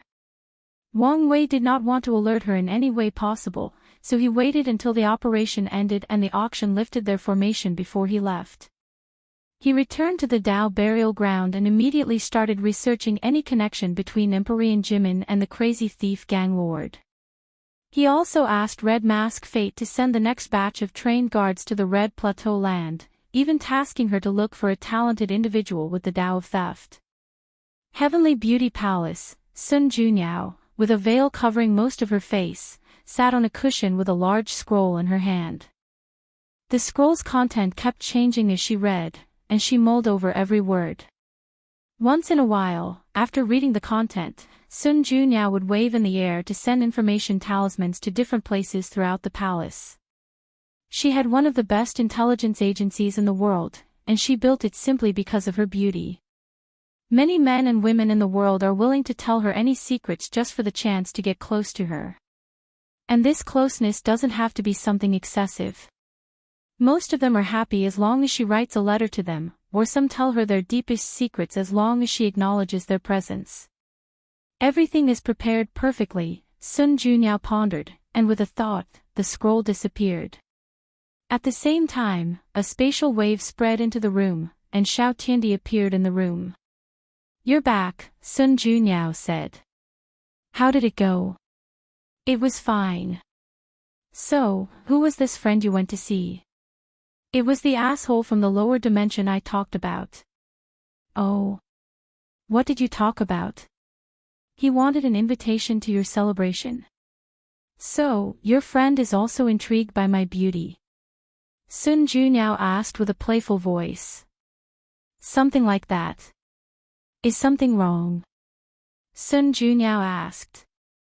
"Master, is there a way for me to become an Empyrean in like a few Yuan epochs?" "What's gotten into him?" Sun Junyao thought. "How few are we talking about?" "Let's say, less than 1,000, no, less than 500 Yuan epochs." "Are you crazy?" "I'm serious." Xiao Tiandi has been thinking about this on his way here, and he could not think of a solution other than gathering merit. He could try to awaken his physique a third time, which would boost his cultivation speed, but the chances of succeeding were astronomical low. From the records, only one person in the Eternal Ascension world achieved a third physique awakening while an emperor, but the record stated clearly this person was extremely lucky to have survived. Sun Junyao looked at him intently. "What did your friend say to make you act like this?" "That's not important right now," Xiao Tiandi replied. "So, do you know of a way?" I can only think of the Mortalhood trial, but that might as well be a myth," Sun Junyao replied. "What is it?" "It's a trial for immortals in which they sacrifice their eternal life for an exponential boost in cultivation speed. The participant will have a limited lifespan based on their cultivation realm, and if they cannot get through to the next stage before time runs out, they die permanently. Just like true power realm body refiners, Xiao Tiandi thought. And it's true death. That's correct, Sun Junyao said. Being an eternal or other cannot save someone who enters the trial. How do I get into that trial? As I said, it might as well be a myth, Sun Junyao replied. The trial is not something that originated from our world, but from primordial chaos. No one knows, or, I should say, I don't know the criteria for it to appear in any world. The last time it appeared in our world was before the Golden Era. If you find any errors, ads pop up, ads redirect, broken links, non-standard content, etc., please let us know to report so we can fix it as soon as possible. Chapter 1255 The Frontier Situation. Xiao Tiandi frowned, thinking about this trial. Don't worry too much about it, Sun Junyao said. You're a person with a great destiny. Who knows? It might appear now that you have such an intense desire for it. She did not want her disciple to revert to his former self because of this small inconvenience, so Sun Junyao chose to give false hope. Technically speaking, it was not false hope since she did not know the exact requirements for the trial. For all she knew, it appeared when someone of great destiny required it or during a time of chaos and strife, just like the current era. Destiny. Xiao Tiandi muttered as an idea flashed in his mind. Could we summon it? That's an idea, but how would we go about that? You remember your history lesson of the Second Origin War? Xiao Tiandi stated. You said that Paragon Xuan started a war to gather a tremendous amount of luck and destiny to summon the ultimate taboo. Couldn't we use his method to summon this trial? That might work, Sun Junyao nodded. However, the destiny. I know mine alone is not enough, but we can contact Empyrean Kong and many other talented individuals, Xiao Tiandi persuaded. I'm sure many of the people in the same generation as. Well, my point is that many people would not pass off such an opportunity in this current climate. Sun Junyao noticed how odd he behaved regarding this so-called friend, but she did not pry. They were very close. If her disciple did not tell him, he must have his reasons. That's one part of the problem, Sun Junyao sighed. How would we get such an important thing from the Tao opening sect? I can ask them, but I doubt they will give me face regarding this matter. We don't need the complete method. No, we don't even need to be the ones to summon the trial, Xiao persuaded. I'm sure the Dao opening sect would benefit from such an event. In other words, we only need to persuade them. Xiao was confident in this plan because the Dao opening sect had a high chance of agreeing because of Wang Wei. Although he would prefer for that bastard not to enjoy such benefit, he knew it was impossible not to include. Regardless, the trial should somewhat reduce the gap between them, especially since he can achieve a third awakening after becoming an Empyrean. It seems you've thought of everything, Sun Junyao said with a smile. Luckily, she hid her face, or the entire room would be illuminated. However, despite this protection, Xiao Tiandi already thought of 100 poems describing the fleeting smile. Excellent. I'll contact them immediately, Sun Junyao said. Such a trial could also benefit her. No, inviting them to my celebration and asking in person would be better. If so, I can't send just anyone to give the invitation. I'll go. Yes, you're my direct disciple, and what better person to represent me, Sun Junyao nodded. Go right now. No, change into something more presentable. You should also bring gifts. No problem, Xiao Tiandi stated. By the way, is the trial also useful for paragons? No. You must leave after becoming a paragon. That's good to hear, Xiao Tiandi sighed. If those people could also use the trial, the current situation would worsen to a terrifying level. He walked out of the room, heading to his quarters to change. Wait, Sun Junyao yelled. What about the thing I asked you to fetch? Oh, I almost forgot, Xiao Tiandi replied. He did not turn around but threw a space ring over his head, which landed perfectly on Sun Junyo's hands. Rude, she complained. Nothing went wrong. Nope, everything was fine. Eternal Ascension World, Primordial Chaos, a blood-red dragon fought a cultivator with a flying sword. The dragon had countless blood marks on its body, his scales were destroyed or slashed in different parts of his body. From their auras, the swordsman was obviously more powerful than the dragon. However, the supposed divine creature had its power boosted by a potent array. The swordsman tried to remove the array, which was the source of his opponent's strength. However, he had to give up this foolish thought as he realized he would have to destroy the Eternal Ascension world to remove the array. Sadly, he did not have such power, so he could grit his teeth and curse whoever created such a brilliant formation. The swordsman suddenly sensed people rushing toward him. He knew this raid had failed, and if he stayed here, he would probably be exiled to some dangerous area of the Source Chi space or lost in time through the River of Time. He took one last look at the dragon before flying away. This was far from over. The Chaos Universe was about to experience another turmoil similar to the Second War Origin, and the Eternal Ascension world might be the key to knowing what will happen. Better yet, they might be the key to ensuring maximum benefit. The top powers have yet to show up, only observing in the shadows and using people like this swordsman as pawns. However, sooner or later, they will be tired of observing and taking action. The dragon waited until he could not sense anything before turning into a tall, muscular man about 2.8 meters in height, with 2 red dragon horns and a loose robe showing his upper body. When will this end? Blood Dragon complained. As he was about to turn around, he suddenly felt a terrifying pain in his chest. Why now of all time? He thought. However, despite the intense pain, his complexion did not change. Blood Dragon, what are you doing? Are you injured? Asked a beautiful voice. I'm fine. Is that so? Well, we're having a meeting. I'll be right there, Blood Dragon. He secretly teleported a few pills from his pocket dimension directly into his stomach, and a few seconds later, he could move. He flew into a pavilion floating right outside the Eternal Ascension world, which resembled a colossal egg from the point of view of primordial chaos. Everyone was at the meeting, sitting on thrones around a circular table. Well, everyone except for the disaster Paragon and the Twin Flower Monk. This can't go on like this, Time Eater immediately stated after everyone arrived and took a seat at their position. Someone must be chosen to return home and cultivate a few paragons to aid us. We've had this conversation countless times, so why waste time? Five Feather asked. Everyone wants to be the one to return, so how do we decide? I'm putting my foot down this time, Time Eater announced. I'll be the one to return, and I won't take no for an answer. He released his aura, suppressing all the others in the room.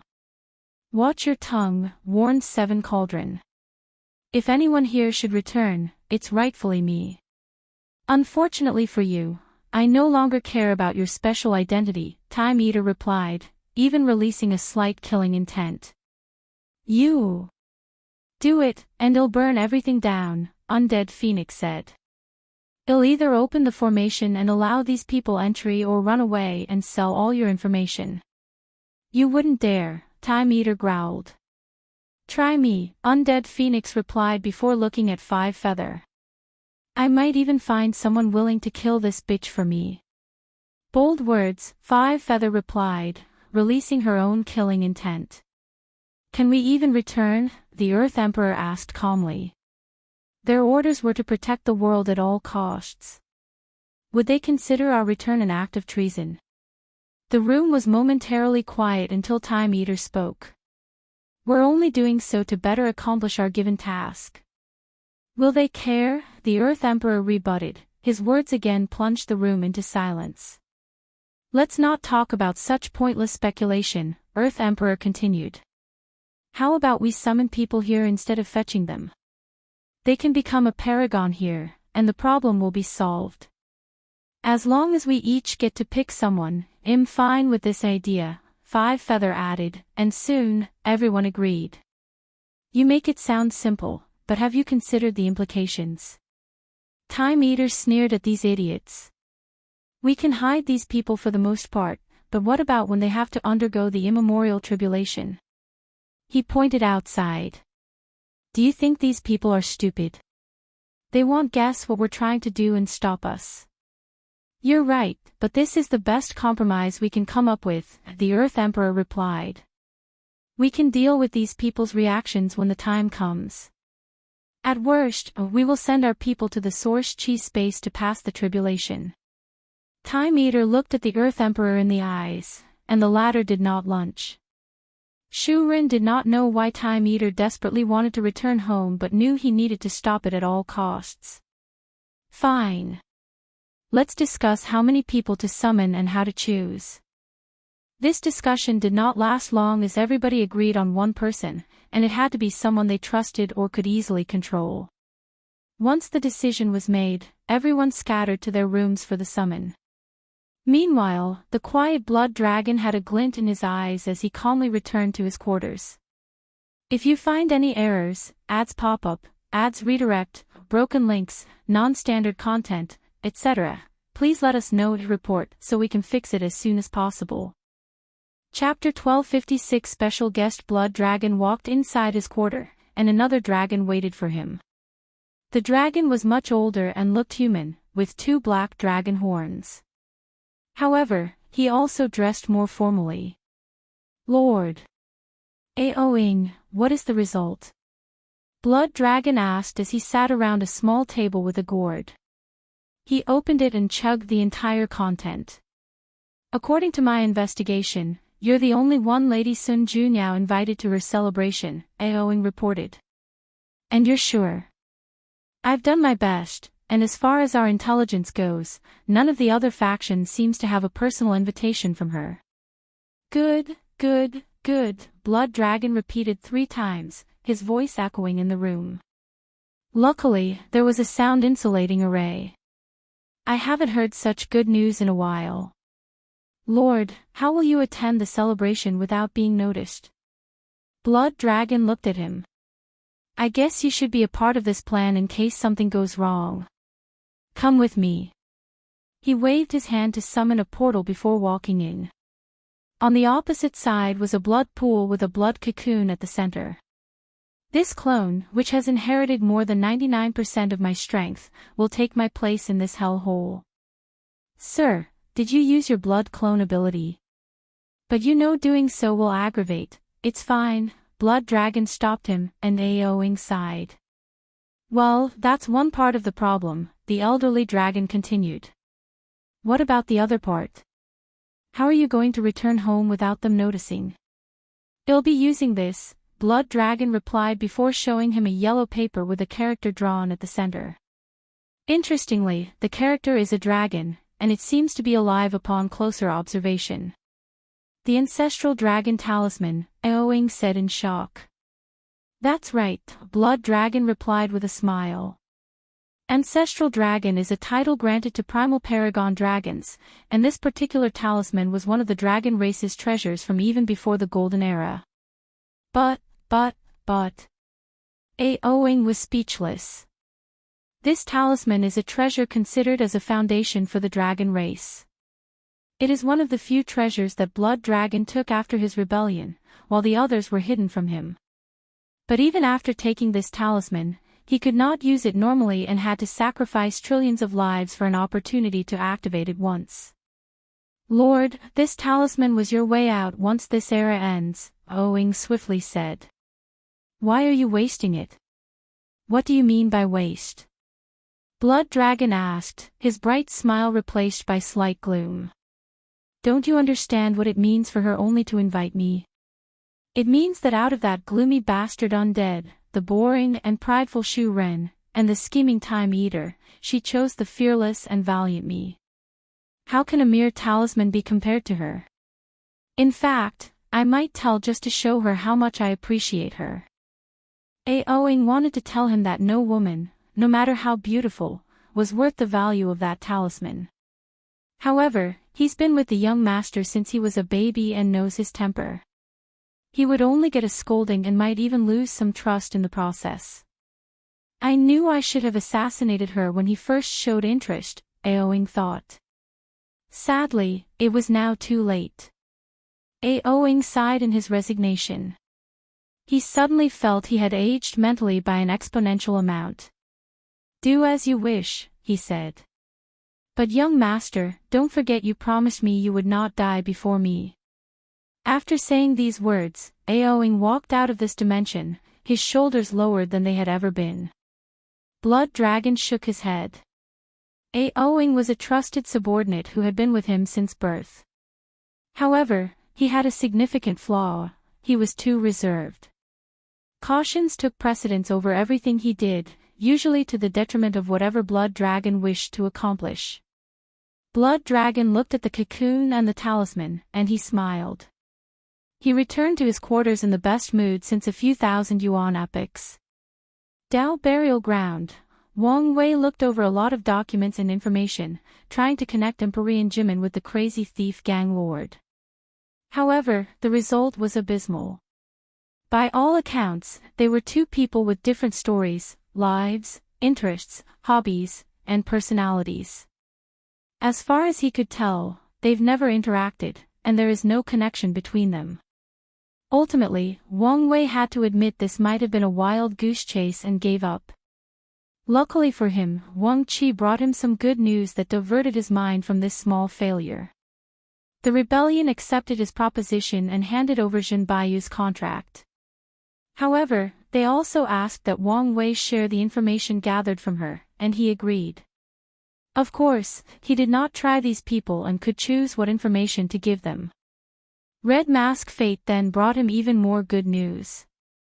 They've identified two other individuals, besides Fierce Tear, who knew of Zhen Baiyu's situation, one of whom was Old Ma. She wanted to know what to do with them or the others, if there were any. Wang Wei told her to kill everyone else except for Old Ma. He still wanted to preserve his relationship with Empyrean Jimin if possible.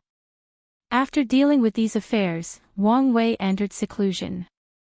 He had some time before the celebration and decided to improve himself.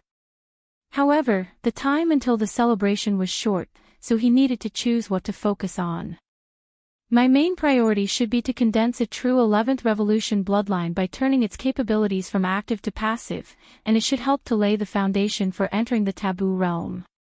Then, if I have time, I can improve all my techniques so that I don't suffer with much older opponents, and if I have time, Wang Wei thought. After outlining a basic plan, he immediately started. Wang Wei fired out his time acceleration array, which was created with his time Dao and Flame Blacksmith's shallow knowledge about array, to the limit before using Monk's Supreme Chaos Treasure, the Battle Arena, to help him improve on his version of the Fiend God Body 12 Revolutions. The creation, or improvement, of this technique was the easy part. What came next was the true challenge, the Bloodline Tribulation. Wang Wei's limit indestructibility should have made this process a piece of cake, but Heavenly Dao had something else planned. His tribulation was essentially a slightly weaker version of the Paragon Tribulation, meaning Wang Wei came close to death. It did not help that Heavenly Dao, no, Grand Dao, prevented him from using his tenfold battle realm for the tribulation, meaning Wang Wei had to rely on his 78% cultivation and his flesh on the third heaven of the adult fiend god realm. Phew, that was something, Wang Wei exhaled. Let's test this out. He summoned the physical manifestation of nothingness, which materialized as a large empty scroll floating above his head. It's working, Wang Wei thought. He could feel his body passively absorbing this power, and if he closed his eyes, he could confront nothingness itself to temper his willpower. He closed his eyes to check on his nothingness wheel. The thing had grown from the size of an egg to the size of a tennis ball. However, despite this tiny improvement, Wang Wei smiled. He could tell the wheel was passively absorbing power from his bloodline, which was enough to put a smile on his face. The day when this thing is big enough, he will break his limits and achieve battle strength on par with the top of this world. Hopefully, this day will not be far away. Wang Wei focused on the other changes of his breakthrough. I'm still in the third heaven, but I've entered the initial stage of body will fusion. Body will fusion had 4 stages: initial, middle, advanced, and perfection. Wang Wei had just started. Meanwhile, Monk was almost finished. The last part is the Wang clan bloodline, Wang Wei thought. The next step should be to allow his clan members to benefit from the fruit of his labors. However, he decided against it. Any sudden change in the bloodline is easy to notice in the current situation, Wang Wei analyzed. Plus, it may be better to wait until someone finishes the 10th revolution and becomes an indestructible Empyrean before getting access to the benefits of the 11th revolution. I should encourage them to make their version of the 11th revolution. Wang Wei left the source chi space to return to the Dao burial ground to continue his retreat. Monk's artifact worked better than anticipated, so he had plenty of time to improve his techniques. Time passed, and it was finally time for Sun Zhenyo's celebration. If you find any errors, ads pop up, ads redirect, broken links, non-standard content, etc., please let us know to report so we can fix it as soon as possible. Chapter 1257 Odd meeting. Wang Wei walked out of the cultivation room, and Wang Qi came to see him. However, Wang Wei could tell this was just a clone, and he knew the fact that the real one had entered seclusion. Why do you seem stressed out? Wang Wei asked. I haven't figured out what gift to bring to the celebration, Wang Qi said. That's what's gotten so you riled up. You should take this seriously. On such a grand occasion, we must bring the appropriate gift, or we will lose a lot of face.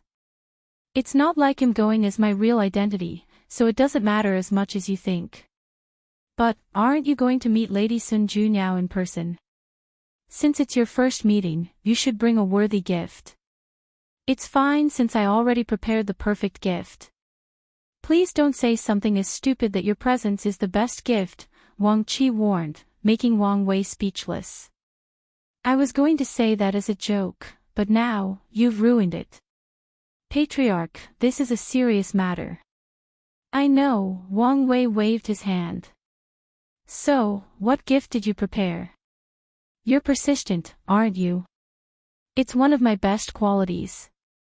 Wang Wei sighed and told him the gift he had prepared. He even summoned it to show him. It's indeed perfect for her, Wang Qi said, and Wang Wei rolled his eyes.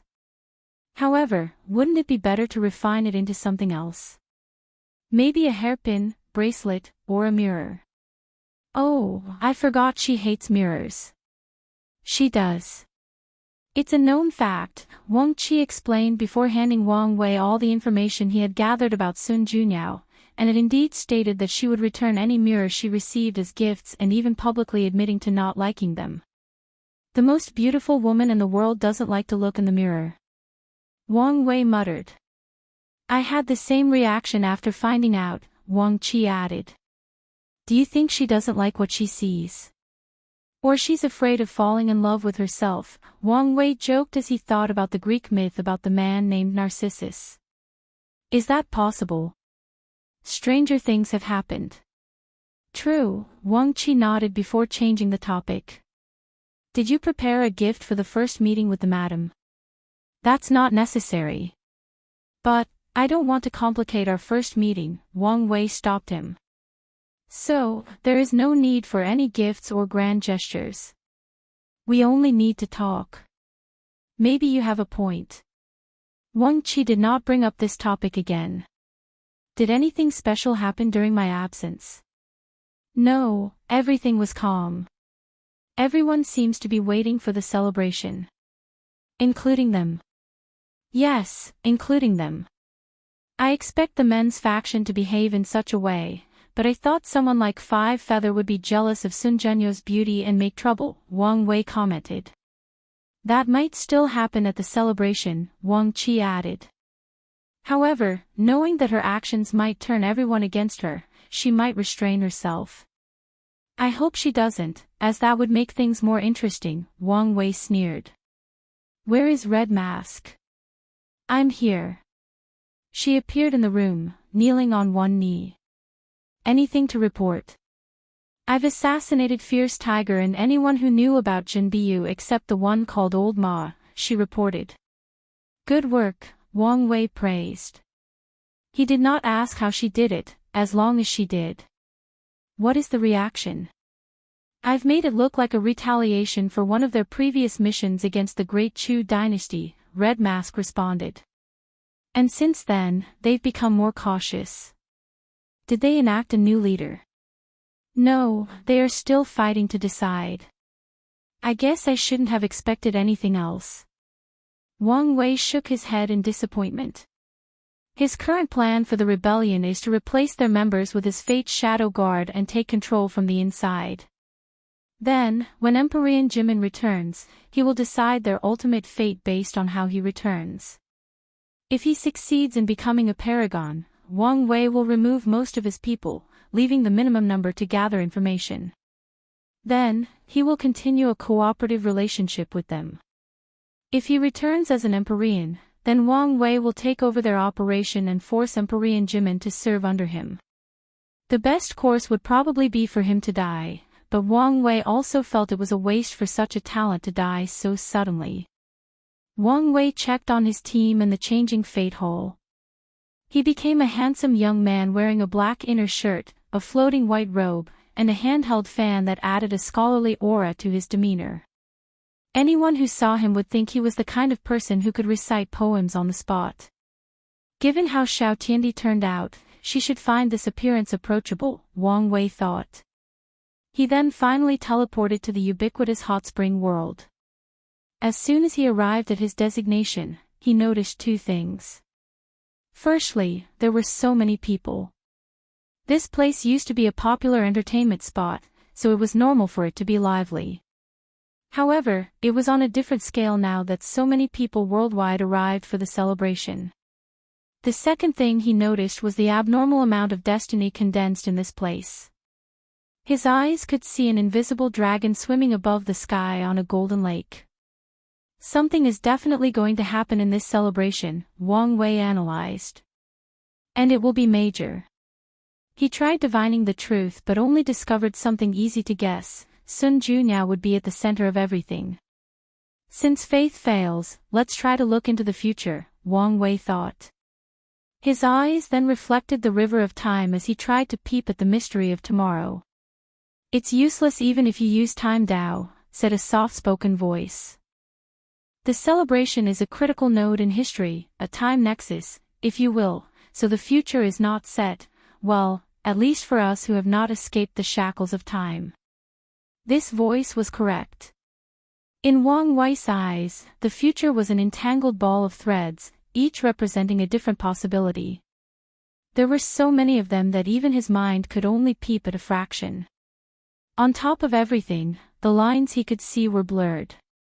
He turned around to see who had spoken. It was an elderly man with white hair and a white goatee dressed in a plain black robe. However, the man had a charm of mystery about him, which was accentuated by the fact that he was blind with gray eyes. "And who are you?" "People called me Old Man Tianji." "It's a pleasure to meet you, the Destined One." Of course they do, Wang Wei thought to himself, rolling his eyes. His meeting with the lower dimension Old Man Tianji was also this random. "It seems you came here purposely to meet me, but can I ask how you found me?" Wang Wei was curious as even the parasites, who were paragons and had plenty of manpower, failed to find him, but this old man did. "I've observed everyone who comes and leaves this place," Old Man Tianji said. "I can say with confidence, whoever it is, I can see some information about their fate, no matter how little. However, you are the only exception, so I deduce who you were." "What if I was only a man really good at anti-divination?" "I thought of this possibility," Old Man Tianji replied. "That's why I called your status as a test, and based on your reaction, I figured I hit the jackpot." "I have to say, well played, old man," Wang Wei admitted. "Thank you. I have a feeling that coming from you, those words mean a great deal." "They do," Wang Wei acknowledged. "So, why did you want to contact me?" "For now, I only wanted to ensure you were present at the celebration." "And why is that?" "I can't say anything more, but you only need to know your presence, no, your destiny, is essential to whatever is going to happen, Old Man Tianji." Wang Wei sighed. "I don't appreciate how you know something but keep talking in riddles." "I am not blessed like you," Old Man Tianji responded, his tone not hiding his envy. "Even at my current cultivation level, there are plenty of secrets of fate that I cannot reveal, or I will suffer tremendous backlash." He was very talented and achieved the realm of everlasting, but even then, he was permanently blind because of peeping too much into fate when he was a mortal. "Then, don't say anything, I'll just look it up myself," Wang Wei said as he directly looked at Old Man Tianji's fate line. "It's useless," the old man said calmly. What's this?" Wang Wei immediately saw something interesting. "You have more than one fate line." "No, that's not it. If you find any errors, ads pop up, ads redirect, broken links, non-standard content, etc., please let us know to report so we can fix it as soon as possible." Chapter 1258 Unexpected First Meeting. "Your fate line is intertwined with so many others," Wang Wei commented. Old Man Tianji's fate line was similar to the future he had just seen. It was fascinating. "Is this a method to protect yourself from divination backlash?" "I have to say, it's quite an ingenious one. I can probably learn a thing or two from it," Wang Wei continued. "But who are those other fate lines?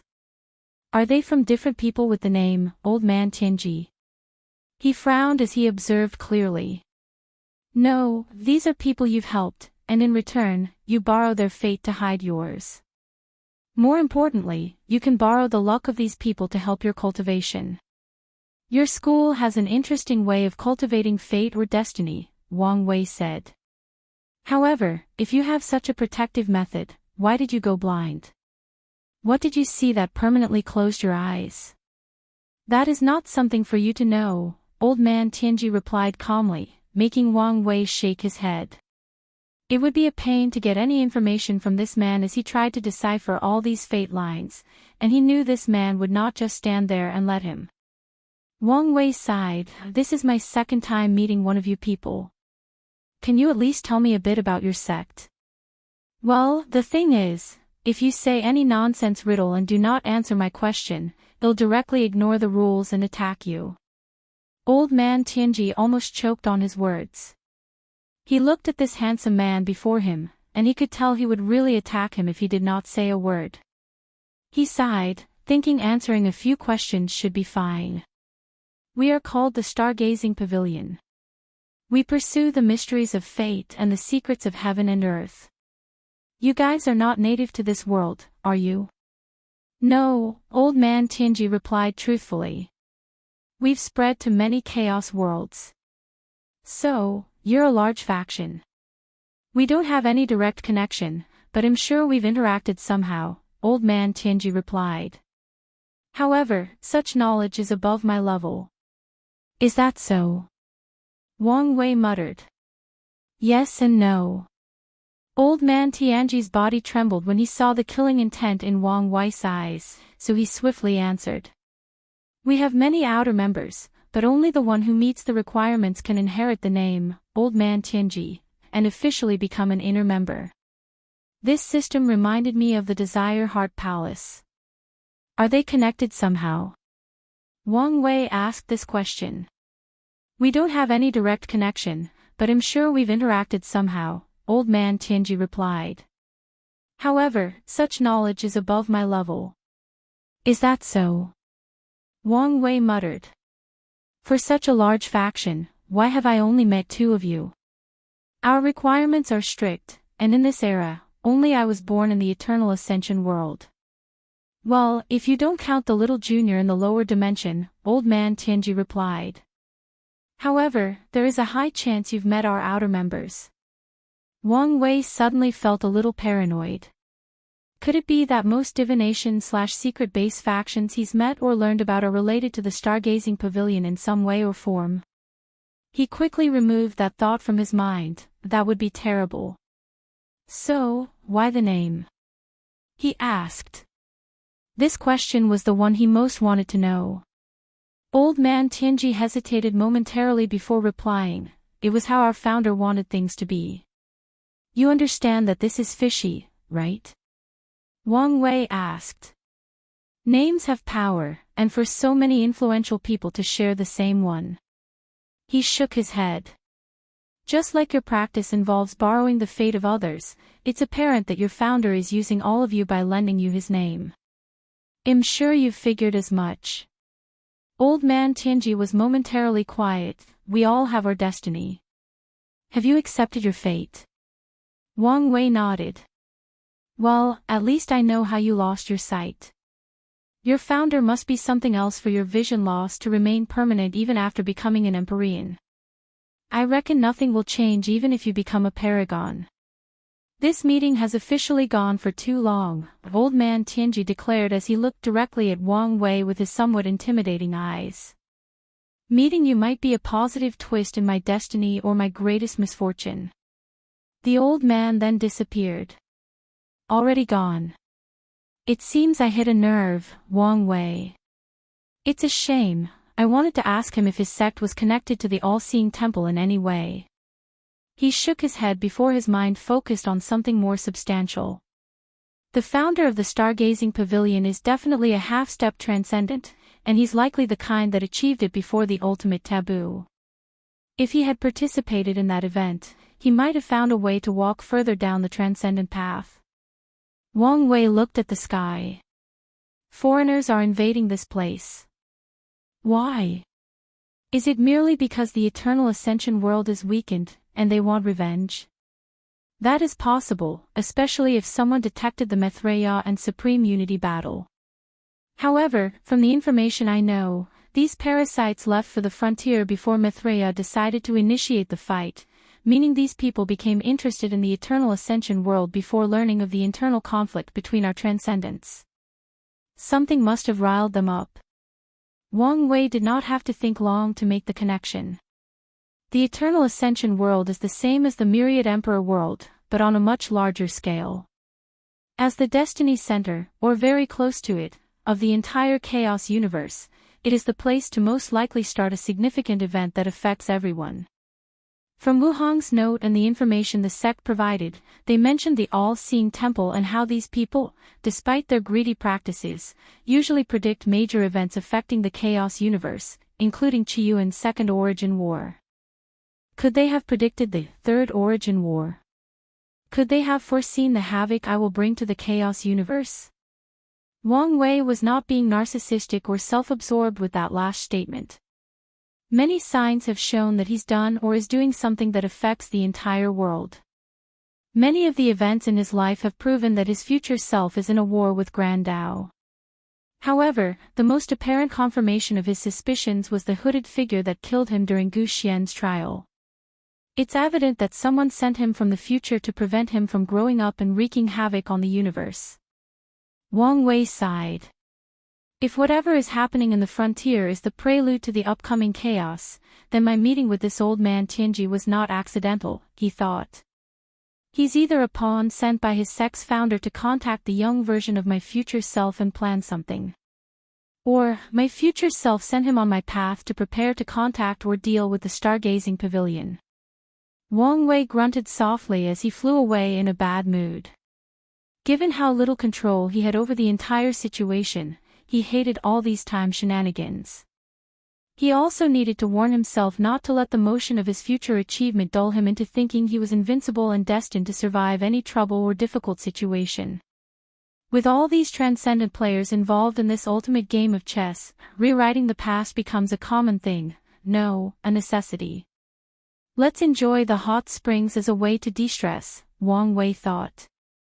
The ubiquitous hot spring world was divided into 6 areas related to the elements: flame, water, gold, wood, earth, and the central area. Each location had a large hot spring containing the power of the 5 elements, and after bathing in all 5, people would head into the center for a combination. Each area provided immense benefit to all cultivators under Tier 10, and after completing the 5 sets at the center, even great emperors will receive a cultivation acceleration blessing. However, this thing's effect on Empyreans and above was minimal. There are hidden dimensions with hot springs that are even beneficial to paragons, but those are rare. This place is full of destiny, so it should be relatively easier to find one that benefits my cultivation, Wang Wei thought as he searched the surroundings.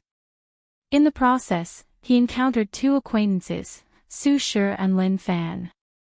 They had just found a hidden dimension and were about to enter. Wang Wei did not want to meet them now, so he sent a greeting and set a meeting for a later date before the celebration. He continued his search, and his Qi Luck dragon trembled in one of the dimensions. Wang Wei did not hesitate and entered. A strong mist covered the spring, but Wang Wei did not care about that. He placed his hand on the water. Nourishing the body and accelerating the body will fusion, excellent. His clothes disappeared, and he entered, exhaling deeply as the sensation was pleasurable. You seem distraught instead of being excited. Who? Wang Wei yelled as he stood up for any trouble. He was shocked that he never noticed someone so close to him. The mist dispersed, revealing a beautiful woman with gray hair on the opposite side. Hunger. Wang Wei said instinctively. This is our first meeting, so don't you think calling me so intimately inappropriate? Wu Hong calmly stated. If you find any errors, ads pop up, ads redirect, broken links, non-standard content, etc., please let us know to report so we can fix it as soon as possible.